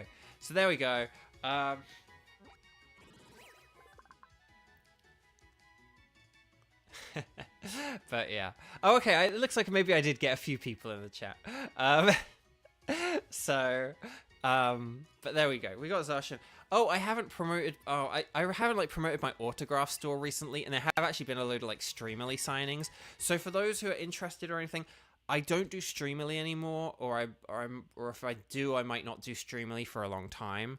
I have a personal autograph store now. Nightbot just put the link for it. So if you're interested in like a signed print of anything, any of the characters I've done, there's like 2 Chongyun ones, but then there's also Kent from Fire Emblem Heroes, Bede from Pokemon Masters EX, and why can I not think of the other one? This is embarrassing that I can't remember my own character.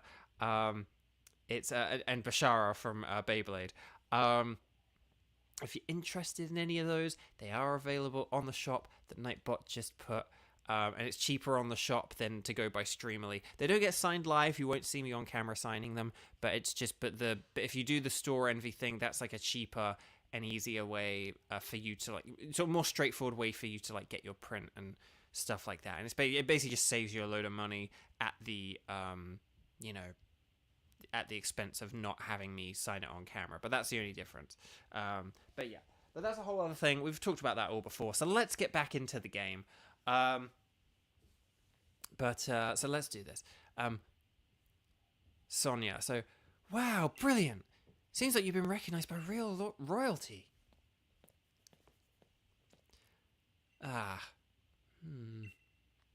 What a sublime battle.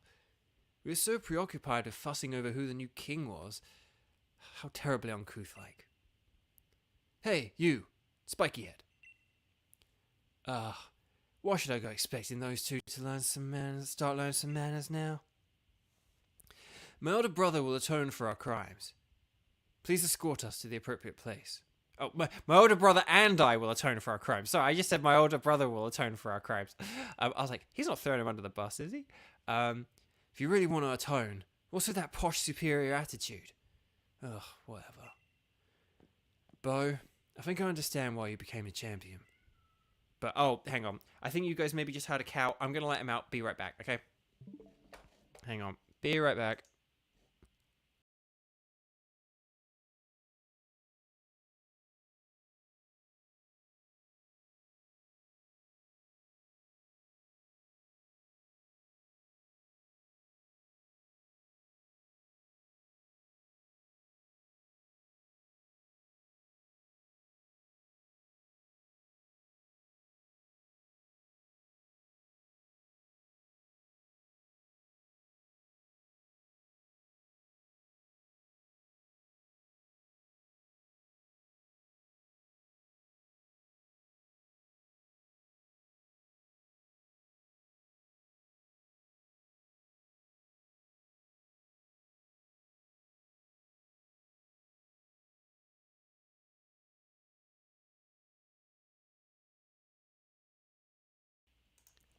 Okay, we're back. The cow is out. Sorry. For those who don't know, Cowbell's a cat who needs to be like let inside and outside. All the other cats are indoor cats, but he's an indoor and outdoor cat, so he gets kind of fussy sometimes, and particularly like when we are doing things like streaming and stuff like that, like when we're not here to like pay attention with him or sit with him or anything like that. So yeah, just so yeah, just forgive me for that. Right, let's get back to this. Oh, please don't go calling me anymore. Seems like I'm only getting called out when you're in some sticky situation. Right, we got Piers' lead card. Woo! Professor Sonia, I can't ask you to forgive me, but I am truly sorry for deceiving you. I was really hurt at first, but I've rallied. Thanks to you, I ended up learning quite a bit. That came off sounding a bit more sarcastic than I thought it would. Well, please continue to do your best as a professor. Righto, we've stopped them from causing any harm. Still, I hope Zamazenta is okay. Beep beep beep. Bo, your Rotom phone. Probably Hop, I reckon. I reckon is like a very British thing as well, I'd say. Like, I reckon. Like, yeah, I reckon. Hello, Bo. I was just... Whoa, hey, calm down. I suppose you heard that? Yeah, I've got Zamazenta here with me. Are you okay? Zamazenta started going crazy, so things have been better, but I'm hanging in there. I sure could use your help, though. Get over here as quick as you can, would you? I'll be waiting for you in the heart of the slumbering world. He sure sounds like he's got his hands full. Guess some things never change. Leonard! Even in its Pokeball, Zacian seems worried about his partner. We should go to Slumbering World and see how Hop and Zamazenta are doing. And look, we're back on the roof once again. Okay, so let's get Grappa locked in first, and then we'll have Red on, and then we'll have Sniffles, and then Ryan, and then Shelby, and then Shorb. Hello there, Shorb. Okay,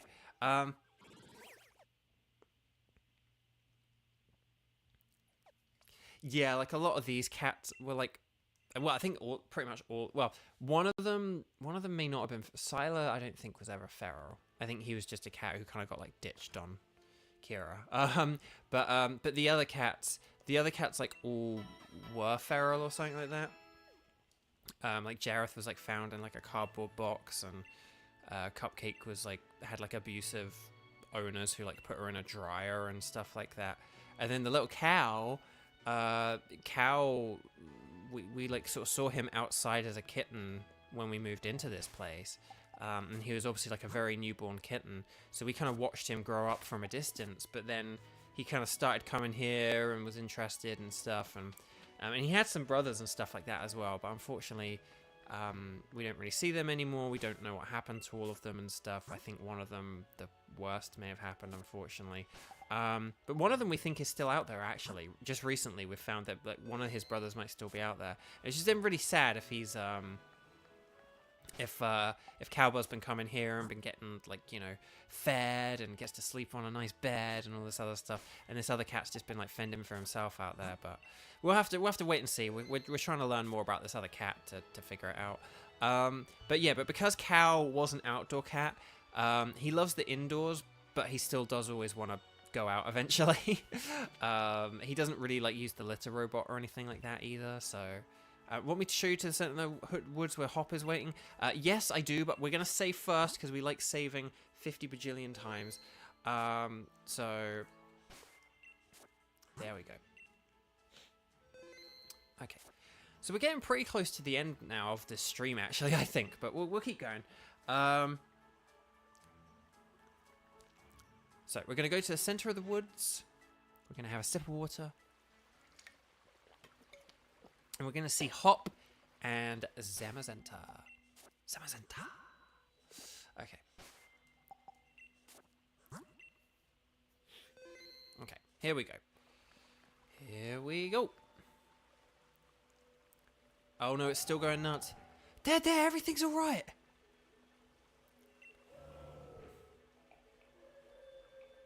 And again, it would have been nice if this was like a devoted cutscene rather than just using like the regular models and stuff like that, but you know. You don't have to lose control. You can manage this, I know you can. You're the true hero who protected the Galar region after all. Anyway, Bark. Oh. Yeah, got everything under control? See? I knew you could do it, champ. Hop, you look a fright. You two made it. And yeah, well, I was just focused on trying to calm down Zamazenta, so... Hang on, I just need to hiccup or burp or something. I apologise. Okay. Hang on, sorry. Oh, rushing in and trying to calm a legendary hero head on was awful. Awful reckless. It looks happy now. Yeah, it does, doesn't it? Though I can tell you things are... Though I can tell you, things are looking pretty dire here at first. What? Wait, really? You sure about this? What did Zamazenta say? That it thinks I'm worthy of it. That it will become my Pokemon. I'm pretty sure that was it anyway. Wait, seriously? That's totally crazy. Is it really okay? Alright. Here I go then. I messed that up. He's going to throw the Pokeball right up in front of his face. Right into its face. And he got it. I love this because it's like, hang on. Hop got Zamazenta. So there we go. So I think Hop is like the first like character we've seen who's like not you to like catch a legendary. We've seen them like own a legendary or something, but we've never really seen someone like gain a legendary, if that makes sense. Yeah, cramming full strength and point blank. Yeah, exactly. Oh, you two are really are something. Oh, I'll just say, in the anime, in the Diamond and Pearl series, when Ash got his Gligar, it was like a really similar thing. There's like this city where like there's this group of Gligar who are like running amok. There are like all these weird winds, and it sort of, I think it like blew the Gligar out of their home in the forest, and they're like stuck in the city, and they want to like get out of the city, but they just don't really know how to get out of the city, and they just kind of like causing a ruckus everywhere. And so Ash tries to help out, and it's like his rival Paul catches the leader of the group, like a Gliscor, and sort of, I don't know, by being able to like eliminate the Gliscor, it kind of allows the Gligar to disperse. But like one of them befriends Ash, and so there's this particular Gligar who becomes very chummy with Ash, and Ash catches the Gligar, and he eventually evolves it into a Gliscor himself. But like when he catches the Gligar, it is like sort of like, oh wait, Gligar, you want to come with me? And it's like right in front of him, and he just does the like biggest throw ever, and it just like bashes Gligar on the head, and it's just like, like my dude, like take it easy. So okay, oh, you two really are something. I still don't quite see anything like that in myself yet, but thanks to your help, I'm starting to. Bo, I've got a favour to ask. Though I hate to look like I'm copying that posh jerk Bede. Still, I just want to battle against you. I should have screenshotted that thing about Bede. Anyway, everything started right here. In the slumbering world.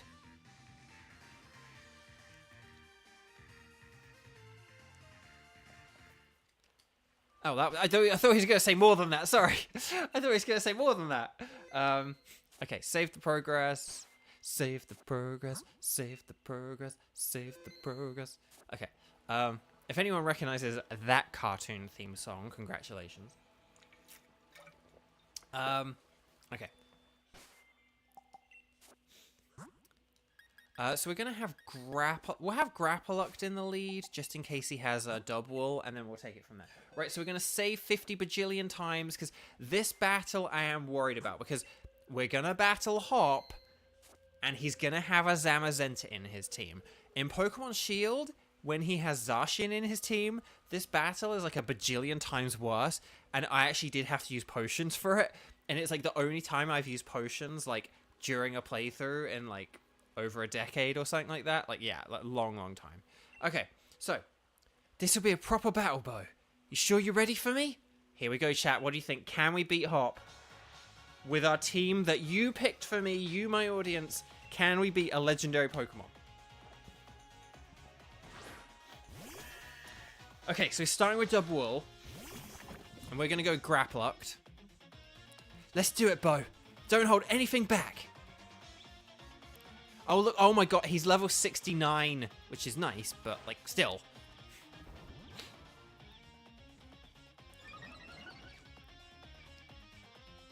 Right, Grappalucked, superpower. Let's go.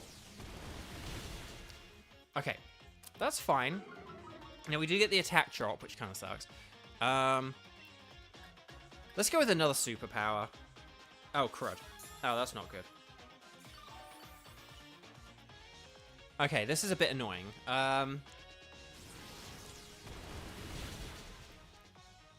Okay, I know what to do here. I know what to do. I know how to do this. Right, we're going to go with Shelby. We got the nice hop, the funky hop music.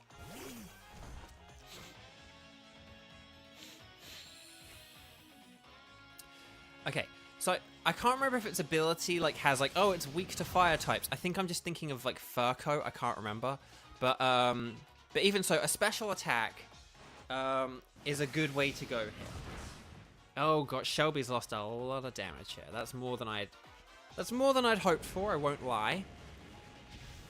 That is far more HP than I'd hoped for. But oh well. Anyway, bark. Right. Oh, Shelby didn't quite reach level 64. Okay. Right, he's going to use Snorlax now. So now we're going to switch back to Grapploct.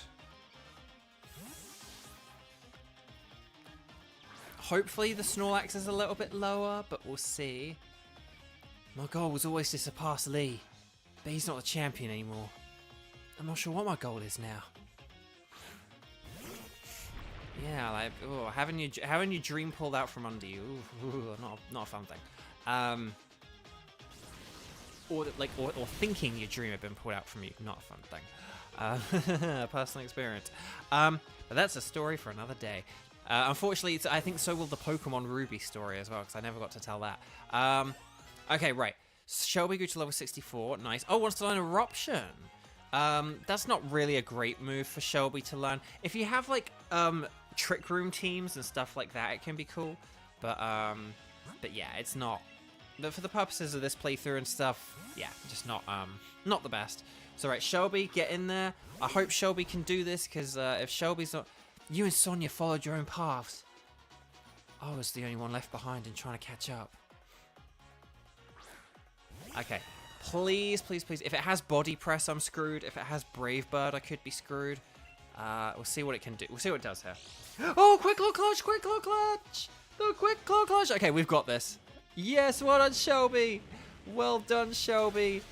Beautiful one shot. We needed a special attacker, and we got it. We could have just used Shob and Weather Ball, but it's fine. It's better this way. Okay. Right, he's about to use Pincurchin. Now, the question is, who do we go with? Because we know Raredon is useless. Let's go with Ryan. Let's go with Ryan, because I think Ryan will be like the weakest thing to use against Zamazenta. So let's see. But then when I was saving Pokemon with you and Piers, I realised I could help other people. I know that wasn't quite the line, but he read it way too quickly. Right, Ryan, Dazzling Gleam! If you could one-shot it, that'd be pretty fun. Oh no, Poison Jab! Poison Jab! Oh, jeepers. Why is... Okay, I was like, why is it taking so long? Okay.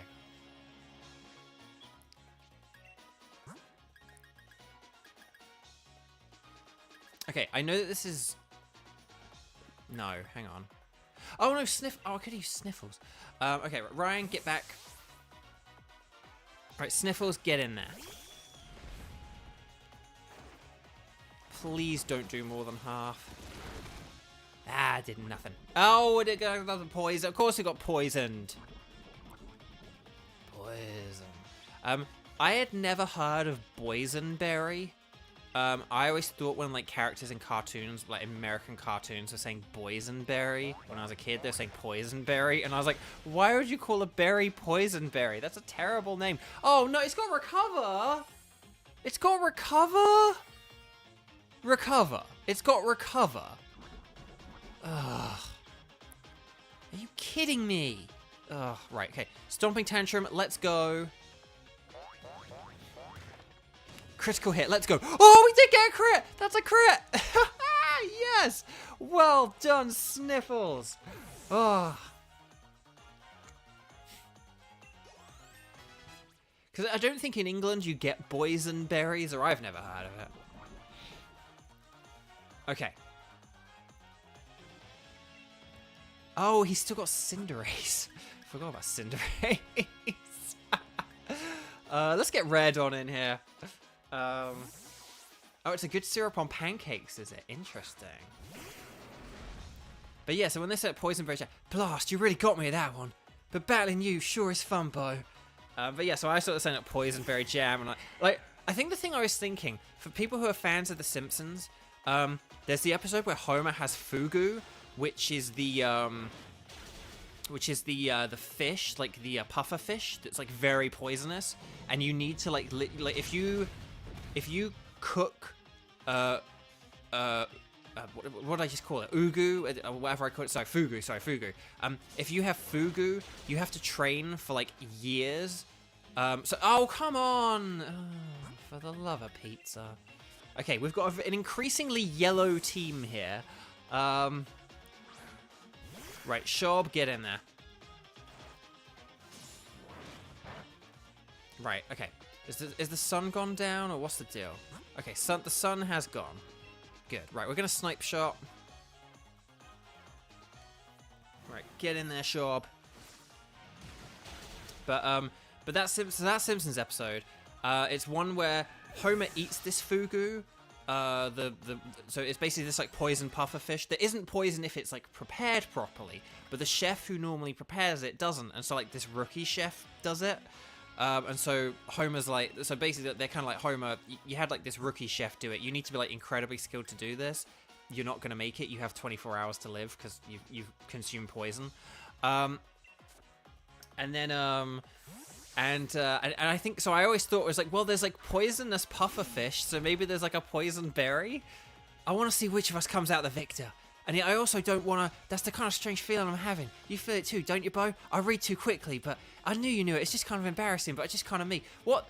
Right, laugh or cry. This is it. This is the end. This is the end. This is the end of the main story, guys, gals, and non-binary pals. Zamazenta versus 6 Pokemon. Can our team of 6 Pokemon beat a Zamazenta? Shelby's got the drought up. Can we do it? Let's see. Quick Claw Clutch! Quick Claw Clutch! Get in there, Shelby! Use Flamethrower! Will we KO it, though? No! We don't! It's using Psychic Fangs. Okay, that's a weird move. We might survive that. Oh, we do! Quick Claw Clutch, Quick Claw Clutch. Come on, 2 Quick Claw Clutches. Oh, Psychic Fangs! No! No, Shelby! No! Oh, Shelby, you did great, though. You did great, Shelby. Okay, let's get Shob in here. I'm just going to tell you, though, when this is Zacian, it is so hard. Like, you need to be prepared for this. If you're against Zacian, you need to be prepared for this. Ooh, Shob, hang in there. Oh, that was a crit. What is it with all these crits? Oh, right, Weather Ball, let's go. And that's Zamazenta down, baby. And that, guys, gals, non-binary pals, can our ragtag team of DLC battlers beat the post-game of Pokémon Sword? Were we able to catch a Zacian and beat a hop-filled Zamazenta team? Yes, we can. Thanks to you and Lee, I'll keep on getting stronger. I know it. And there we go. So, we're going to keep the Sword of Time, and he's going to keep the Shield of Time. That's our greatest champion for you. You really are strong, Bo. But getting beat this time felt a bit different. I may have lost, but I felt great. You know what, Bo? I think I've found a dream of my own. I want to be someone who can help out Pokemon that are in trouble, wherever they are. I think I want to become a Pokemon professor. I started thinking I might when we were going around all the stadiums to help the Pokemon that were running out of control. I know I don't know enough about Pokemon yet, and I've got no experience in this sort of thing, but I'm going to study and learn a whole lot. And someday, I'll become the sort of professor that you, Bo, and you, Sonia, well, the sort that you'd be proud to know. I'm going to take a different path than you and Lee are taking, Bo, but I'll still always think of you as my true rival. There's nothing I'd like better. Yeah, look at we shaking hands. Same here. We'll always be rivals, you and me. Oh, no fair. You two are so young and cute. I'm tearing up. Sonia, getting a bit weepy in your old age, eh? What? I'm still young and super energetic. Say, Hop, fancy becoming my assistant at the lab? What? I've got all the books and data on Pokemon you could ever want. Since you want to become be a professor someday, I'll oversee your studies. Then I definitely want to. Only, you sure I can really be any help to you? Of course. Mind you, it'll be a lot of work. Work's really been piling up since I lost my first assistant. Wait, so what you really mean is you're offering me the position to help yourself out? Ah, fine. I'll still do a bang-up job. You're over my back too, right, Bo? We've got Hop's rally card. Clap, clap, clap. Well, well, well. That certainly was a splendid battle and a refreshing back and forth, eh, what? Well, well, well now. That really touched my heart. Huh? Sword and Shieldbutt? With Piers? And even Lee? What are you lot doing here? No need for the noisemakery, young lady. We've come to meet with the young Master Bo. They didn't get the chance to properly apologise yet. And I'm here to keep an eye on them. They did technically descend from the original Kings of Galar, after all. Seems you lot have been up to all sorts of things while I was stuck at Rose Tower trying to take care of the mess the chairman left behind. You've no idea. Those two were forcing Pokemon to Dynamax all over the place. And for that, we are really, truly sorry. Look at our sorriness. We thought only of ourselves and brought harm to innocent Pokemon. We have truly caused a large amount of trouble. Master Bo, you helped us even though we did those awful things. Sorry, I got very distracted reading there. You are so worthy of the throne. You could say it's a Dynamax-sized amount of worthiness. I already told you to. Zacian and Zamazenta are the real royalty. Incorrect. We have abdicated the title to him. There are no other rulers but Bo. All hail King Bo. if you get that reference, then kudos. Now that I look closely, you absolutely do have the air of a celebrity. Well, fancy that. I think you've grown on him, Bo. Oh dear. Reluctantly, I'm afraid we too must away. Our tour to apologise to those we've troubled awaits. Ta-ta! Oh, don't go running off on your own. Oi, don't go running off on your own. Hop. What? Just so you know, I saw you Pokemon battle against Champion Bo. You sure have gone strong. You were so good I nearly sent out my Charizard without thinking wanting to join in on the fun. It seems like you found your own path to walk in life, Hop. As your older brother? No. As your rival. You have my full support. I do? Aww. Oh. Leon gave you some pretty high praise. You look like Meowth's got your tongue, Hop.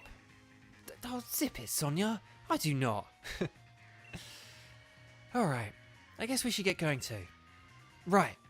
Then it's a race to see who gets back home first. I'm gonna run. And there we go. That is... Hang on. The end of the Pokemon Sword and Shield DLC. No, not DLC. Post-game. But there is still a load of DLC that we have yet to do. There is the Isle of Armor, in which there is the whole Kubfu storyline. Oh, adventure across the Galar region to find many more Pokemon to battle and catch. The Battle Tower in Winton is open too. We're not going to do that though, if that's okay, because it's just, it's like whatever. I love battling, but for a streaming playthrough, it's just not a good thing to go for. It's filled with trainers stronger than those you faced until now. Challenge them if you dare. So there we go. Oh, Maria, hello, Maria. We're just about to wrap up for the day. I do apologize. But yes. So, We will walk to the train station whilst I finish wrapping up here today. But thank you all so much for joining me today. Again, the stakes are very low. Very, very low indeed. But yet, anyway, here... Oh, hang on. I'm going to actually switch in Red on to be our lead. Hopefully these battles in the DLC shouldn't be too hard. There will be one in the DLC, which I think will be pretty hard. But I think we should be alright. Next week, Saturday the, 3rd of June, I want to say? Saturday, 3rd of June. We will be back with this game, and we will be doing the Isle of Armor. There's the Isle of Armor and the Crown Tundra. So Isle of Armor is the whole, like, dojo and Kubfu stuff. I imagine that will probably fill up a stream nicely. And then we'll go to the Crown Tundra, where the mysterious Calyrex awaits us. And that's what we'll kind of do. DLC 1, we'll be doing the Kubfu stuff and the dojo storyline. We won't do any of the other things that are introduced in that DLC. In fairness, there's not a whole lot else to that DLC in terms of like doing stuff and showing it off, but there you go. But then the Calyrex thing, there are lots of different Pokemon we can get and stuff like that. There are like the Galarian birds. We're probably not going to do that. I might just do that off screen and off stream sometime. But we will do the Calyrex story. Because there are kind of like sub-stories, and some of them kind of take a while. Like some of them kind of involve like grinding through the Dynamax adventures and stuff like that. And I don't want to do that. I want to just do the Calyrex stuff, and then we'll move on. Maybe we will do the Galarian birds. Maybe like one evening or something. I'll be like, hey, do you want like a bonus surprise stream? And we'll catch the Galarian birds. But I think for today, did I just heal up? Did we just heal up the team? But I think for today, that'll cover things nicely for today, because we've still gone the over 4 hours that we typically go a little over 4 hours, and we have hit that today. So I'm really looking forward to showing you guys the DLC, or at least some of the DLC. But we'll see if we can, again, we'll see what these guys can do, and if they can beat it, and if they can't, oh well anyway, Bark. So let's save 50 bajillion times, let's turn off the game, let's put Tears of the Kingdom back in the Switch for another week, and I will see all you guys next week. Thank you so much for joining, thank you for all your love and support, I really appreciate it, you guys are absolutely amazing. Thank you for joining, whether you were here from the beginning, whether you were one of the early birds, such as Lexi and Tenchi, or whether you're Maria, who was here for 2 minutes at the end. I really, really appreciate you all for being here. So thank you so much. Next week we'll do DLC 1. The week after we'll do DLC 2. Hopefully that will kind of cover it. And then 3 weeks from now, I think we may do Pokemon Violet. I think we may do because here's the thing. Okay, here's the thing. As well, just quickly. 3rd of June, DLC 1. 10th of June, DLC 2. If we had the Violet stream on the 17th, so 3/10/17, if we had a Violet stream on the 17th, that would be a nice filler before the following weekend, which is the 24th and the 25th. The 26th of June, the Monday, is my 5-year America anniversary. And so what I'm kind of thinking for that weekend, because I think as well, like I have the house to myself that weekend, so it's like a good weekend to stream and just be noisy and not worry about interrupting roommates or anything. I can go as long as I want and not feel like I'm interrupting anyone or anything. So the weekend of the 24th and the 25th is kind of like my anniversary weekend. And what I'm thinking for that is not only do I do a special stream to celebrate, but maybe I could also start the new series as well. Maybe we'll just do the celebratory stream. Maybe we'll kick off the other stream the week after, like in July. Maybe we'll just do like one stream to like celebrate the USA thing. Or I'll do a double stream and I'll do the new series I have planned, and we'll do a USA celebration. Like maybe we'll do Saturday and Sunday just because it is a really good weekend to go for that. But we'll see how it goes. Okay, so that's the plan for the next few weeks. That's the plans up to like July.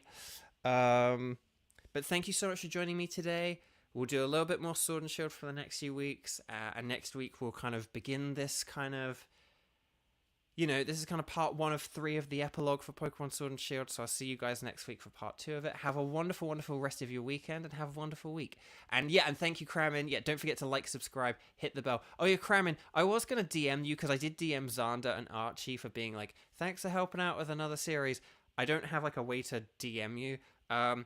If you like find me on Discord or anything, feel free to like add me or something, and I can just DM you like a thank you message. But thank you to the mods.